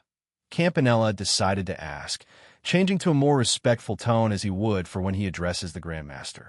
It's been great exploring the facilities you guys have, even if it is just a temporary settlement. I fear my worries are going to happen, so I may not have that much time to spend to continue an observation, the green-haired girl said, revealing a reluctant tone. I take it you've seen how things have turned out then, Campanella said, musing to himself. He had seen Kia's powers in action. He wondered how far she can take it. I sadly cannot privy too much into detail, despite currently being in cooperation. But there will be a time to part, if it is as I feared, Kia said, feeling a bit saddened after treading the line she had witnessed thus far. If it can't be helped, then it can't be helped. You've been helping us keep a pact between those alchemists. As for that other task you've been working on, it sounds like you've managed to retrieve it, Campanella asked, which caused Kia to smile with a nod of her head. She reached inward and pulled out a small sphere of sorts, as well as a really old design device. It seemed very similar to that of current combat ordnance, but its design was very old. I did. Thanks to McBurn here, we were able to secure the second Genesis. If the day happens to where I am no longer here, I fear what would happen to this line, Kia said, only to walk toward Campanella. At least with this, even if I am gone, I am sure Naoto will be safer with this around. I did a bit of magic and extracted the second Genesis core, and turned it into one of those master quartz that the Foundation has recently been creating. Kia continued to explain as she was now beside Campanella. As for its powers, it should still inhibit what it was created to do. Can you pass it along as we promised? Kia asked as Campanella reached his hands out. Of course, anything as you wish, Lady Kia. His Highness has safely returned from his mission and is currently having that engineer work on the device he had tasked her to do. I merely need to pass it along. There shouldn't be any issue, Campanella said with a smile. Good, Kia happily responded. Her gaze shifted back toward the Grandmaster and spoke out to her again. From the result of that latest mission, I was able to see both insecurity and resolve in Naoto's eyes. As I said earlier, I cannot be privy in detail, but your gospel plan will not likely have a hindrance. Should it continue along as you've designed it to, Kia said, try to ease any worry the Grandmaster had. So we'll continue the schedule, the Grandmaster said after thinking for a moment. Are you sure with what you've seen we may not see each other? The Grandmaster continued to ask. I wish I could say. I still thank you for allowing me to visit all kinds of places since I've woken up, Kia said, shaking her head in doubt. It is of no trouble. You may still continue to do so until that destined time, should it come, the Grandmaster said, which made Kia happy, only to look back toward McBurn. Make sure no harm comes to the Zero Child, the Grandmaster said with a more stern voice toward McBurn. Yeah, I got you, McBurn said, only to let out a yawn as he did. He didn't like being a babysitter, but it still allowed him to fight a tiny bit, so it's not like he was against it either. Shortly after, Kia finished what she had came here to do, so she left, along with McBurn, to wherever their next destination was. As for Loey, he continued to watch on in silence, but was reassured of the mission that was given to him by the Grandmaster. Since he was to join the eventual intelligence division of Liberal's Royal Army, once it has been formed in the coming year or two. Campanella also concluded his business with the Grandmaster and departed as well, seeing the gospel plan currently underway. The last figure, who had an obscure image, only revealed a grin as they stayed in silence, before bidding farewell to the Grandmaster. It didn't take long for the Grandmaster to end this session, leaving the celestial globe now empty. As to when it would be occupied next, it would come in due time. Insert picture of Walter the Direwolf here. Insert picture of Luciola, The bewitching bell here, insert picture of Phantom Thief B here, allowing Naoto to have one of the October Genesis should secure a role for him in the Kuro games. I had a further look at the abilities of each, and seeing the second Genesis design is to utilize healing arts and control life force. I figured that would make the most sense for him, considering he can change class into a damper. Only 2.5 years till the Sky game started. More Characters Chapter 173. Tampered as Rin took Tita, who was still flustered about coming across another leading disciple of the Epstein Foundation with Erica, making inward comments about how cute she was. Things were getting pretty hectic back at the castle again, despite Naoto wanting to enjoy a nice afternoon. Not wanting to worry about much. Even though the mission had come and gone for me, it appears what Professor Erica did as an orbital engineer to create the Enigma 2 was enough for Professor Schmidt here to pay a personal visit, but I didn't think he actually would. Moreover, he just strutted on inside, acting as if the castle was his own house. While I could have the guards throw him out, there was no way I would try to do so, considering that who in front of me was now one of the leading figures in the technology race's current standing, Professor Schmidt, one of the 3 disciples of the former engineer, who created the Epstein Foundation. Still, if I recall, this is my first time actually meeting Professor Schmidt in person. Just hearing him speak like this up front, I can already tell he's still the same old giant as he was in the games, only caring about striving for himself and his research without caring much for others. For that latter part, though, I have a feeling at least that has changed, even if it was just slightly. After all, with Tio being introduced to the Epstein Foundation at such an early age to where it would have normally happened a few years later down the line, just in bringing Tio here alone means he's already opening up to her. I do wonder if he will also make Tita a candidate as well to become his disciple once she reaches school at the Branch Academy. With that thought, though, time seemed to have slowed down enough, even if it was just for a moment, for me to witness a heartfelt smile from Tio while giving me a big hug, despite it not lasting long. Compared to us spending that time down in that cave, her health has vastly improved after seeing her in person. Probably working alongside others at the Epstein Foundation likely contributed to Tio's rehab. But with Tio being in Crossbell now, aside from her little trip here, she is probably visiting Street Ursula for regular checkups as well. Since Tio is here now, I should probably inform her as well my intent of going there, but I'll do that later. Because a certain professor seems to have an impatient mind right now. Probably because the people who he considered his rivals were working here not too long ago. I could only shrug Professor Schmidt's current behavior off. It was very possible he came across both Erica and Tita along the way here. It was nice to see Tita making friends with Ren, since I saw Ren already make the decision to go out exploring Grancel City for the remainder of the day. Looks like she'll have a new friend to accompany her, at least for how long the Russells are staying in Grancel. At least those who were enjoying a meal right now were mostly done and had belly stuffed by the time that guard arrived to announce Professor Schmidt's and Tio's arrival. Tio ended her hug while feeling happy. But seeing the person who was on video call during the network setup, the other girls became amused seeing the petite girl now in person before me.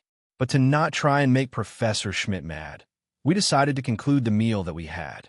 It was already early afternoon since Inia and I took most of the day to recuperate from last night, which caused Angelica to laze around most of the day with Chloe handling matters of the castle alongside her grandmother.